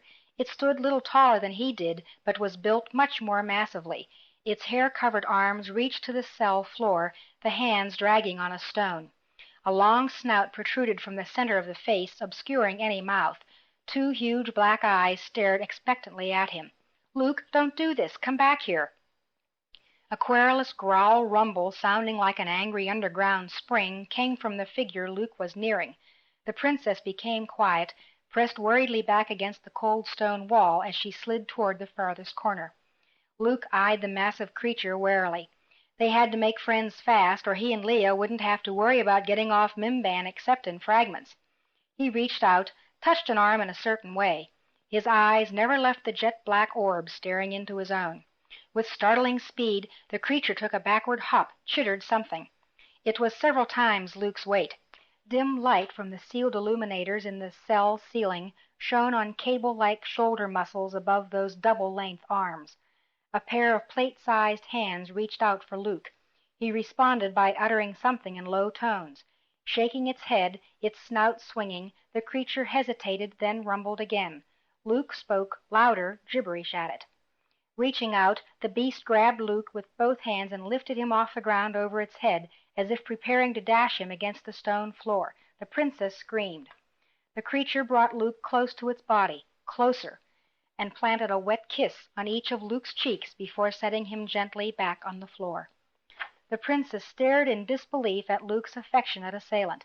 "Why didn't it tear your head off? She gazed at Luke admiringly. "You talked to it." "Yes," Luke admitted modestly. "I used to study a lot about certain worlds back on my uncle's farm on Tatooine. It was my only escape, and educational as well. This," and he indicated the creature resting a long, massive arm on his head and shaking him in a friendly passion, "is a Yuzum. I've heard of them, but this is the first time I've seen one.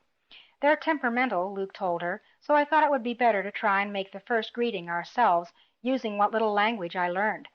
He jabbered at the creature, which chittered back. "It might have killed me somewhere else, but all prisoners are allies, it seems." The Yuzum turned, staggered backward, and bumped into the wall. It leaned over and began shaking its still somnolent companion. The second Yuzum rolled over awake and swung angrily at the first. The massive hand missed, instead connecting with the wall hard enough to leave an impression in the rock. Rolling to a sitting position, it started chittering to its waker, holding its head with one hand. "Why," Leia exclaimed as the realization struck her, "they're both drunk." The second Yuzum finally managed to get to its feet. It growled at her. "No offense," she quickly added. "The one I talked to is called, as near as I can translate it, Hin. That's Key leaning against the wall, wishing to be someplace else." He jabbered at Hin, listening to the reply. "I think he said that they've been working for the Imperial government's operation here. Got fed up about a week ago and started breaking things. They've been locked in here ever since." "I didn't know the Imperials were hiring non-humans." "Apparently these two didn't have any choice," Luke explained, listening to Hin. "They don't like the Imperials any more than we do. I've been trying to convince them that all humans aren't like the Imperials. I'm pretty sure I'm succeeding." "I hope so," Leia said, eyeing the massively muscled, long-armed creatures. "Both Hin and Key are young, about our age, and not very experienced in Imperial affairs. They signed themselves into, well, I guess you couldn't quite call it slavery, but indentured servitude is too polite a term. When they protested, finally some mine official waved a lot of documents at them and made jokes, so they took their equipment and started trying to fill in the mine instead of emptying it out. According to Hin, the only reason Grammel didn't have them shot immediately was because each of them does the work of any 3 men, and because they were both intoxicated out of their minds. Apparently Yuzum, he added unnecessarily, have long hangovers. Hin believes the Imperials will give them another chance, but he's not so sure he wants one. They're in here because the regular cells won't hold them. Come say hello. The princess hesitated, and Luke walked over to her and whispered, "It's okay. I think we could count on them, but better not to tell them who we are." She nodded, walked over, and reached out with a hand. It vanished into a hairy paw. Hin chattered at her. "The same, I'm sure," she said, gaining confidence rapidly. He howled, and both humans looked to the other Yuzum who babbled propulsion. The princess called to him. She was further up the shoreline and slightly uphill. Luke moved to stand beside her. A series of transparent selenite crystals flowed from roof to floor here. Each was taller than a man, perhaps a couple of centimeters thick. Phosphorescent growths on them gave them the look of windows in a church, and the knife-edged mineral was suffused in places with vermilion light. "They're almost too beautiful to break," Luke commented in admiration. "But you're right, they'll make good paddles." Using the invaluable saber once more, he cut loose 4 blades of the right size, shaped them with the blue beam for holding.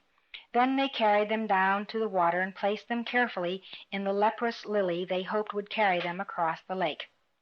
"Ready to go?" he asked finally. Leia hesitated, checked her wrist chronometer. "We've been walking for nearly 16 hours, Luke." She gestured at the lake. "If we're going to try and cross that, I'd just as soon do it on a full night's sleep." "Or day's sleep," Luke agreed. They had no way of telling whether it was day or night in the world above. He found a rotting piece of one of the pad growths marooned on shore and dragged it up slope. It would make an acceptable mattress. "You go ahead," he urged her as they stretched out on the soft matter. "I'm not quite tired yet." She nodded, tried to find a comfortable position on the damp cellulose. In 2 minutes they were both sound asleep. Luke awoke with a start, sitting up fast and flicking his eyes in all directions. He thought he'd heard something moving. But there was nothing, only the steady trickle of the stream merging with the lake, and the sound of the drops falling into the lake itself from overhead. After checking his timer, he woke the princess. She rubbed sleep from her eyes, asked, "How long?" "Nearly 12 hours. I guess I was exhausted, too." They broke out fresh concentrates, munched them hungrily. Luke brought water from the stream in a collapsible cup. They ate by the transparent brook, watching water bugs swim anxiously back and forth. "I never dreamed concentrates could taste so good," the princess observed, finishing the last of 1 cube and downing several swallows of water. "My appetite will improve when we see sunlight again," was Luke's comment. Out of excuses, he stared at the lake. "I hope this lake's not as wide as it looks. I don't like traveling on water." "That's not surprising," soothed the princess, knowing that on the desert world of Tatooine, where Luke had been raised, an open body of water was as rare as an evergreen. Wordlessly they slipped into the pad boat. Each took up one of the long selenite blades. Luke untied the cord from the stalagmite, recoiled it and replaced it on his belt, then pushed off. They slid out onto the lake as if greased. Luke experienced exquisite terror as they rowed out across what looked like a bottomless crater. The actual bottom could have been a mere meter beneath them, but the dark water was literally unfathomable. Like the water bugs in the stream, worries darted rapidly through Luke's mind. What if the lake ran on for hundreds of kilometers, or supposed it branched in several directions? Without the visible pathway, they could easily get lost forever. Their best chance was to hug the wall on their left, where the path had vanished into the water. It seemed unlikely that it would cut across the lake. More sensible for it to stay close to the wall, where presumably it was shallowest. He imagined unknown terrors. Perhaps a huge subterranean waterfall drained the lake, a cataract which would send them inexorably to a lonely death on rocks that had never seen the light of day. As they traveled steadily on, such imaginary terrors lost some of their immediacy. The waterfall, for example.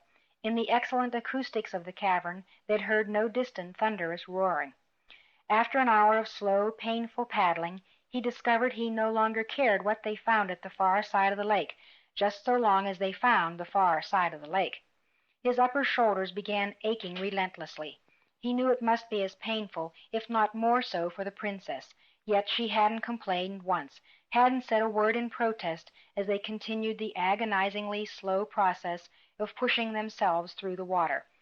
While admiring her fortitude, he wondered if the experiences they'd gone through so far in Mimban had had a mellowing effect on her. He was unable to tell, but was grateful for it none the less. "Why don't you rest, Princess?" he counseled her firmly. "I'll row for a while." "Don't be ridiculous," she replied, gentle but firm, yet without much enthusiasm. "It would be silly for you to reach back and forth across this thing. I'm not that confident of its buoyancy as it is, and if you stay in one place you'll just paddle us in circles. Stay where you are and save your strength." Luke acceded to common sense, which might be less attractive than gallantry, but more practical. They rested periodically. Half the day vanished monotonously without sight of the far shore.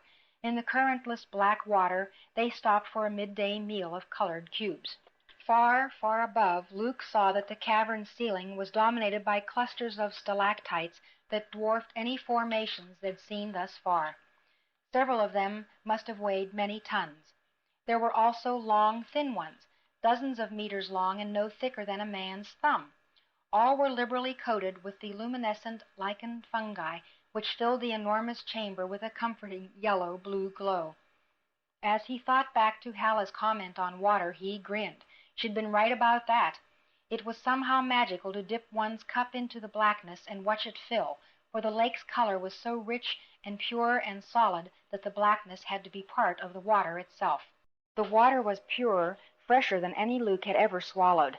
As they ate and drank in silence, he reflected on how much he missed the tiny stream that had guided them this far. Its steady bubbling and gurgling had been a great comfort. Now they had to settle for the intermittent and less lively pings of drops falling from the stalactites overhead. Lunch concluded, they continued on.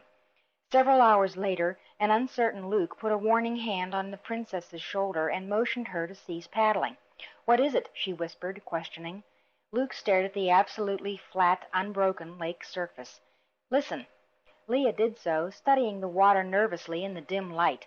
A faint plop-plop sounded. "That's just drip water from the ceiling," she husked. "No," he insisted, "it's too erratic. Drip water falls steadily." The noise ceased.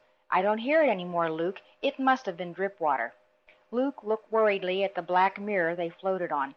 "I can't hear it now either." Taking up his selenite paddle, he dipped it into the water and began stroking again. Occasionally he would pause for a quick look over one shoulder or the other. So far, however, nothing lay behind them except his own fears. His nervousness communicated itself to the princess. She was beginning to relax again when he held up a hand. "Stop." She raised her paddle clear of the water, a trifle annoyed this time. "There it is again," he announced tensely. "Don't you hear it, Leia?" She didn't reply. "Leia?" Turning, he saw that she was gazing fixedly at something in the water. Her mouth hung open, but she couldn't speak. She could point, though. Luke reached for his lightsaber instinctively, even before he spotted the trail of fat bubbles that was arrowing rapidly toward them, as ominous and threatening as any projectile. Moving carefully to the rear of the pad, Luke balanced himself on a knee and a leg, the activated saber held tightly in his right hand. The bubbles stopped, were not immediately resumed. Maybe it's gone away," the princess murmured tightly. "Maybe," Luke half conceded. It rose, a pale, amorphous form shining with phosphorescence. In color it was not unlike the great Wondrella, but compared to the lake spirit, the worm thing was a familiar creature. There was no face, nothing recognizable in that constantly altering form. It lifted short, thick pseudopods of a whitish substance clear of the surface. They gleamed brightly in the dim cavern light. Luke thought he could see part way through the creature, and strange shapes swirling about it internally. One pulsing white arm flailed at the fragile craft. Luke swung at it with his saber. The blue beam passed through the glowing matter completely. While the saber produced no visible damage, the action caused the amoeba shape to reabsorb the limb. Another curling tentacle swiped at Luke, and this time he stabbed at it. The beam shot straight through the arm. There was no hint of blood or internal fluids of any kind.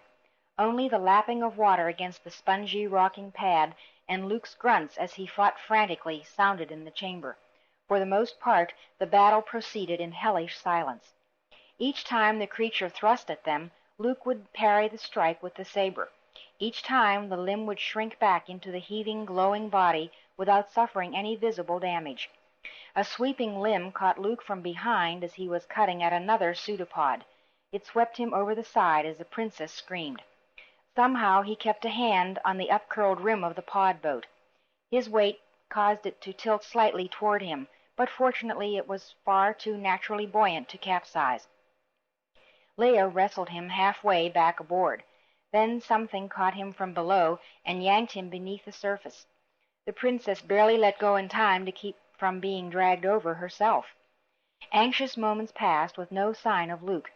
Then he broke the surface not far off, sputtering and spitting. Flaring brilliantly beneath the water, his saber swung and hacked at something unseen. It let loose long enough for him to crawl back onto the pad. The saber arced dangerously near the princess and his own legs as he cut at clinging, pale limbs. He kept cutting until the last grasping pseudopod slunk out of sight. Dripping wet and still choking on water, he knelt on the pad and tried to look every which way at once. "Look!" Leia exclaimed. Luke saw the line of bubbles in the water, only now they were moving away from the pad boat. Their steady plop-plop sounded for several minutes after the bubbles themselves had vanished from sight. Exhausted, he fell onto his back and stared at the pincushion ceiling. "You did it, Luke. You beat it off." "I'm not so sure," he panted, feeling anything but victorious. "Maybe the thing just got tired and went away." He studied the switched-off lightsaber in his fist. Or maybe it decided a saber's beams not very palatable. He reattached it to his belt, sat up with a groan, and locked his arms about his knees. Water dripped from his hair down in front of his face. Leia moved closer, reached out uncertainly to touch his arm. He eyed her, then coughed. She sat back. Suddenly she began screaming. Luke looked around, but there was nothing in sight. Bending over, the princess screamed into clasped hands. The muffled wail continued for several minutes. When it ended, she looked back up at him without apology. "I'm all right now, I think," she said with forced steadiness. She took a deep breath. "I just think I'm ready to leave this place, Luke." Her voice rose slightly. "I'm ready to get out." "Believe me, Leia," he replied, taking her hand in his, "I'm in just as big a hurry as you." They exchanged wordless thoughts. Then each picked up a paddle, and together they resumed digging black water. Despite Luke's feeling that their translucent assailant would attack again, they weren't bothered for several hours. But then it didn't matter. The far shore of the lake finally hove into view. Only there was something more than a naked shoreline coming toward them. "Surely the cowway didn't build that," Luke whispered in awe. An ancient dock protruded from the dry ground ahead. While no boats of any kind were in sight, the long finger of metal extending out into the water left no doubt as to its function, its alien design notwithstanding. Luke had less luck identifying the purposes of the numerous structures clustered all along the shore. Many appeared raised from stone, others had metal walls, and some combinations of both materials. No matter what the composition, every one displayed signs of considerable age. Not a single edifice rose unmarred by time. Try as he might, Luke couldn't locate a single window. Openings which must have served as doors were squatly oval. They paddled for the left-hand shore until the pad thumped bottom. Stepping out into water up to his waist, Luke extended a supportive hand for the princess. She remained in the boat, not exactly frightened, but devoid of confidence. "Come on," Luke urged her. "It's not deep here." "But I'd have to step in the water." "I'd rather not, Luke." "It's all right," he assured her, masking any impatience. "You can make it in a few steps." She shook her head again. Luke sighed, waded to the edge of the pad. He extended both arms. She slipped into them, and he carried her to dry land, noticing as he did so how tightly she held her eyes closed. Finally they were sitting gratefully on the stone berm, no longer caring if their makeshift craft floated away. Behind them the city of the Thrella loomed silently. "Okay now?" he inquired, leaning forward and looking at her face. She didn't meet his eyes. "I'm okay. I'm sorry I was so much trouble. I'm sorry I did so much screaming. I usually have better control of myself than that."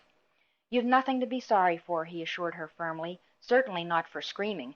As for being frightened," he smiled gently, "I was twice as terrified as you when that half-goblin came up out of the water at us. I was too busy to be screaming, or I'm sure I would have." "Oh, it wasn't the monster so much," Leia explained disarmingly. "That was a real palpable threat." She got to her feet, continued almost casually, "It's just that I can't swim." Luke sat staring at her in disbelief as she wrung water from her torn coveralls. "Why didn't you say something before we pushed off?" he finally managed to ask. She gave him a wry smile. "Would that have mattered, Luke? The trail vanished into the lake." She gestured toward the unmistakable pathway that reemerged from the water's edge nearby and wound into the subterranean city.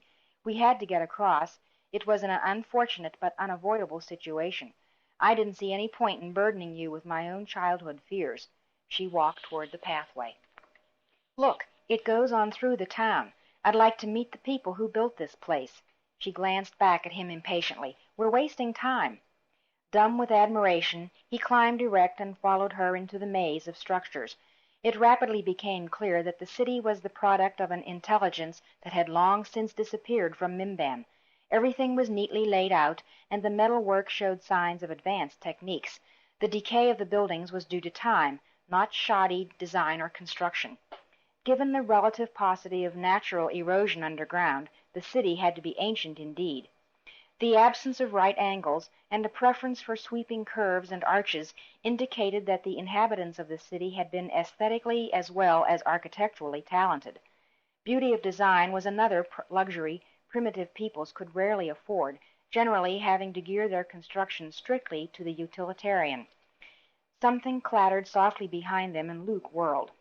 The mystifying oval portals stared back at him like the eye sockets of gray, bleached skulls. The princess frowned at him. "But I heard something, that's all," he informed her, staring resolutely ahead. They continued on through the city, but Luke's curt disclaimer belied his uneasiness. He had heard something. As they walked along the meandering pathway and the buildings drew closer about them, he felt a crawling sensation on his neck as if someone or something was staring at him. It became an almost palpable feeling. Yet every time he jerked around sharply for a look, there was nothing. Not a suggestion of movement, not a sigh, not a sound. He was grateful when the buildings started to thin out and become less numerous. Empty doorways beckoned to him, and he was tempted, very tempted, to enter one of the ruined structures to find out if its interior was as well preserved as the outside. This was not, he reminded himself firmly, the time for playful exploration. Their first concern was to find the way out, not to go poking through this ancient metropolis, however wonderful it was. He wondered what had caused the extinction of Mimban's advanced races, of the temple builders and the Thrella and the others. Interracial warfare, perhaps, or maybe sequential decadence ending in their being overwhelmed by aborigines like the Greenies. Rock scraped on rock. This time, when he spun, there was a hint of movement behind a wall of stalagmites off to their left. "Don't tell me you didn't hear that!" "Rocks fall from the roof constantly in caves," the princess agreed readily. "I know how you feel, Luke. I'm still pretty jumpy myself." "This wasn't my nerves," he insisted. "There's something following us. I saw it move."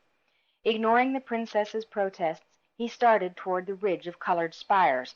The sound wasn't repeated, and there was no movement. Walking in a half-crouch, he reached the far end of the little wall and peered around it. There was nothing there. "Luke!" Ben Kenobi would have been proud. In one smooth motion he threw up a hand to ward off the shape falling toward him, activated and drew the lightsaber at the same time. Unknowingly he performed both actions with the same arm. The hand he threw up defensively held the saber.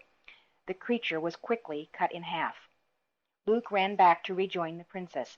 She was pointing ahead. Their path was blocked by two more of the bipeds. Others appeared behind them. 2, 3 more, moving in on them cautiously. "Koway," Leia commented, bending to pick up a broken stalactite. She shifted it efficiently in her hand, held it like a dagger as the humanoid stalked them.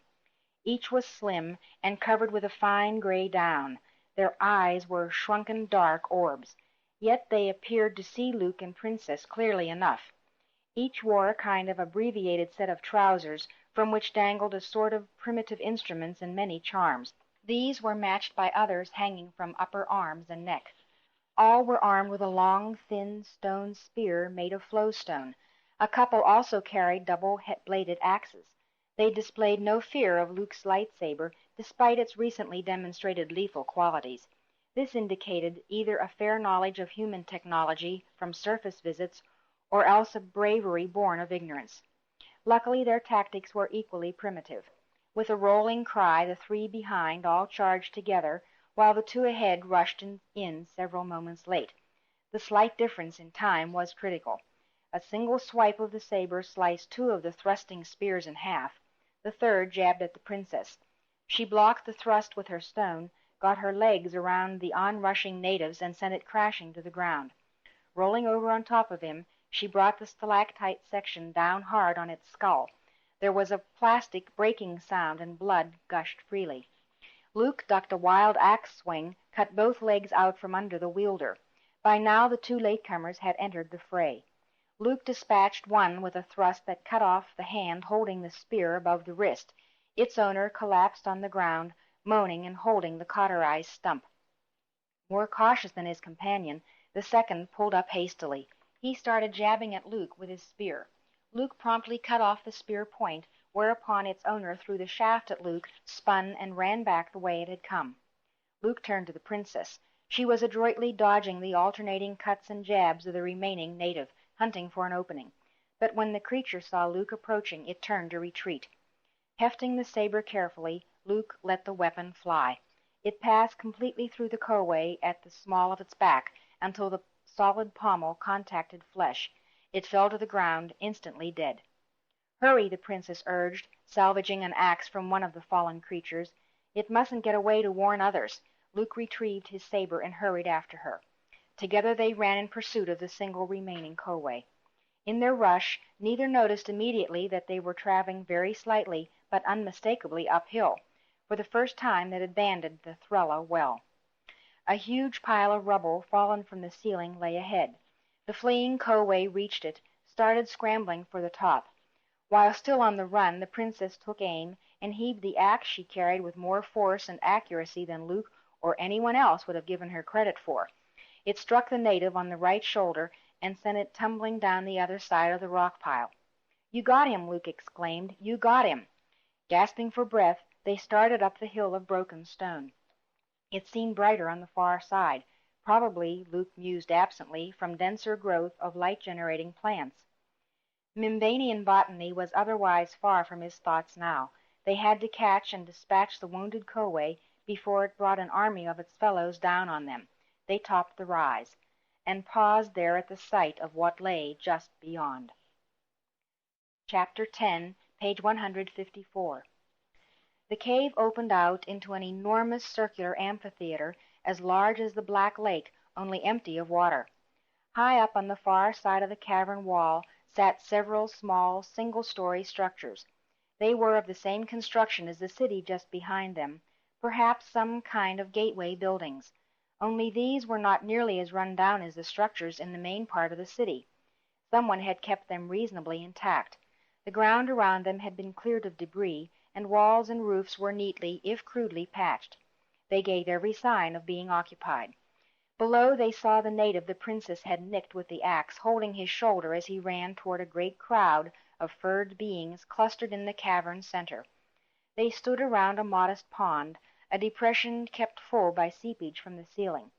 A real bonfire blazed to the pond's left, fed by assorted yellow-brown substances which were not honest wood but which burned very efficiently. Framed by the pond and fire were 3 large stalagmites, to which were tied 2 growling Yuzum and an old woman. Halla stood bound by several vine-like cords, while Hin and Ki were nearly mummified by many more.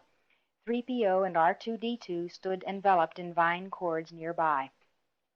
At least 200 koway, including armed females and children, clustered around pond, fire, and prisoners. The wounded relative running toward them was now yelling at the top of his lungs. Luke started to turn. The princess grabbed his arm, stared hard at him.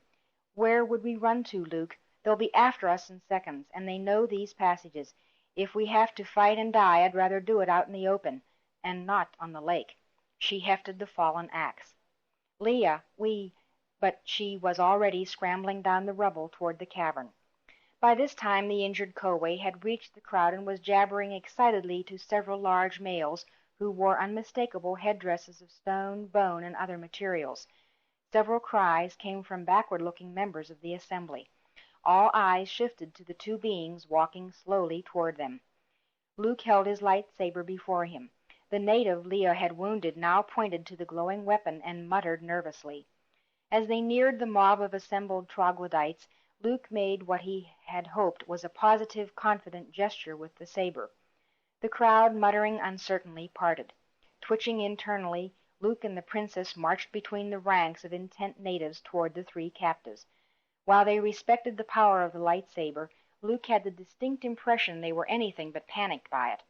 "They're not sure what to do," the princess murmured, confirming his own thoughts. "They seem to admire your saber, but they're not going to grant you godhood." "They'll admire it more if they try and stop us," Luke said grimly, with increasing confidence. He gestured sharply at one knot of Koways, which were pressing a little close. "Luke!" Halla yelped as the two drew near the captives. Both Yuzum were chattering gleefully at Luke and to one another. "Well, you met us," he observed sardonically as he studied their bonds. "You were right about that, too, Halla." "Not quite the way I intended, boy." She shouted something to the three splendidly attired natives the wounded one had approached, then resumed whispering to Luke. "You realize we haven't much chance of getting out of here?" "She's right, sir," said 3PO. "Try to save yourselves." "I didn't walk and row this far to end up sacrificed to some subterranean deity," he shot back. Abruptly he realized what had just happened. "You can talk to them?" he stated in surprise. "A little. Their language is a variant of the one the Greenies use. It's not easy, sort of like talking under water, but I can make the chiefs understand me." "Chiefs?" "It seems Koway tribes are ruled by a triumvirate," she explained. "Those three laughing boys in the bonnets over there. I just made them a proposal. If they're as noble or sporting as I think they are, we might have one chance." "Proposal? What proposal?" the princess inquired suspiciously. "I'll get to that shortly," Halla told her evasively. "We'd located the way down and were on our way to meet you when we were ambushed. It was in a narrow passageway, and in close quarters there were just too many of them. They used nets on your Yuzum and droid friends, boy. We didn't have a chance." "We might if I set you free now," Luke theorized. "Where are your weapons?" "Take it easy, Luke," she admonished him. She jerked her head in the direction of the cluster of low-lying buildings far off on the right side of the cavern. "You'd never make it over there. Besides, I didn't see which house they put them in. Even if I knew exactly, you'd never be able to cut us free, get to them, and get back in time. You're pretty good with that lightsaber, I expect, but you can't fight 100 spears all flying at you from different directions at once. Unless," she brightened hopefully, "that toy of yours generates a screen as well as a blade." "No," Luke confessed, "just the blade." "How long have you been tied here?" "About half a day, and my bladder's killing me," she informed him. "They spent the time arguing about which way to go about killing us. They don't have any personal grudge against us. They just don't like humans generally. Not surprising if they've been able to observe how the miners treat the greenies. I don't think our Koway friends would be too upset if every human on Mimban suddenly picked up and left." "Tell them we're not like the local humans," Luke insisted, eyeing the circle of hostile faces. "Tell them that we don't want anything to do with the local people either." "This isn't a tribe of philosophers, Luke boy," Halla explained patiently. "Their concept of government is damned simple. You can't explain something like the rebellion to the Koway. But I think," she added, peering past Luke at the three chiefs who were still engaged in heated discussion among themselves, "they'll give us one chance." "I don't believe it," the princess countered, glowering at the old woman. "Would we give an enemy who'd already killed 4 of our own a second chance?" "According to the fellow with the gash in his shoulder who preceded you here," Halla went on, "you only killed 2. The others are just wounded. Apparently the Koway treat death as an inevitable everyday occurrence. Primitive society, remember. To their way of thinking, the 2 you killed simply died a little earlier than they should have. One chief even berated the dead men just now for making a poor decision. Says they ought to have waited for reinforcements. He's arguing that the blame isn't yours, it's the dead ones, for acting stupid when they should have known better. That's barbaric, the princess muttered. Halla looked smug. What have I been telling you all along? Anyway, the one with the shoulder you sliced, Luke, is telling. Not him, objected the princess. Me. Oh? Halla's estimate of the princess rose a notch. Well, he's been ranting on about what a great fighter Luke is. Luke looked distressed at this admiration of an action he'd despised. A lightsaber against spears and axes isn't a very fair fight. Halla nodded agreeably. That's what they're arguing about now. I'm not sure I follow you, Halla. I tried to tell them everything, Luke boy, she explained, when you and the girl were climbing down this side of the rockfall. I tried to convince them that not only were we from off-planet and of different variety from the miners, but that you were both fighting the humans on the surface, and that if we won, you'd kick them all off Mimban. Then the Koway could go back to roaming the surface whenever they pleased. One chief is all for it, the second thinks I'm the biggest liar in the history of their race, and the third is undecided. That's what all the noise is about. The first two are each trying to persuade the third to take his side. What about this proposal, the princess wanted to know. Oh, that, Halla managed to look embarrassed. I suggested that if they couldn't make up their minds as to what the truth was, they could let Kanu decide. As near as I can figure, Kanu's the local god in charge of adjudicating. All their greatest warrior has to do to convince Kanu that we're telling the truth is to defeat one of their tribal champions. Luke blinked. Give me that again, Halla? Don't worry, Halla assured him. You have the Force on your side, remember? Force? I'd rather have my saber. She shook her head apologetically.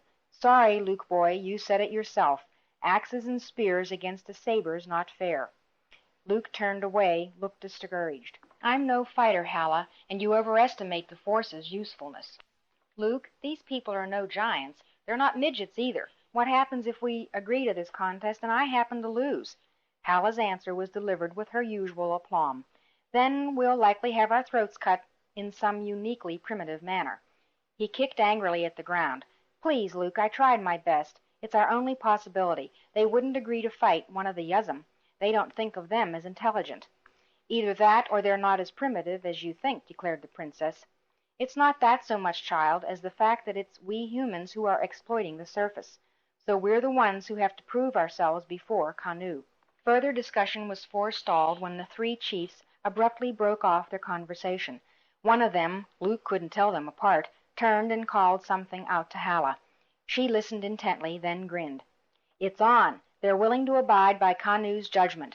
She turned a concerned gaze to Luke. I'm an old woman, boy, but like I've told you, I still have a lot of living planned. Don't let me down. You must win, Luke, the princess said. If I don't attend that meeting of the underground on Sir Carpus eventually, our absence is likely to keep them from ever considering joining the alliance. Luke's eyes moved from Halla to Leia. The alliance? What about me? Don't let you down? Both of you listen. He tapped his chest and regarded Leia. It's more important in the end that I go on living than it is for me to make some vague patriotic sacrifice. Or, he continued facing Halla, that I get you out of a jam that you should have been able to avoid. You're the one with all the Mimbanian experience. Luke boy, she started to argue. He shut her up with a wave. Not now, it doesn't matter any more. He handed the lightsaber to the princess. All right, what are the rules, and who do I fight? Let's finish this one way or the other. You fight, Halla translated laboriously, listening to the chief's words, until one of you quits or dies. The word for quit is sane. It doesn't matter, since you've nothing to gain by saying it. Luke merely grunted, walked toward the chiefs. The entire crowd was babbling now, apparently in anticipation of the imminent battle. Luke found that despite the coolness, he was beginning to sweat. The crowd parted, and Luke had his first glimpse of the Koway he apparently was going to fight.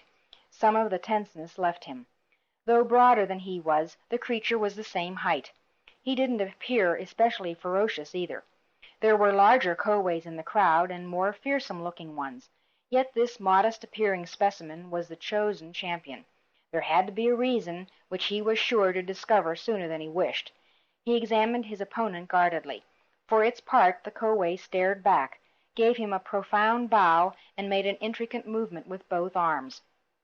Unable to duplicate the complex ritual, Luke gave the Alliance salute. What sounded like a murmur of approval issued from the crowd. It might also have been their way of saying that he was going to be torn to small, furless bits, but he preferred to believe the other. The Koway walked past him, stopped on the far side of the pond. "What do I do now?" Luke wondered, calling back to Halla. "Walk to this side of the pond and face him," he was told. When the second chief, that one in the middle with the blue spine sticking out of his collar, drops his right arm, the two of you go after each other. Her voice held no humor now. "Do we have to fight in the water?" he inquired worriedly. "No one said so." "That's good enough for me." A singularly chilling howl came from the crowd. It was followed by dead silence.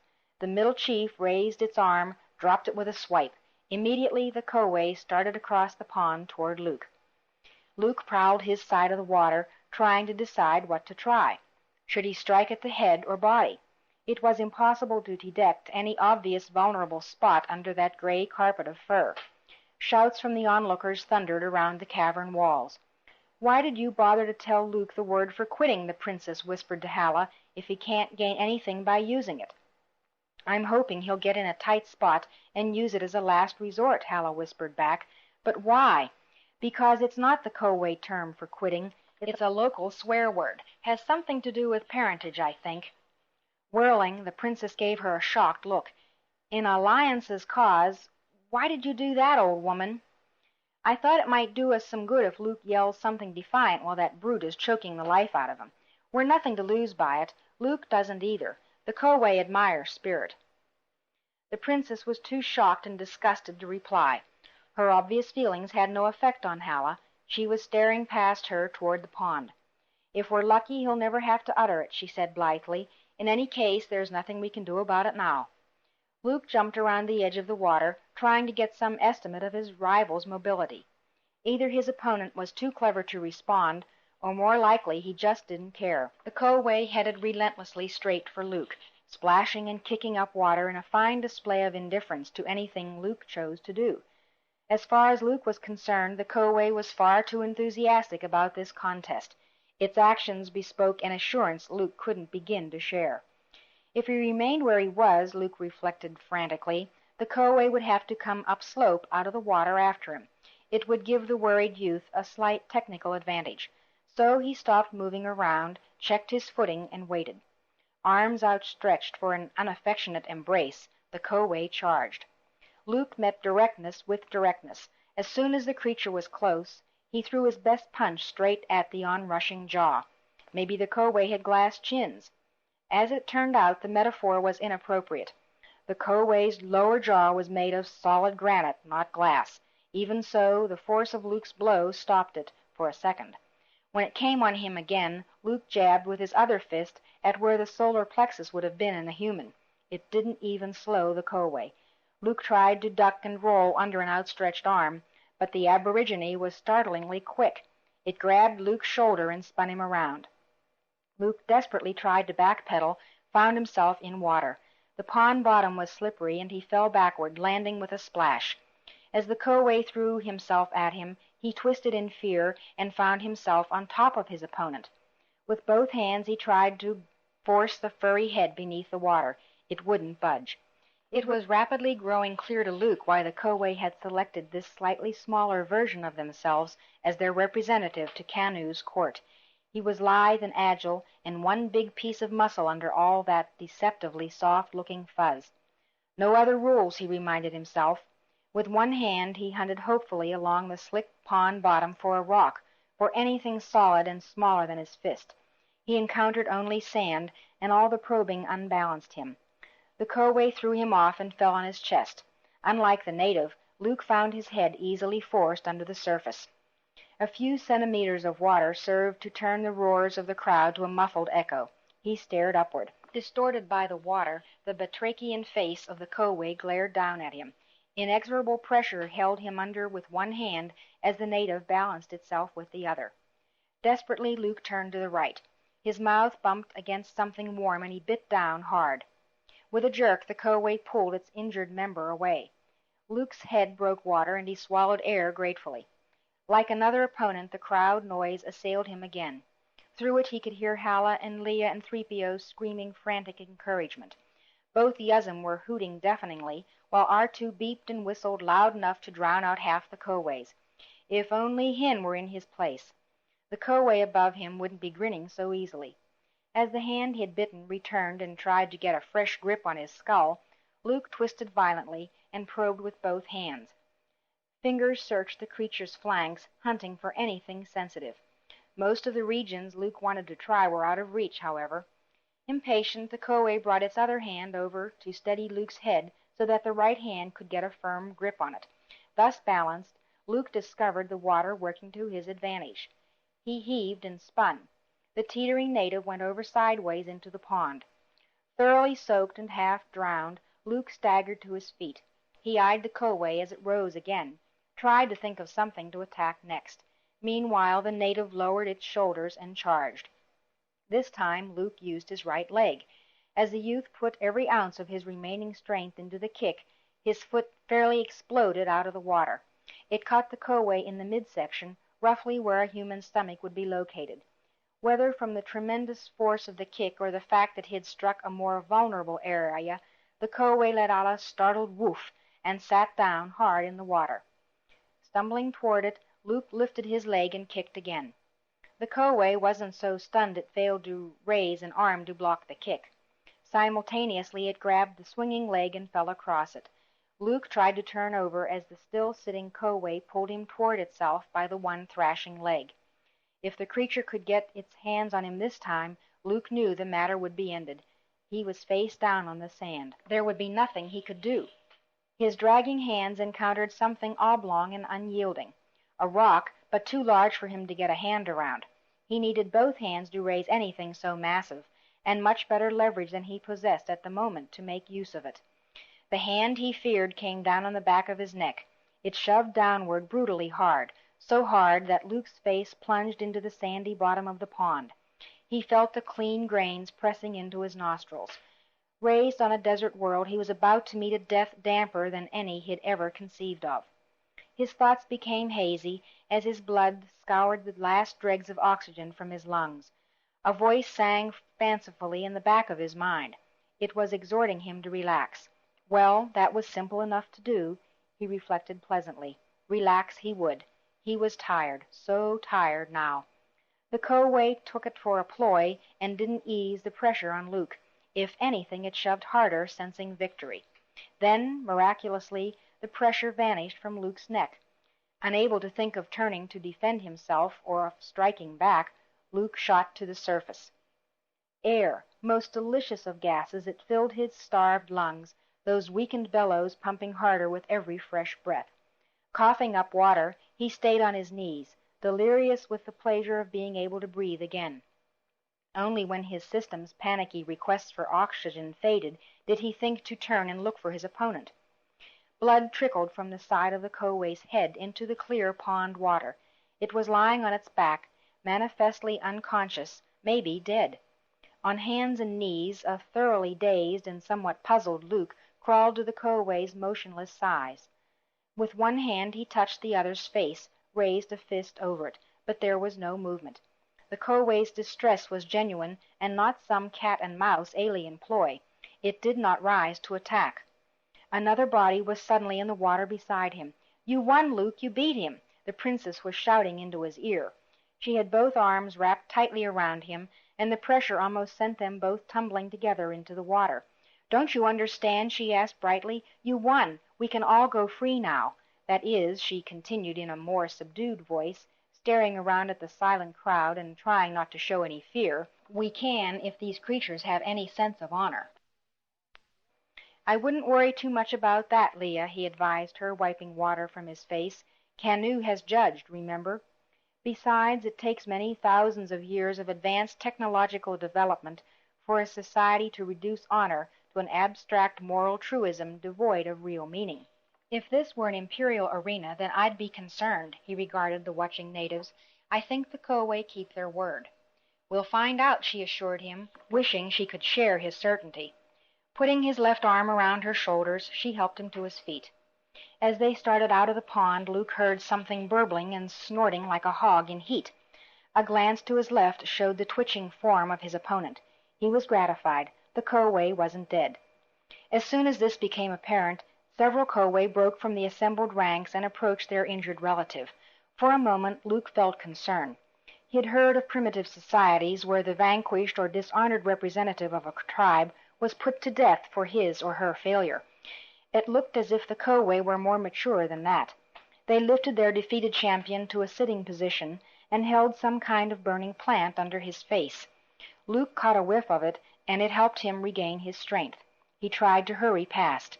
Even if the Conway was dead, he decided only half-jokingly, one breath of that incredibly pungent burning substance would have aroused him. Then something caught his eye, and he paused, staring blankly at it. What had riveted his attention was not the Koway's continuing methods of medication, nor the vanquished warrior's convulsive reactions to them, but a large rock, as big as a man's head. It lay in the water close by the Koway's head. His fingertips retained the memory of that stone. It was the one he'd encountered prior to passing out. Or had he passed out? It seemed as if something deep inside him, some resource of which he was unaware, had reacted on the brink of asphyxiation to help him raise the rock, turn, and fling it at his tormentor. Yet he couldn't recall even placing both hands around it, let alone lifting it clear of the water and throwing. "How did I do it?" he asked the princess. She eyed him uncertainly. Do what?" "Beat him," he added exhaustedly, gesturing loosely toward the Koway fighter. Her gaze traveling from the native back to Luke, the princess permitted herself a frown. "You mean you don't remember?" He shook his head. "I thought everything was finished when you were pushed under the second time, Luke. I suppose I was worrying needlessly, but by staying under so long you had us all fooled." "I wasn't fooling," Luke said to himself. The princess was smiling now.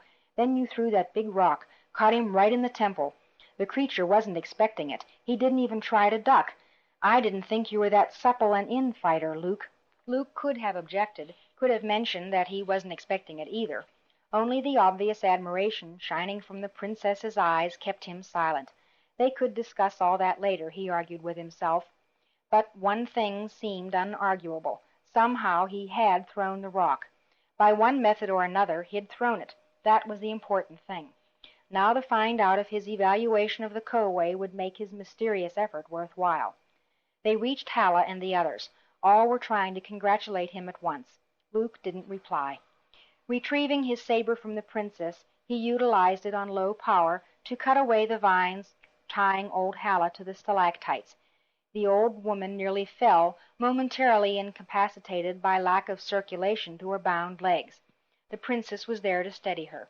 "Thank you, young lady." Halla bent over and rubbed her thighs. Luke moved to release the Yuzum and the droids. As he did so, one of the three chiefs, the one whose signal had initiated the fight, interposed itself between Luke and Key. For an awful moment Luke felt he'd completely misjudged the Koway, that he'd taken a romantic instead of realistic view of them. Was he going to have to fight again? Or possibly the Yuzum, not being human, would have to perform some difficult feat of their own to regain their freedom. What unimaginable facet of subterranean law did they face now? He needn't have troubled himself. The chief merely wished to illustrate Kanu's judgment in a fashion clear to all. Luke watched tensely as the native slipped a sharp-bladed knife of volcanic glass from his garments, relaxed when the blade was used to slice away first the Yuzum restraints and then the droids. His relief faded when he heard a muttering sound and turned to see several Koway leading toward him the one he had fought. One supported the bandaged native at each arm. The champion shook off the pair of helpers as he neared Luke. Muscles tight, Luke gripped the lightsaber firmly and waited. He chittered ominously, but Luke put up a hand to quiet the Yuzum. Reaching with both arms, the Koway warrior clasped Luke around the shoulders and pulled. Luke thought he'd have to use the saber after all when the native pushed him away gently. Then it slapped him on one cheek. Luke blinked. The blow had been nearly powerful enough to knock him out. The Koway murmured something, but somehow it didn't sound like a challenge. "Don't just stand there and amused," Halla instructed him. "Hit him back." "What?" Luke was confused and not ashamed to show it. I thought the fight was over." "It is," she explained. "It's his way of acknowledging that you're the stronger. Go on, hit him back." "Well," using his right hand, he belted the quiescent Koway hard enough to rattle the native's teeth. Despite Halla's assurances, he braced himself for some sort of violent response. Instead, the native displayed a satisfied expression and dropped to his knees before Luke as the crowd howled its approval. After the warrior had moved to one side, a second chief drew close. It spoke solemnly, directing its words toward Luke. "As near as I can figure him," Halla translated softly, "we're invited to stay for a feast tonight." "How can they tell tonight from today?" the princess wanted to know. "Probably they post watchers at their exits on the surface," the old woman surmised. "If they haven't always been underground dwellers, it's likely they'd retain surface methods of telling time." "Can't you refuse for us?" Luke asked hopefully. "Tell them how badly we have to return to the world above." Halla muttered something at the chief, who replied readily. "This isn't exactly a request, Luke. If we were to turn down the invitation, would apparently insult not only their hospitality, but Kanu's as well. We have our choice, of course. If we insist on refusing, all we have to do is pick a champion to fight one of theirs, and then—" Luke interrupted with, "It's just occurred to me how hungry I am." Chapter 11, page 170. They had no sense of night. When the time for the celebration finally arrived, it was as bright in the huge cavern as ever. The phosphorescent plant life of the internal Mimban functioned according to schedules that ignored the unseen motions of astronomical bodies. Having dried his clothes by the permanent bonfire and then dressed again, Luke felt almost himself. Only his neck still bothered him. It ached at the back where the Koway's unyielding fingers had pressed. Large platters of exotic-looking foods were passed around a series of concentric circles around the pond. The visitors were entertained by endless dancing, made tolerable in spite of the wailing rhythmic music by the truly astonishing leaps and jumps of the spring-muscled Koway performers. Halla pronounced judgment on each platter, indicating which foods were tolerable to the human organism and which were not. What went for man apparently served Yuzum-kind as well, though they did encounter a couple of stomach-twisting exceptions, none fatal. Luke ate with good grace. He considered Halla's evaluations severely deficient in a few instances, but he consumed enough food to please their anxious hosts and kept it all down. While much of it tasted like reprocessed X-wing fuselage installation, a couple of the subterranean gourmet delights were downright flavorful. He tried to concentrate on these. In actuality, he ate a great deal more than he intended to. However alien their origin, the dishes set before him were fresh.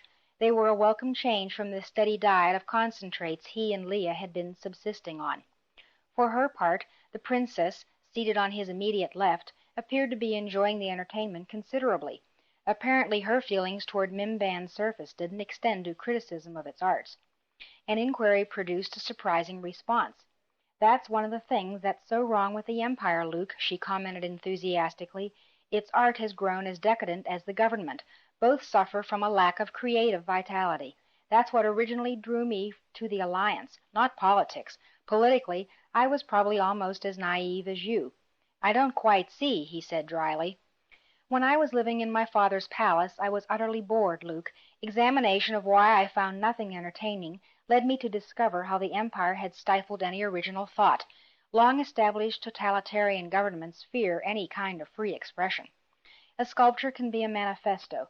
A manuscripted adventure can double as a cry for rebellion. From corrupt aesthetics to corrupt politics was a smaller step than most people around me realized." Luke nodded, hoping he really understood. He wanted to, since what the princess had just said was obviously very important to her. From the platter nearest him he chose a small fruit resembling a miniature pink gourd. He bit into it experimentally. Blue juice gushed all over his front, eliciting immediate laughter from Halla and the princess. No, he reflected, he probably never would completely understand the princess. "What do you expect," he mumbled, laughing at himself, "from an untutored country boy?" "I think," the princess responded softly, not looking at him, "that for an untutored country boy you're one of the most sophisticated men I know."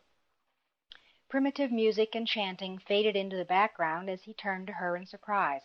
Like a missile launcher sighting on its prey, his eyes contacted hers. There was a brief, silent explosion before she looked hurriedly away.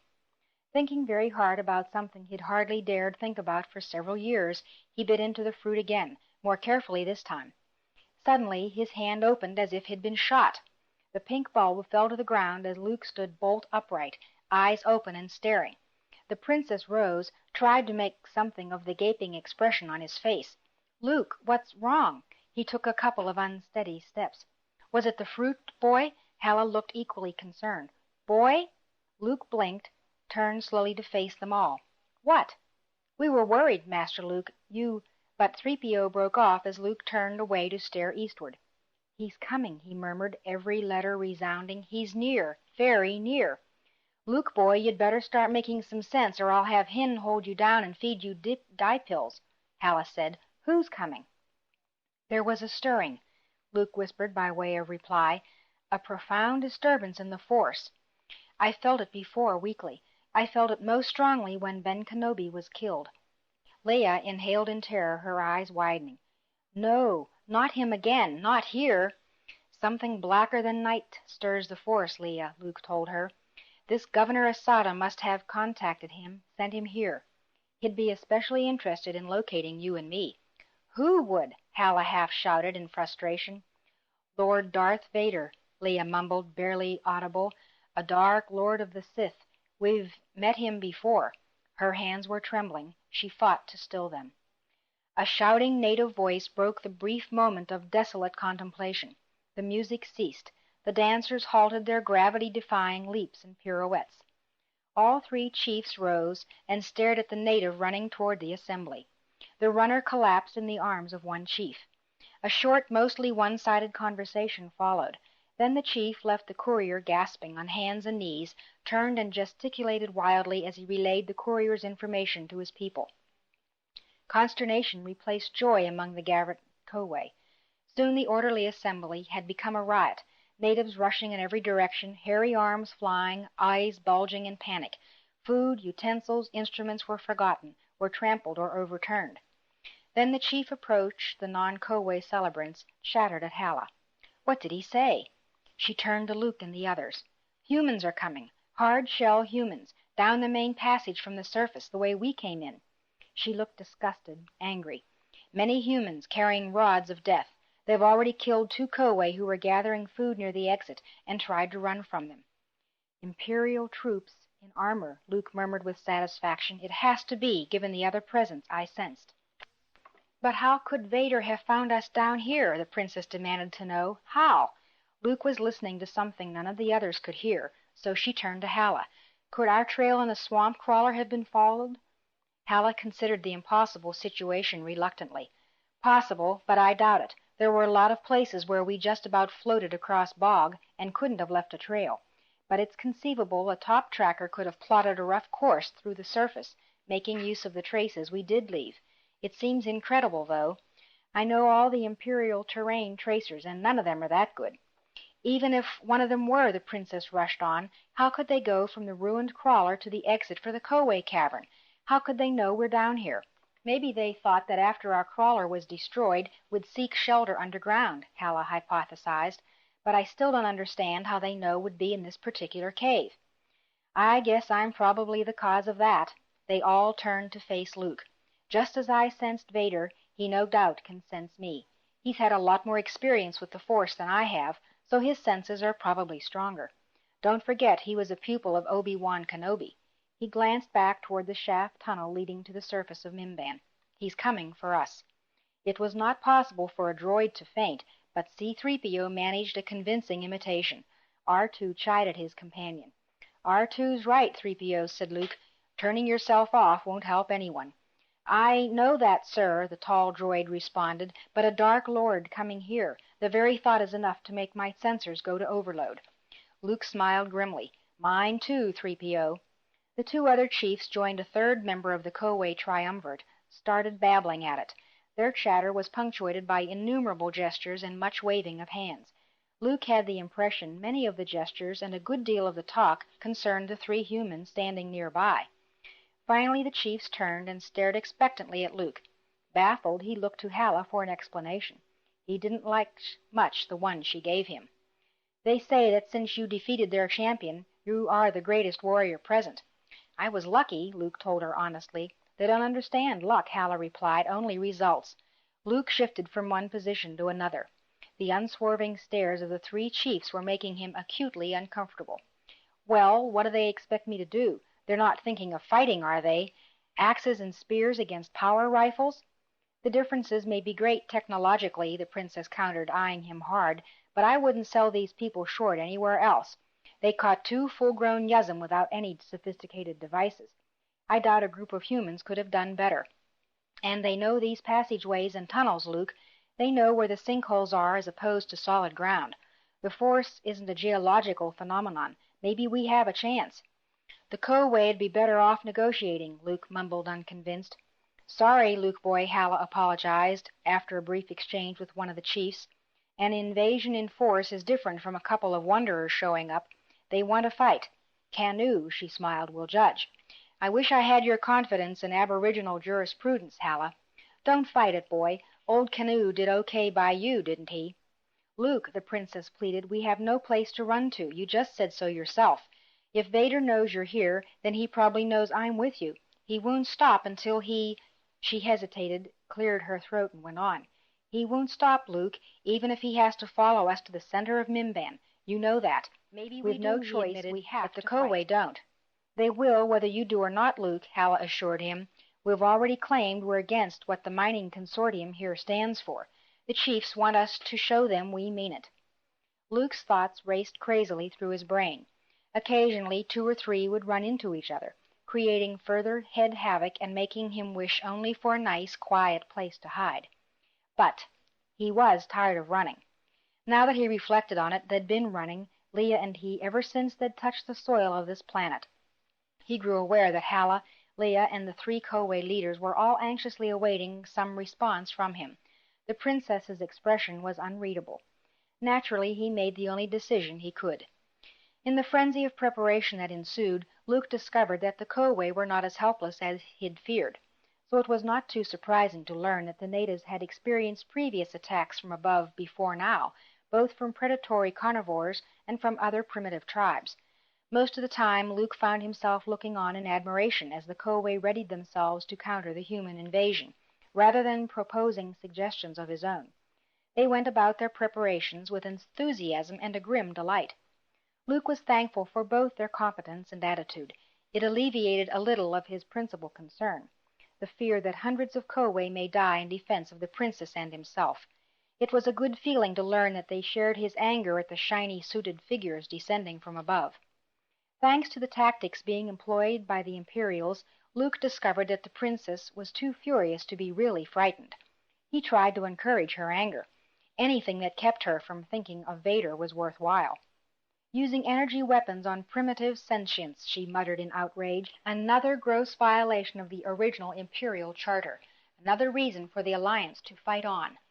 "The Koway wouldn't think much of your emoting, young lady," Halla called out from nearby, "since they consider us the primitives, and judging by the way Grammel and his toadies have behaved toward the local races, sociologically I'd have to side with our subsurface friends."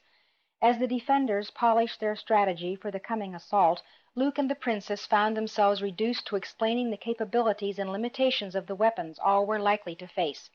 At least, he mused, it wasn't to be all axes and spears. He hefted his pistol and luxuriated in its lethal weight. It had been one of the weapons taken from Halla and the Yuzum on their capture, now returned to them. Hin had promptly turned and handed his energy rifle to the princess. He explained to Luke that he felt more comfortable with the enormous axe the Koway had provided for him. Key's attitude was more civilized, and he elected to hang on to his rifle, or perhaps civilized wasn't the right word. He was helping with the emplacement of a net when a reverberating crackle echoed like a thunderbolt down the winding approach tunnel. According to Halla, the invaders were at present about halfway between the cavern city and the surface exit. "E-11 trooper rifle," the princess commented expertly as the last echoes of the shot died away. "Quarter-centimeter aperture, continuous fire on low power only."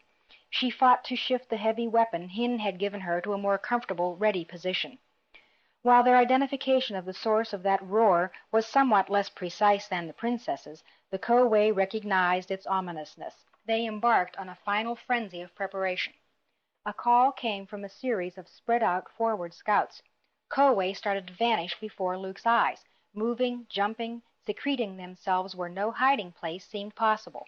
They disappeared into crevices and cracks, into the ground, slipped into holes in the cave ceiling, froze behind false flowstone curtains. Luke and the princess hurried to join up with Halla. Both Yuzum were moving to their predetermined positions, mingling with the less concealed Koway. The two droids concealed themselves out of firing range. Halla concluded her conversation with one of the three chiefs, turned to greet them. How many was Luke's first question. The scouts aren't sure, she told them. For one thing, the Imperials have advance hunters out too. That was the source of the shot we all heard. Also, they're backed up through the cave. But if I have Koway numerology figured out, I think 70 at least. All on foot? The princess inquired. Yes, they've no choice, which is good for us. The tunnel is too choked with rubble and too narrow in many places for even a small personnel carrier to slip through. That's something, Luke observed, trying to bolster his own spirits as much as anyone else's. We won't have to cope with mobile armor or heavy weapons. Halla chuckled. Why would Grammel think they'd be needed? Not against our poor primitive Koway, certainly. 60, 70 Imperial troops equipped with energy weapons and personal armor ought to be sufficient to capture a few poorly armed fugitives. Sarcasm aside, Luke pointed out unarguably, it's going to take more than bravery and courage to keep this from turning into a massacre of our friends. I'd argue with you, Luke boy, the old woman murmured pleasantly. Give me bravery and courage any time.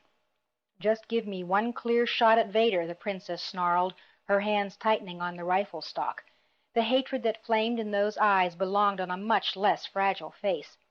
Save that one chance, I ask nothing of life. Luke looked down at her, murmured with feeling, I hope you get it, Leia. That brings up a distressing possibility, she said later, as they climbed to take up places behind a bulwark of stripped travertine. What if Vader doesn't come with the attacking force? He's coming, Luke assured her. The force? He nodded slowly. Besides, as you pointed out before, he knows you and I are here.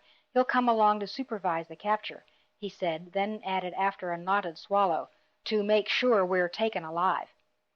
Sighting the heavy rifle over the edge of the wall, Leia muttered forcefully, That's one thing he'll never do. Then she relaxed slightly, her earnest gaze focusing unshakably on her companion. If it should come to that, Luke. Come to what? Being taken alive. He indicated understanding, and she went on. Promise me that out of any feeling you have for the rebellion, out of any feeling you might have for me, that you'll put that saber at your hip to my throat. Luke stared at her uncomfortably. Leia, I... Swear it, she demanded, her voice that of a steel kitten. Luke mumbled something that satisfied her. They became aware a Koway was calling to them softly from above.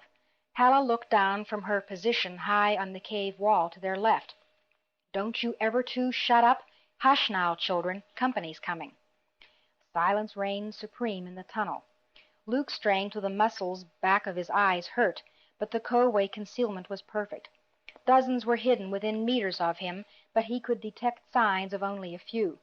Close by and evident were only Leia, Halla, and Key, the muzzle of his rifle protruding like a broken stone from between a pair of huge stalagmites.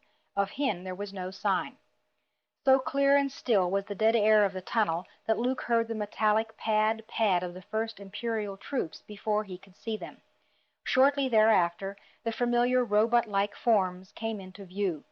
Flesh and blood beneath the armor, the distant figures carried their own rifles casually at waist level. Obviously they were expecting little, if any, resistance. As he studied them, Luke realized that the Koway were right. In such close confinement, the energy armor would work against the wearer. Such armor rendered the person inside it invulnerable to most energy weapons, save at vital points like the joints and eyes where protection was necessarily weaker. Most important, the armor also restricted the wearer's vision. Not so critical in a battle on a ship, say, with its wide, unobstructed corridors, but in the jumbled tunnel, vision was more vital than an extra shot. As if on signal, 4 Koway, 2 on either side of the narrow pathway, materialized silently from invisible hiding places. The two advanced, they had speed. Not so astonishing to Luke, though. He'd experienced the power of Kowe muscles. In the resulting silence he thought he could hear the cracking made by limbs and bones through restrictive armor. Nervously he waited for something to happen. Everyone knew that if the 4 Kowe selected for the task of eliminating the scouts bungled their assignment, if they wasted even a few seconds, one of the scouts might have time to call to the troops behind him via his helmet communicator. Surprise, the defender's most potent weapon would be lost. He was still waiting when the single Kowe slipped up behind him, so quietly that Luke almost exclaimed aloud. The native made a quieting sound, performed a gesture with its facial muscles which might have been a smile, and vanished as silently as it had come. It left behind 2 rifles and 2 pistols, the arms carried by the ambushed Imperial scouts. Luke regarded the little arsenal joyfully. Slipping completely out of sight behind the travertine wall, he disengaged the power pack from one of the rifles and used it to bring his lightsaber up to maximum charge. Then he traded his pistol for a fresh one, resumed his place next to the vigilant princess. "We ought to get the other rifle to Hin," he whispered to her, watching the tunnel. "No time," she disagreed reasonably. "No telling where he is now. Can't risk it." "I suppose you're right." He glanced down at the still half-charged rifle and its fully charged duplicate, plus the pair of pistols. "At least we'll be well armed for a while longer than I thought." The rhythmic tread of the metal-clad feet pounding rock finally reached them. All thoughts of conversation vanished as the main body of troops hove into view. They were marching cautiously, 3 and 4 abreast, as they rounded the same narrow place the 2 ill-fated scouts had entered moments before. The phosphorescent blue-yellow light of the growths in the tunnel gleamed off slick armor and immaculate weaponry. Closer, closer they came, until Luke was afraid they would march right up to his wall before Halla and the chiefs agreed on the time to attack. A strident, powerful voice boomed out in Kowe. The cavern dissolved into chaos. A waterfall of sound deluged the air where seconds before there had been only silence. Luke felt the noise itself, concentrated and magnified by the cave walls, would be sufficient to paralyze most men. The soldiers caught in the maelstrom were Imperial troops, but they were not the Emperor's palace guard. They were men and women stationed too long in a backward, desolate world where discipline and training relaxed concurrently with morale. The screams of human and Kowe howled through the cave. Bursts of intense light from energy weapons created a berserk cat's cradle of destruction in the bottled-down tunnel. Luke found himself firing the pistol over and over. Next to him came steady, confident thrums as Leia pinched off bursts from the heavy rifle. Higher up, Halla and Ki began pouring a murderous fire down on the mass of confused, densely packed troops. Soon they had to slacken their fire and pick targets with more care, as the Kowe began erupting from beneath cloth concealed with sand to pull startled troopers into hidden pits, or coming out from behind half-stalagmites, or dropping from crevices in the ceiling. Seeing friend and foe inextricably intermingled, Luke charged down the slight slope, brandishing saber in one hand and pistol in the other. Despite his admonitions, Leia had discarded her rifle. Pistol in hand, she was rushing after him to join in the hand-to-hand combat. She passed him feet first, her kick all but decapitating a dazed soldier who didn't turn quite fast enough. It was hellishly dangerous in the tunnel, what with energy bolts cracking wildly in all directions. Luke cut through the armored legs of one soldier before the latter could bring his pistol to bear. Without realizing it, he then swung blindly backward. The blue of his saber intersected a beam fired point-blank at him by an Imperial rifle. Turning, he barely had time to utter a silent thanks to Ben Kenobi. The trooper was so shocked at the apparent coincidence of having his shot blocked that he didn't react in time. Thinking something had to be wrong with his weapon, he readjusted it to compensate for the imaginary fault. As he swung it upward again, Luke jabbed him through the sternum. Turning, he plunged back into the thickest fighting. He was hunting for one figure. It finally showed itself, standing aloof near the rear of the fighting crowd. Vader! Darth Vader! A wounded trooper charged him, and he had to pause to deal with the more immediate threat. But the Dark Lord had heard him. Surprised, the giant black shape activated his own saber and strode into the mob, trying to cut his way clear to Luke. The princess was also trying to fight her way through the crowd, but she was not heading for Vader. Instead, she was moving toward a stalagmite shattered at the top. a she-falcon flying for her prey perch. Under the direction of Captain Supervisor Grammel, about 10 of the troopers climbed for high ground, intending to set up a covering fire the entire length of the tunnel. They achieved the summit of the small ridge and were lining up their weapons on the crowd below. Like hairy projectiles, Hin and several Koways dropped from hiding places above. Roaring with delight, the huge Yuzum grabbed 2 of the armored troops at once, banged them together until their armor started to crack at the joints. Meanwhile, the muscular Koway wreaked havoc among the other soldiers. Vader paused in the midst of his fighting, angrily evaluated the way the battle was going. He shook a threatening fist in Luke's general direction, then turned to the shaken officer nearby. "Grammel, reform all survivors at the surface." "Yes, my lord," the distraught Captain Supervisor acknowledged. Using his multiple-channel helmet unit, he signaled the retreat to his remaining troops. Small clumps of soldiers began to break contact with the Koways, started rushing for the surface.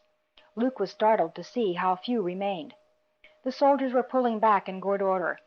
At that point, one of the Koway chiefs hiding high above rose and signaled.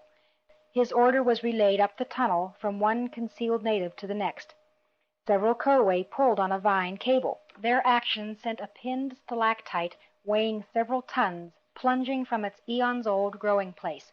It landed with a titanic crash. Half a dozen soldiers were mashed beneath it. Further reduced in number, the troopers started to panic, to throw down their weapons and sprint up the passageway as fast as their armor would permit them. Most of them ran under the nets which waiting Koway dropped on them from above. Those same nets had held against Yuzum. The troopers who lay flailing at the confining strands had no chance at all. Leia Organa reached the top of the pinnacle, lay down across it, and positioned the heavy rifle she had retrieved. She fought to focus on a single black-clad figure striding relentlessly and without panic up the tunnel. Vader was surrounded by Grammel and a few remaining soldiers. She couldn't wait. Soon the Dark Lord would pass from sight. As she activated the trigger, Vader turned and gestured to the several troops lagging behind. A powerful beam of energy struck him in the side, sent him spinning to the ground. Leia smiled. Her joy turned to disappointment when she looked back through the blunt telescopic sight. Vader had rolled over and was beating at the smoke issuing from his left side. There, a gaping hole in his protective cloak, and the black armor beneath had been partly melted away, but the full force of the energy bolt had missed him. The Dark Lord got to his feet and seemed for a second to be staring straight at her. Then he was moving again, still not in panic but with considerably more energy, up toward the way out. Frantically the princess re-aimed, fired, just as Vader passed from view. The bolt exploded against the lowest part of the ceiling, annihilating rock and mineral, but doing no damage to the evil figure beyond. "Well, darn," she said softly, irritated at herself. Picking up her pistol and leaving the rifle atop the stalagmite, she started to pick her way downward to rejoin the fight. There wasn't much fighting left to rejoin. Caught completely by surprise, the soldiers had been decimated. Now the remnants, helpless and dispirited, were being cut down methodically by the victorious Koway. Those who tried to break from the fighting were picked off by well-aimed bolts from Ki and Halla. She found Luke stalking wild-eyed among the carnage, trying to dissuade the hooting, yelping Koway from reducing the wounded to small pieces. Breathing out the nausea of battle, he jerked around and glared at her when she grabbed his arm. "Forget it, Luke," she advised him softly. "Leave them alone." "They're killing the wounded," he cried in anguish. "Look at them. Look what they're doing." "Yes, it's almost human," she commented, although the Imperials would have been a little neater. "You approve?" he said accusingly. She didn't reply, merely stared back at him until he sagged, utterly worn out and saddened. "I'm sorry, Luke," she told him gently, "but there's very little in this universe that rises above the mean and petty. Maybe the stars themselves. Come," she urged him with a cheering smile, "let's find Hin and Ki and Halla and the droids and celebrate." "You go," he told her, pulling his arm free authoritatively, but without rancor. "There's nothing here I want to celebrate." She looked after him as he went striding off through the residue of battle, ignoring the Koway intent on their massacre, drowning in his own unknowable thoughts. Chapter 12, page 186. When the last drop of blood had dried to a black crust on the cave floor, the refugees gathered together to decide what to do next. Halla was talking to the Koway chiefs. They say that those who escaped have left one of their vehicles above to watch the exit, probably hoping we'll jump out into their sights. Is there another way out? Luke asked tiredly. Yes, close by. One of the chiefs, ignoring its badly burnt arm, mumbled urgently at Halla. He wants to know if there's anything they can do to help us. They can show us that other way out, Luke informed her. They've done enough. We have to hurry. We may have delayed too long already. Too long for what? The princess inquired curiously. We'll be well away from here by the time Vader can return with reinforcements. She looked thoughtful. I don't think he'll trouble the Koway. It's us and the crystal he wants. That's what I'm talking about, Leia, he replied worriedly. I don't think Vader's gone back to the town. He pointed. When he passed from my mind, or rather, when the disturbance he generates in that force passed from my mind, he was traveling that way, not back toward the town, but toward the temple. That's ridiculous, Halla objected strenuously. He has no idea where the temple of Pomojima is. Vader is much more attuned to the Force, albeit its dark side, than I am, Halla. It's likely that he can sense the crystal's natural disturbance. It would be faint, but someone as powerful as Vader could barely detect it, and he has more than that to go on. We were traveling in as straight a line as possible. He needs merely to plod along it and hunt for the crystal's effect when he angles off his course. He mustn't reach the temple before us. He started off up the tunnel. Leia was quickly alongside, matching him stride for anxious stride. She beat at the dry cave air with a clenched fist. I had him, Luke. He was standing there in my scope, and I missed him. She hiked on, brooding on the nearness of the thing. I was too excited, too nervous. I didn't take enough time, and I made a bad shot. Your shooting, what I could see of it, he countered a mite jealously, was excellent, better than I could have done. Leia said nothing for a moment, then added deferentially, I couldn't have survived that kind of intense infighting. Who taught you to use a lightsaber like that? Kenobi? Luke nodded. I owe everything to that old man, and wherever he's gone to, he knows it. He patted the shaft of his father's weapon reassuringly. If we do catch up with Vader, she went on, and we must, you're going to need both your skill with the saber and the Force. If only I'd taken more time. Luke shushed her and the others. They were nearing the exit to the surface. Dim, misty air filtered down to them. Even that dank light was intoxicating after so many days underground, traveling by the glow of unnatural vegetation. Several bodies lay scattered about, Imperial troopers too badly wounded to regain the surface. The two Koway who'd come along directed them into a nearby crevice in the wall. Both Yuzum grunted and had to inhale for all they were worth in order to fit through. They emerged behind a clump of thick brush at least 20 meters from the main entrance. One of the Koway pointed, indicating the location of the armored vehicle on guard. Luke saw the squat shape, its muzzle angled directly down the mouth of the tunnel they'd been standing in only moments before. He shuddered. With soft mumbles and alien gestures, the Koway took their leave, vanishing back down the hole. Luke crawled on his belly, freeing the exit for those behind him. When all five were once again on the surface of Mimban, Luke turned to crawl clear. Just a darn minute, Luke boy, Halla whispered. Do you think you can catch up to this Vader on foot? Luke paused, returned to stare at the silent crawler poised over the Koway exit. All right, so what do we do, Halla? I agree, we have to have transportation, but that armed crawler happens to be full of Imperial troops. Halla studied the vehicle. Its upper port is wide open, big enough for 2 men. I can see 1 trooper with his head exposed, probably giving information to those below.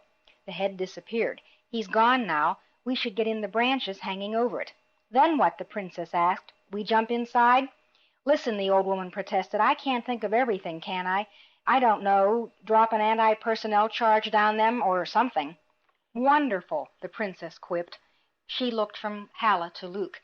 Now, if one of you two magicians will use the Force to conjure up a convenient canister of explosive, I'll volunteer to do the dropping. She folded her arms, gazed questioningly at them. Personally, I think I'm pretty safe in volunteering. Luke? He wasn't looking at her. We don't have any explosives, true, but we have something close. She turned, saw what he was staring at, and found she had to agree. The Imperial sergeant had been fortunate to escape the underground ambush with his life, and he knew it. If he'd had any voice in the matter, he never would have led his men beneath the surface.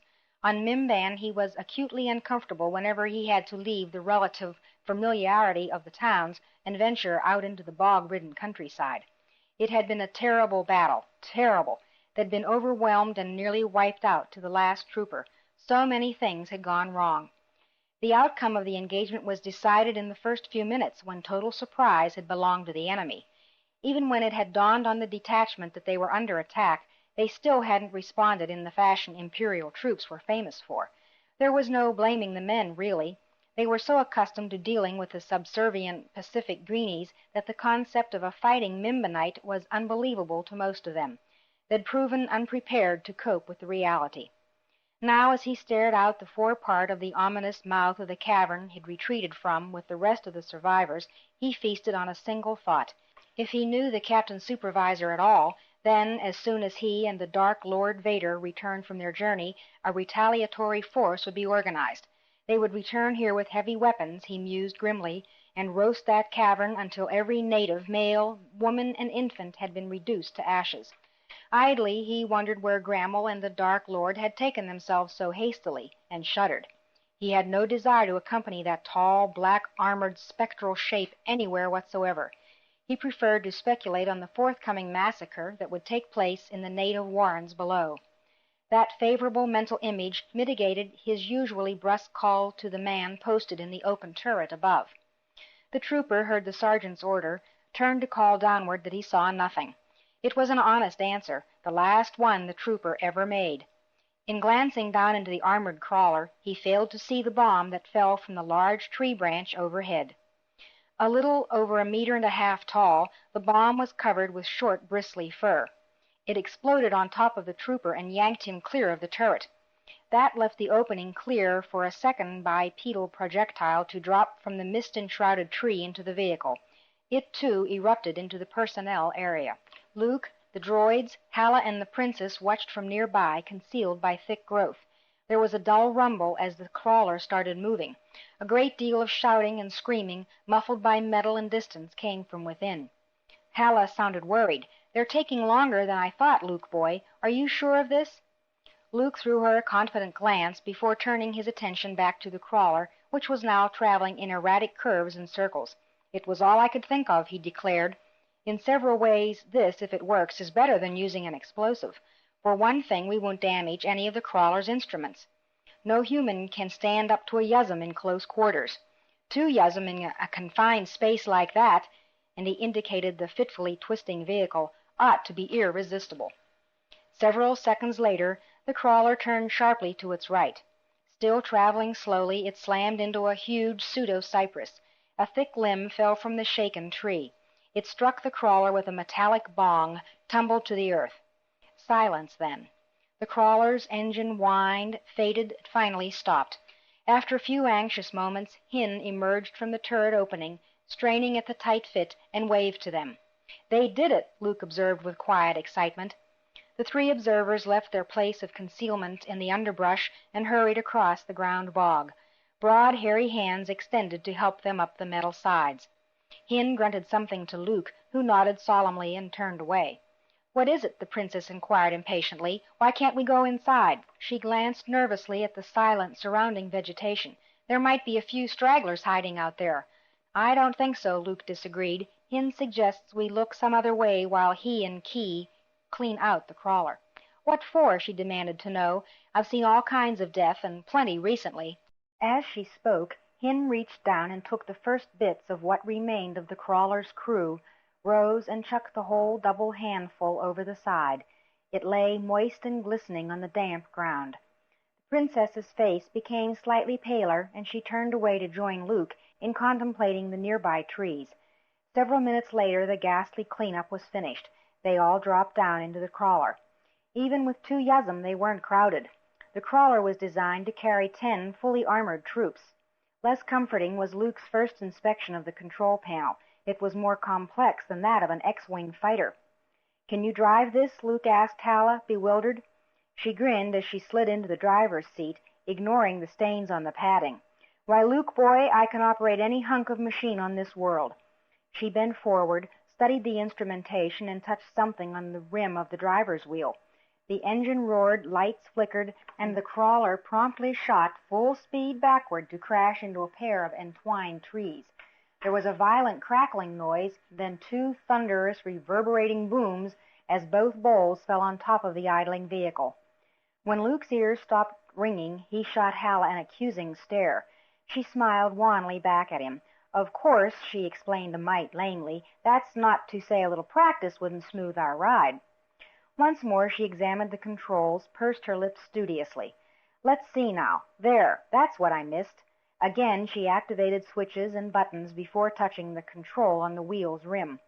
Moving in spasmodic jerks and stops, jumps and lunges, the crawler slid off into the mists.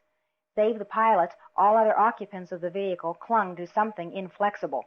Luke wondered if the trees ahead were as nervous as he was. "I'm sorry, my lord, most sorry I am." Captain Supervisor Grammel looked up at Darth Vader from where he sat on one of the open benches of the big troop carrier. Who was to guess they were so well armed, or that the underground ABOs would put up such a battle? "The weapons were of small consequence," Vader growled profoundly. "A few guns, all in the hands of wanted criminals." Grammel cringed as the grotesque breath mask dipped close. "Admit it, Captain Supervisor. Your troops were inadequately prepared, poorly trained. Discipline and morale were both absent, and you were routed by a mob of ignorant savages." "They took us completely by surprise, my lord," Grammel argued strenuously. "No native group has ever resisted the Imperial presence on Mimban before." "No native group previously had the benefit of human advice and aid," Vader snapped back. "They did not employ wholly aboriginal tactics. You should have recognized the differences early and taken appropriate countermeasures." He looked away from Grammel to gaze significantly across the bogland. "I know which parties were responsible for that. When I hold in my hand the balance of the crystal, I will mete out justice accordingly." "I'd hoped for that privilege myself," a disgruntled Grammel muttered.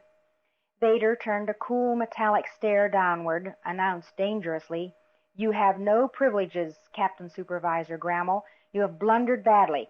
Not critically, I hope, but badly. I curse myself for being fool enough to assume that you knew what you were doing." "I told you, my lord," Grammel objected at once, angry and frightened. "Their surprise was complete." "I'm not interested in excuses for debacles, only successful results," declared Vader. "Grammel, your existence befouls me." "My lord," Grammel babbled desperately, rising from the bench, "if I—" Faster than a human eye could follow, Vader's lightsaber was up, activated and moving. Grammel's slashed form pitched wildly, stumbled backward, and tumbled over the side of the crawler. There was a lull as the stunned driver looked on in terror. Vader whirled, glowered down at him. "We will travel faster without such dead weight to slow us, trooper. Return to your controls, now." Yes, my lord," the man gulped, unable to keep from stuttering fearfully. Somehow he forced himself to turn back to the control board of the vehicle. As they moved forward, Vader turned to glance back idly at the receding corpse of Captain Supervisor Grammel. Already jungle scavengers were beginning to emerge from concealment to sniff hopefully at the body. "Whoever is your lord now," Vader murmured, "it is not I."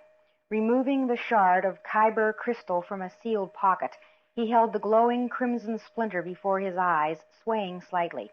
It was there ahead, somewhere ahead. He could sense it. He would find it. "Are we still traveling on the right track?" a weary Leia asked old Halla several days later.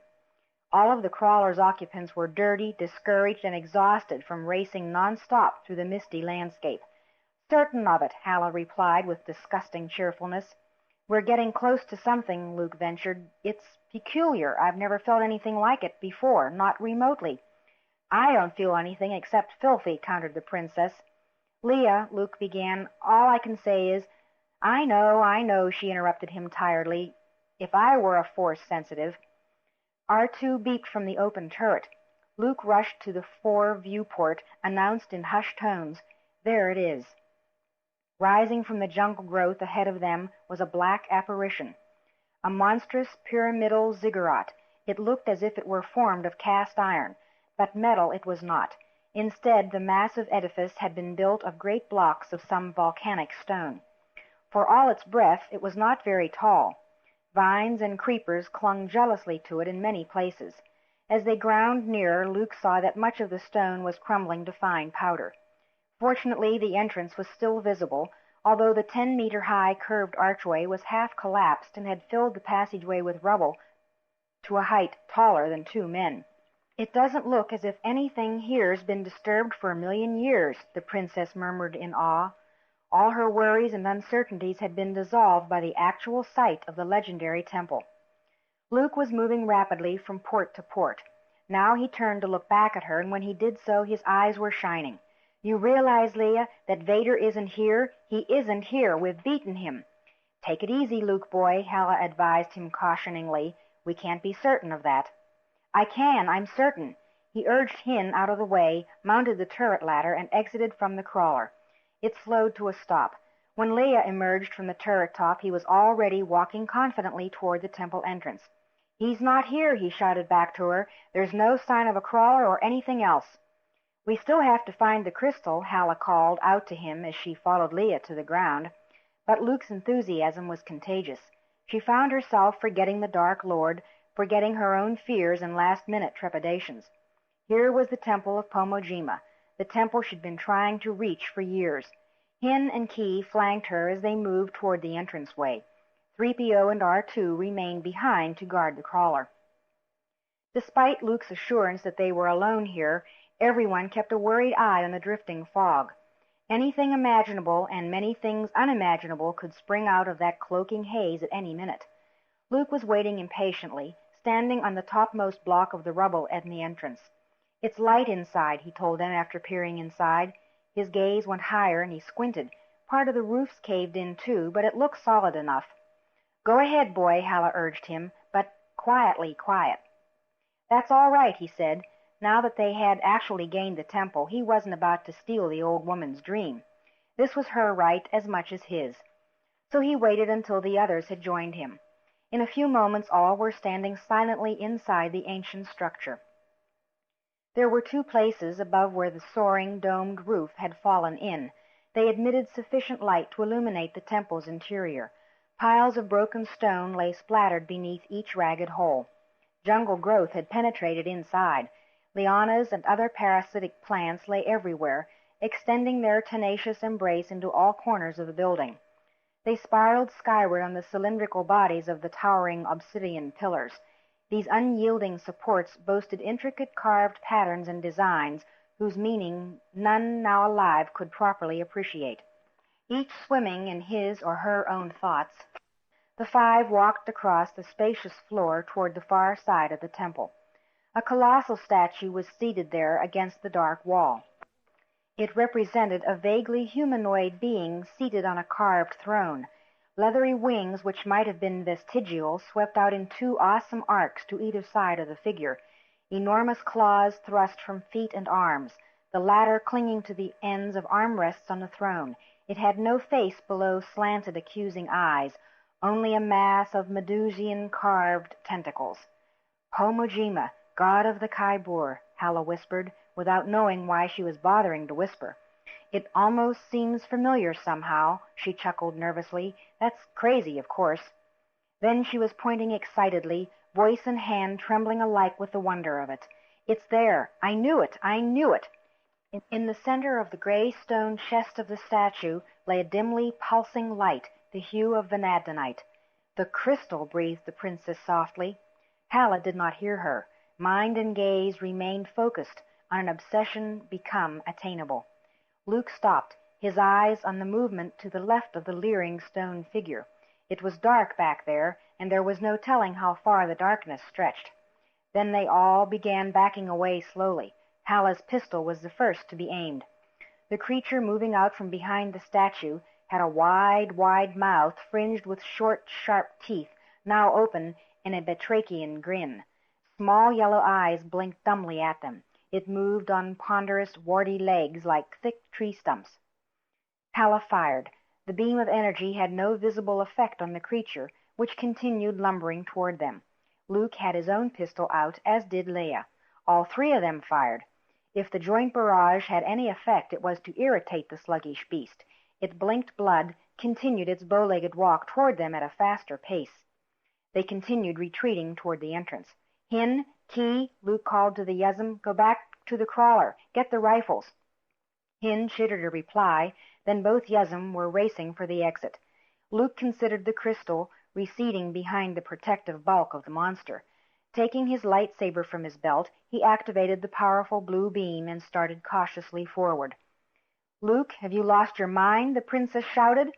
He reflected briefly that it wasn't impossible, and then dismissed the thought. If he paused to do much thinking, the steadily advancing carnivore would have him for a snack. It hesitated within snapping distance, slightly hypnotized by the weaving beam of the saber. Luke lunged forward. The saber contacted the creature's chin. Intense energy punctured a small hole in the wide lower jaw. That produced a dimly outraged moan from the thing. Jaws parted to reveal a gullet high and wide enough to dance in. Luke saw something moving inside. Whether prodded by instinct or a good guess, he threw himself sharply to his left and rolled rapidly. The long pink tongue exploded outward to pulverize a black boulder which had been just behind him. As he rolled to his feet and continued backing away, the creature spat out chunks of rock. Before Luke could move out of range, the thick tongue shot out again. Unable to dodge, he held his saber tightly in front of him. It seemed pitifully inadequate against that pink pseudopod, but the sizzling sound was loud. Apparently he'd contacted sensitive tissue, because the creature let out a throaty yelp. With single-minded determination it resumed stalking Luke. Death glinted in narrow, yellowed eyes. Leia and Halla kept up a steady fire on the massive body to no effect. "Useless," the princess said tightly. She looked toward the entrance. There was no sign of movement there. "Hin," she shouted. "Key!" No response. "They'll get here," Halla advised her. "They'd better." Unexpectedly, the monster hopped forward.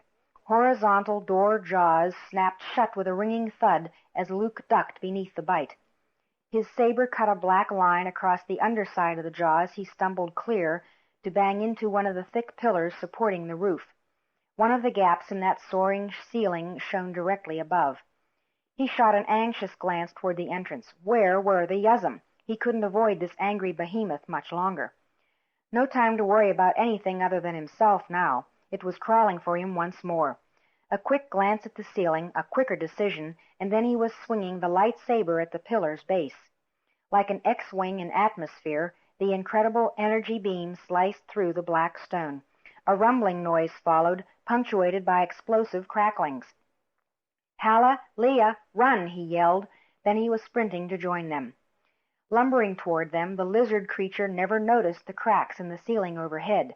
They spread, multiplied, joined, and then the pillar disintegrated, bringing a section of roof as wide as the existing gap down on top of the monster. Gigantic blocks of curved stone crushed its front end to a pulp, stilling the toothy grin forever. As the rumbling echoes of the collapse subsided and the black dust began to settle, Luke, panting, paused to look behind him. There was no sign of the front end of the beast. It was buried completely beneath tons of volcanic rock. Twitching hind legs clawed furtively at the air for a while. The massive scimitar tail smashed at the ground. Before very long, all movement ceased. "What happened to Hin and Key?" he finally asked. "The thing had me cornered. I could have been a short meal." "They're probably arguing," the princess essayed in disgust. She eyed the entrance. "Pretty soon they'll remember what they were sent for. Then they'll come rushing back in, begging your forgiveness." "I'll bawl them out then," Luke sighed. "Right now I'm—" He glanced around for Halla, saw her moving at a trot toward the distant idol. "Halla!" "Let her go," the princess advised him with an indifferent wave of one hand. "She's not running anywhere with it." She started walking toward the far side of the temple. "She'll need our help to get it down anyway." When Luke didn't follow, she wondered aloud, "Aren't you coming too?" "In a minute," he assured her, his attention behind instead of in front of him. "I want to make certain this thing is dead." As the princess strolled without hurry toward the statue, he moved to stand next to the visible portion of the Hulk corpse. He prodded it with his saber, sinking the shaft of azure destruction into dark flesh up to the hilt. It didn't stir. Satisfied, he turned to join his companions. There was a faint, warning rumble, and his gaze jerked skyward. So did those of the princess and Halla. "Luke!" they shouted simultaneously. He didn't need urging. What he did need was a second or two. The edges of the new hole in the ceiling were widening slightly. Fate gave him the first second, begrudged him the second. "Luke!" The princess was running toward him now as the rumbling stopped and the last small stone fell heavily. Halla stood frozen, torn between the pile of rubble beneath which Luke was buried and the tentative proximity of the crystal. Drunk with its nearness, she continued on toward the statue. Leia reached the small hillock of fresh broken rock, looked around frantically. "Over here," a voice murmured, slow and full of pain. He lay nearby, pinned on his back. She shifted debris from him, ignoring the cloying dust and the scratches the sharp fragments made on her hands and arms, but she couldn't budge the massive block which had struck the temple floor and then tumbled to rest on his right thigh and calf. "Try again," he instructed her. They strained together. Leia put her back beneath one edge of the stone, thrust upward with what little weight she had. The block did not move. They rested, breathing hard. Luke's face was a mixture of fading pain and hope. "It's not pressing on me with its full weight," he told her. "If it was, I wouldn't have a leg to pull free now." His gaze turned toward the silent entrance. "Damn it, where are those two? They could move this thing easily." "I'm afraid your slow-witted companions will no longer be able to help you or anyone else, Skywalker." Luke went cold all over. A tall, blood-chilling shape stood on top of the rubble in the entranceway. Clad completely in black armor, it stared down at them expectantly. "They're both dead," it informed him pleasantly, in a voice devoid of any spark of humanity. "I killed them. As for your droids, they are conditioned to obey orders. I had them turn themselves off." Slowly, Leia's mouth moved, forming a name, but no sound issued from between those perfect lips. Moving leisurely down the pile of rubble, Darth Vader addressed them in a coldly conversational tone. "You know, Skywalker, I had a difficult time finding out that it was you who shot up my TIE fighter above the Death Star station. Rebellion spies are hard and expensive to come by. I also found out it was you who released the torpedo that destroyed the station. You have a great deal to atone for to me. I've waited a long time."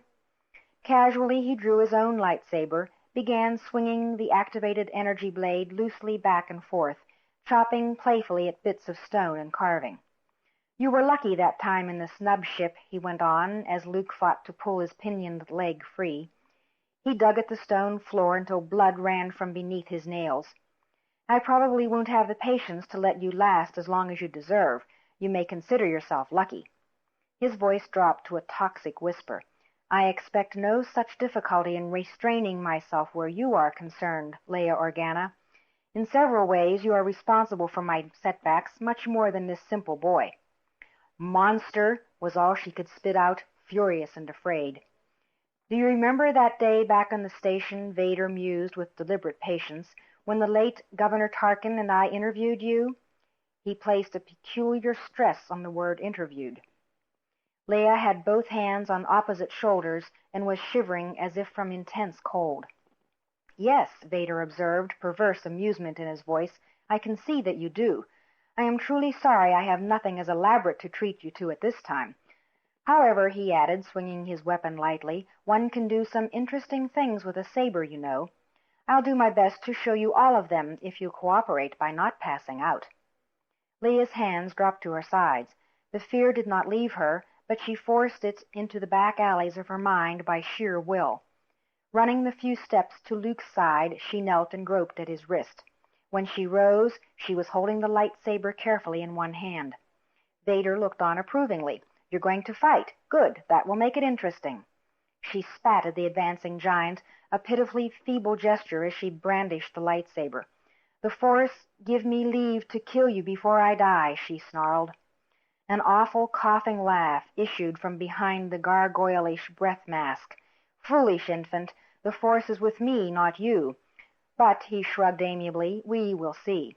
He assumed a position of readiness. "Come, girl-woman, amuse me." Grimly determined, mouth clenched, she moved toward him. As she did so, Vader abruptly let his arm fall, let the lambent beam of his saber hang limply at his side. "Leia, don't!" Luke yelled to her. "It's a feint. He's daring you. Kill me, then yourself. It's hopeless now." Vader looked over at Luke contemptuously, then back at the princess. "Go on," he told her. "Let him fight for you if you want, but I won't let you kill him. I've been robbed too often." Leia appeared to hesitate, then lunged straight at Vader with the tip of the saber. Simultaneously the Dark Lord brought his own beam up in a lightning gesture to parry hers. But Leia performed a spinning, twisting arc in the air and brought her saber down in a slashing flare of blue light. Energy flashed as it contacted the Dark Lord's armored breath mask. Only superhuman reflexes enabled him to avoid the full effect of the blow. If there was anyone in the vast chamber more surprised than Vader, it was Luke. He fought to free his trapped leg with a slight twinge of hope. "Almost, little princess, almost," Vader murmured without anger. "I have been guilty of overconfidence before." He adjusted his stance. "I will not be guilty again." His saber curled in, around, down. She barely managed to deflect the blow as she backpedaled. Again he advanced, swung. Again she deflected the cut. They dueled on, with Vader steadily pressing his attack. It required every bit of skill and strength the princess possessed for her simply to defend herself. There was no thought of mounting an assault of her own. One occupant of the temple chamber was not watching the fight. High above and far away from the duelists, Halla stood at face level with a pulsing, multifaceted crimson crystal as big as her head. With trembling hands she reached out, caressed it. A twist and pull brought it out of its socket in the statue with unexpected ease. For a long moment she held the jewel in both hands, gazing deeply into a luminescence that was almost alive.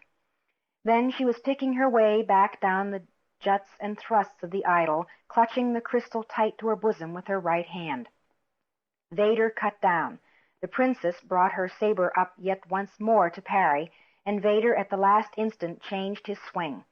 The tip of the energy beam slashed across her midsection, slicing through her miner's suit to leave a black burn across her middle. She winced in pain, grabbed at the wound with her free hand. Vader allowed her no respite, continued to press forward. Luke's efforts to pull himself free had left him as firmly pinned as ever and utterly exhausted. He lay on the ground, fighting to get his breath and energy back, forced to watch helplessly as Vader continued his game of cat and mouse with the princess. Another intricate swing and thrust. This time his saber cut across her cheek, leaving another ugly scorch mark. Tears came as her hand went to her burned cheek. She was moving more and more slowly now, the hand holding Luke's lightsaber shaking uncertainly. "Come, Princess Senator Organa, where is your noble fortitude, your traitor's determination?" Vader taunted her. "Surely a few little burns cannot hurt so much." Enraged, she swung the saber at him with fresh strength. Without straining, he blocked it completely and continued to move on to cut at her again. Though she blocked it, the force of the blow sent her tumbling, rolling to the ground. Vader followed relentlessly as she tried to crawl away and regain her feet. His saber drew a long black gash down the back of her left leg. Screaming, she rolled over somehow and ended up standing. Then she moved away from him with a limp, favoring the damaged leg. Unable to watch any longer, Luke had his head buried in his hands. Clink, a sound of rock on rock. Raising his head and turning, he looked behind him. The sound was repeated. He tried to see around the stone trapping him. A hand, seemingly independent of arm or body, worked its way with infinite slowness and determination over the side of the big block of volcanic stone. It was followed by a head. A terrible wound showed halfway through the upper portion of the skull. "Hen," Luke called softly, hardly daring to breathe. A quick glance showed Vader still fully intent on the princess. The fatally injured Yuzum put a hand to its snout, ordering Luke to silence. Crawling on hands and knees, Hin came around the stone until he was beneath an overhanging edge. Backing up against the supporting rocks, he started to rise. Massive, bristled shoulders pressed upward against the long rock, arms strained. The boulder did not move, and Hin fell to the floor. His breathing was labored, his eyes half closed. "Come on, Hin, come on," Luke urged frantically, his gaze traveling from the fight on the floor back to the prone Yuzum. "You can move it. Just a little is all. Try again, please." Hin blinked, seemed to stare at Luke without seeing him. Moving mechanically, it positioned heavy muscled arms and shoulders underneath the edge once more. "Come, little princess, now is the time for spirit," he admonished her. "You still have a chance." He stalked her as she backed from him, threatening her with false cuts and thrusts that she tried to block feebly while limping on her damaged leg. "Stand and fight," he urged her. Another downward swing of the lethal saber, this one cutting across her chest and through the suit. The princess sucked in her breath with an agonized gasp, bent over, and almost fell. Vader moved toward her. There came a grinding sound, loud enough to cause both of them to look up. With a final effort, Hin had shoved the huge stone block aside. He fell in a heap, the life already draining from him as Luke desperately scrambled clear. The pressure on his leg had been just enough to restrain him, not enough to damage it. He was running toward the two combatants, favoring his right leg, but feeling it grow stronger with every step. "Leia!" She still retained enough presence of mind to switch off the saber before throwing it to him, even as Vader grabbed to intercept the weapon. The Dark Lord missed it by a finger-length, caught the princess instead. But the throw was weak. Luke tried to run faster, found his still sore leg hobbled him slightly. Vader growled something unintelligible, shoved the princess away from him with his free hand. She fell to the hard floor, lay there panting, exhausted. Luke saw Vader closing the distance between them. The Dark Lord would reach the lightsaber first. He sprinted somehow, threw himself at the ground. He felt reborn as his fist closed around the saber's haft, then he rolled with renewed vigor to his right. Vader's blow was an instant late, cutting a deep furrow in the stone floor where Luke had fallen. Then Luke was on his feet, the saber now shining bright blue in his hand. His roll had taken him behind Vader. He stood between the Dark Lord and the princess. Vader regarded him silently. "Leia?" No answer. He glanced backward. "Princess?" A thin, sorrowful voice. "Don't worry about me, Luke." Vader appeared to inhale deeply. "No, Skywalker," he rumbled. "Don't worry about her. Worry about yourself." Luke felt a wild sense of elation as he brandished his father's weapon. "I'm not worried about anything, Vader. Not now. I have no more worries and only one concern." His voice held an unaccustomed hint of conviction. "I'm going to kill you, Darth Vader." That humorless laugh again. "What a high opinion you hold of yourself, Skywalker." I'm Ben Kenobi," Luke whispered in an odd way. For just a moment Vader seemed shaken. "Ben Kenobi's dead. I killed him myself. You are simple Luke Skywalker, an ex-farm boy from Tatooine. You are no master of the Force, and the equal of Ben Kenobi you will never be." "Ben Kenobi is with me, Vader," Luke snarled, gaining confidence every second, "and the Force is with me too." "You do have something of the Force about you, boy," Vader admitted. "A master of it you are not, however. That dooms you. Only a master could do this." The Dark Lord lunged, and Luke spun well clear. At the same time Vader was staring not at Luke, but at the ground. A small fragment of the fallen ceiling rose, shot straight for Luke's head. Seeing it coming, he reacted as Kenobi had taught him, without thinking. A much smaller stone lifted and intersected the path of the charging rock. The two met. Though Vader's missile was by far the larger, it was deflected just enough by Luke's rock to send it shooting past his shoulder harmlessly. Panting, he stared challengingly back at Vader. "Good boy," the Dark Lord confessed. "Very good. But my stone was the heavier. My powers are the stronger." "Not strong enough, Vader," Luke insisted as he lunged forward.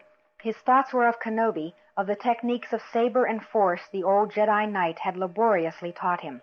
He tried to let the Force guide his arm. Vader parried, blocked, parried again, and found himself being forced backward by the aggressiveness and skill of Luke's demonic attack. The breath mask tilted back for a second. A section of heavy bas-relief from one of the supporting pillars was loosened, fell away. At the last instant Luke sensed it, jumped backward. The huge carved panel shattered between them. Both men rested uneasily as the dust settled. Luke gulped for air, while Vader showed less aplomb and increasing tension. "You are good, Skywalker," he declared. "Very good indeed for a child. But the end will be the same." He raised his saber and came charging over the broken panel. Now it was the Dark Lord who initiated the assault. Luke found himself forced steadily backward as Vader threw an unceasing blizzard of stone shards and saber cuts at him. It was impossible to counter them all. Somehow Luke did so. They were circling in the center of the temple floor now. Lying on her side, the princess tried to turn and watch. The pain of her wounds rose about her like a steel wall. Around her thoughts the wall closed, and in response her eyes closed, and she slumped back to the cold, cold stone. Again the two enemies paused, only now it was Vader who was panting heavily. "Kenobi trained you well," the Dark Lord admitted admiringly. Some of his usual insouciance had been drained by the steady fighting. "And you have some natural ability of your own. You have proven a challenge. I enjoy a challenge." Still unhurt, Luke whispered defiantly, "Too much of a challenge for you." "No," Vader assured him. "No. You overestimate yourself, child." The Dark Lord drew himself up to his full, awesome height. "I have finished playing with you."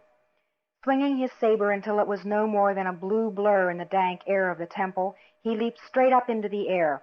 It was more than a jump, less than a levitation. Out of the blue circle of energy he flung the saber. Instinctively, he had no time to think, Luke parried. The force inherent in the thrown saber knocked Luke's out of his hand. Both weapons flew off to the right and lay, still gleaming, still activated, on the ground near a dark circular opening that gaped black in the floor. As Vader drifted slowly back to the floor, he grabbed his right wrist with his left hand, made a fist, and seemed to convulse like a man retching. A ball of pure white energy the size of his fist materialized in front of Vader's hands and moved down toward the wide-eyed Luke. Something made Luke realize he could never reach his saber before the white glove touched him. He threw up both hands and looked away, so he didn't see what happened. His hands seemed to blur. The white glove struck them, bounced back, and contacted Vader gently as the latter touched the ground. There was a soft crack as of an explosion far in the distance. Vader was knocked head over heels, and the glove vanished. But when the white energy ball had touched Luke's hands, the power inherent in the kinetite, or restrained energy globe, had thrown him to the ground. Had he resisted it unsuccessfully, it would have thrown him across the chamber and through the temple wall. Now he lay on his belly while Vader slowly rolled onto his side, shaking his head in disbelief. His eyes refocused to see a shaken but otherwise unharmed Luke crawling slowly toward his lightsaber. "Not possible," Vader muttered, starting to crawl toward his own weapon. The left side of his body armor was dented inward as if by a giant's fist where the kinetite had struck. Such power in a child! Not possible! Luke had neither the strength nor the desire to argue. He saw only the saber, felt only its smooth handle fitting compactly into his palm. But by then Vader had reached his own weapon. With a supreme effort he tottered to his feet, turned to face Luke. Holding his father's saber over his head, Luke rose, rushed at the Dark Lord, and threw himself on the towering black figure. There was a blinding flash of light as he made contact with Vader's saber beam and slid on through with the blow. His saber continued downward, pierced the stone floor. Luke's hand struck a rock and jarred his saber loose. He hit the ground hard, then rolled onto his back to see what had happened. What he saw was Vader staring at the floor. His right arm lay there, still gripping the glowing saber. There was less blood than Luke would have expected.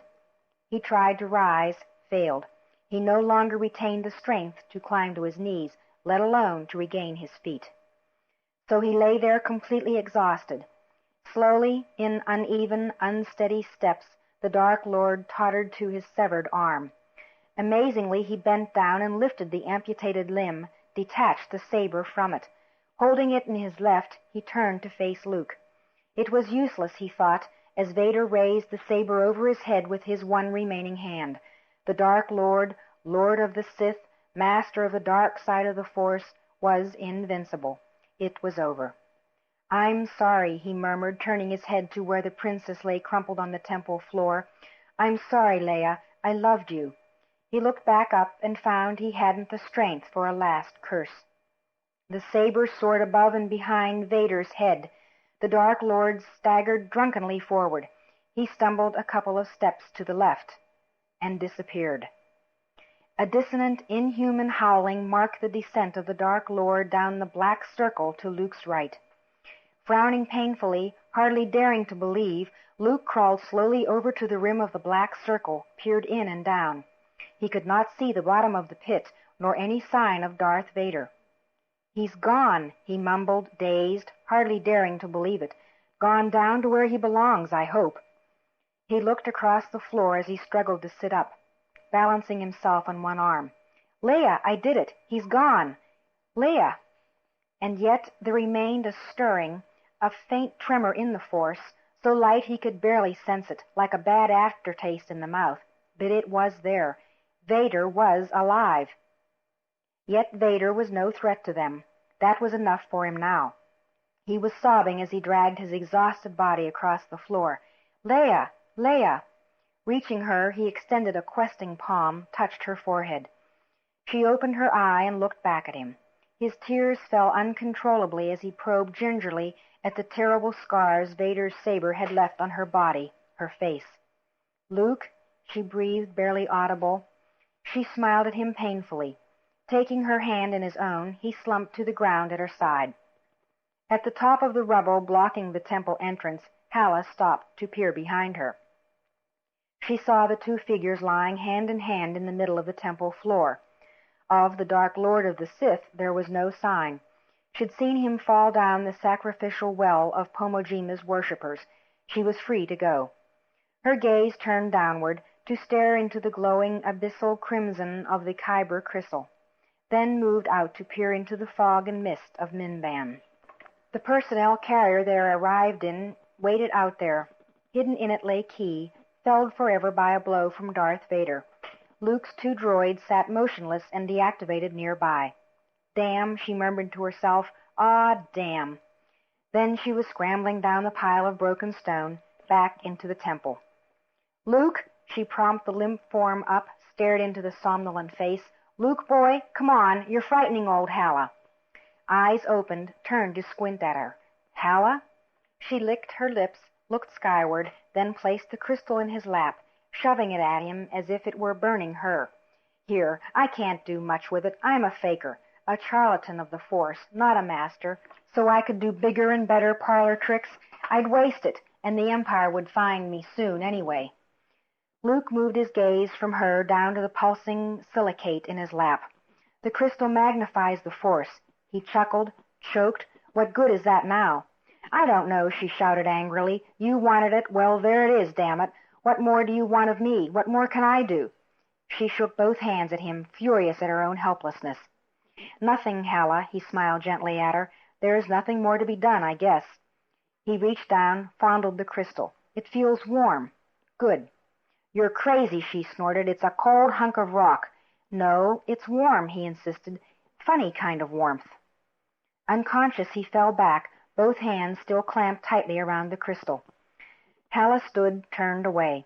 "Stupid old woman," she cursed herself. "Stupid, selfish old woman. I should have helped them when it might have done some good. I should have—" She hesitated, frowned uneasily. Was it growing lighter in the shadowed temple? She turned, and her eyes bulged.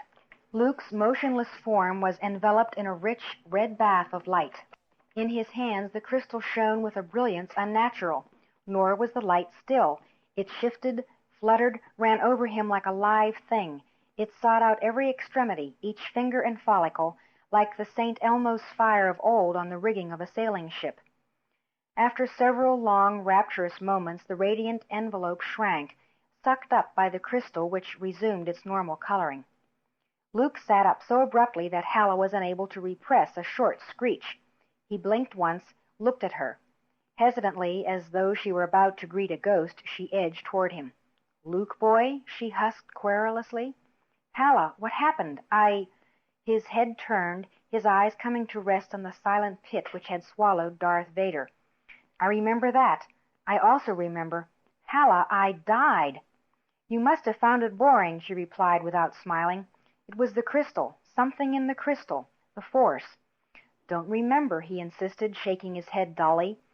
Then he reached down and touched the princess's shoulder. "Leia?" "You were holding the crystal," Halla explained slowly, "in both hands. Remember the old legends, how the temple priests could heal?" "I don't understand," Luke murmured, but he hefted the crystal again in both hands, closed his eyes, and tried to concentrate and relax at the same time. The glow from the crystal intensified. "I understand," came a voice out of Luke's body that might or might not have been Luke's. The crimson glow emerged from the crystal again. It started up Luke's arms, only to halt at the elbows. Holding the crystal with one hand, he opened his eyes. Like a man sleepwalking, he reached down. One fingertip touched the princess's face, traced the scar left by Vader's saber.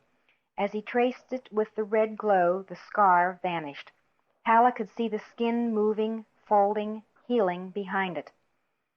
Slowly, wordlessly, as a rapt Halla watched, Luke proceeded to trace each of the wounds Vader had inflicted on the princess. When he finished the final one, he placed his open palm first for a lingering moment over her heart, then her forehead. Then he sat back. The glow from the crystal subsided to normal. Several more minutes passed. Uninjured, her beauty restored, Leia Organa slowly sat up. Both hands went to her head. "Are you all right, Leia?" he asked solicitously. She winced, stared at him. "Luke, I have the most awful headache." "Headache," he echoed. He turned, smiled at Halla. "She has a headache." Halla grinned back at him, chuckled, then was roaring with relieved laughter. Luke joined in, his embarrassed, happy laughing interrupted only by an occasional cough. The crystal had repaired his injured insides, but he was still oxygen-weak. The princess looked suddenly uncertain. She glanced down at herself. Events returned with a rush as she felt of her leg, her face. "They're gone," she murmured in disbelief. "Healed. How?"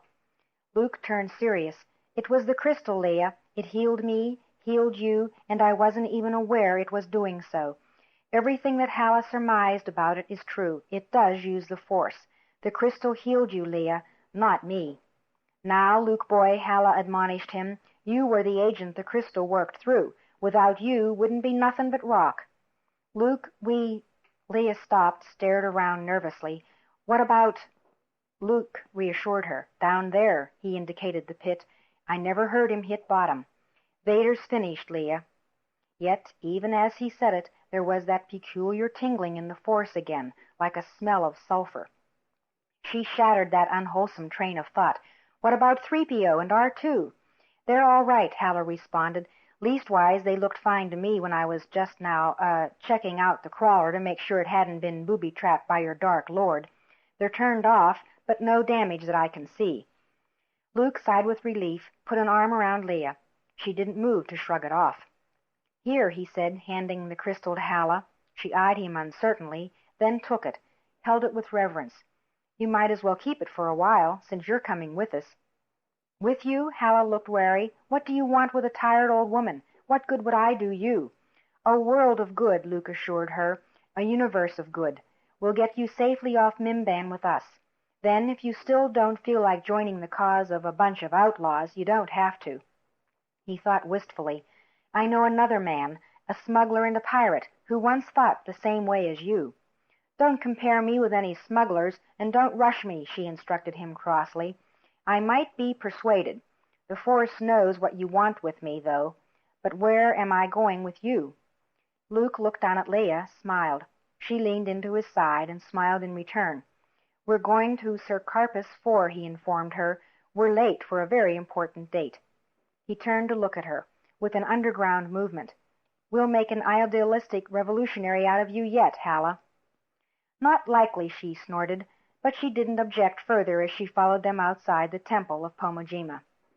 Back on the crawler, Luke adjusted the necessary switches. R2 came back on first, followed by a startled 3PO. "Oh, sir, where is he? We couldn't escape him. He knew all the proper code words and command. I tried to warn you, sir, but we couldn't—" He stopped, stared at them. "Why are you smiling?" R2 beeped in exasperation. For a droid whose specialty was communicating, C-3PO could be mighty slow in the uptake. "I beg your pardon, sir," the tall, slim droid continued politely, "but have I missed something important?" "R2, start us up. We're getting out of here."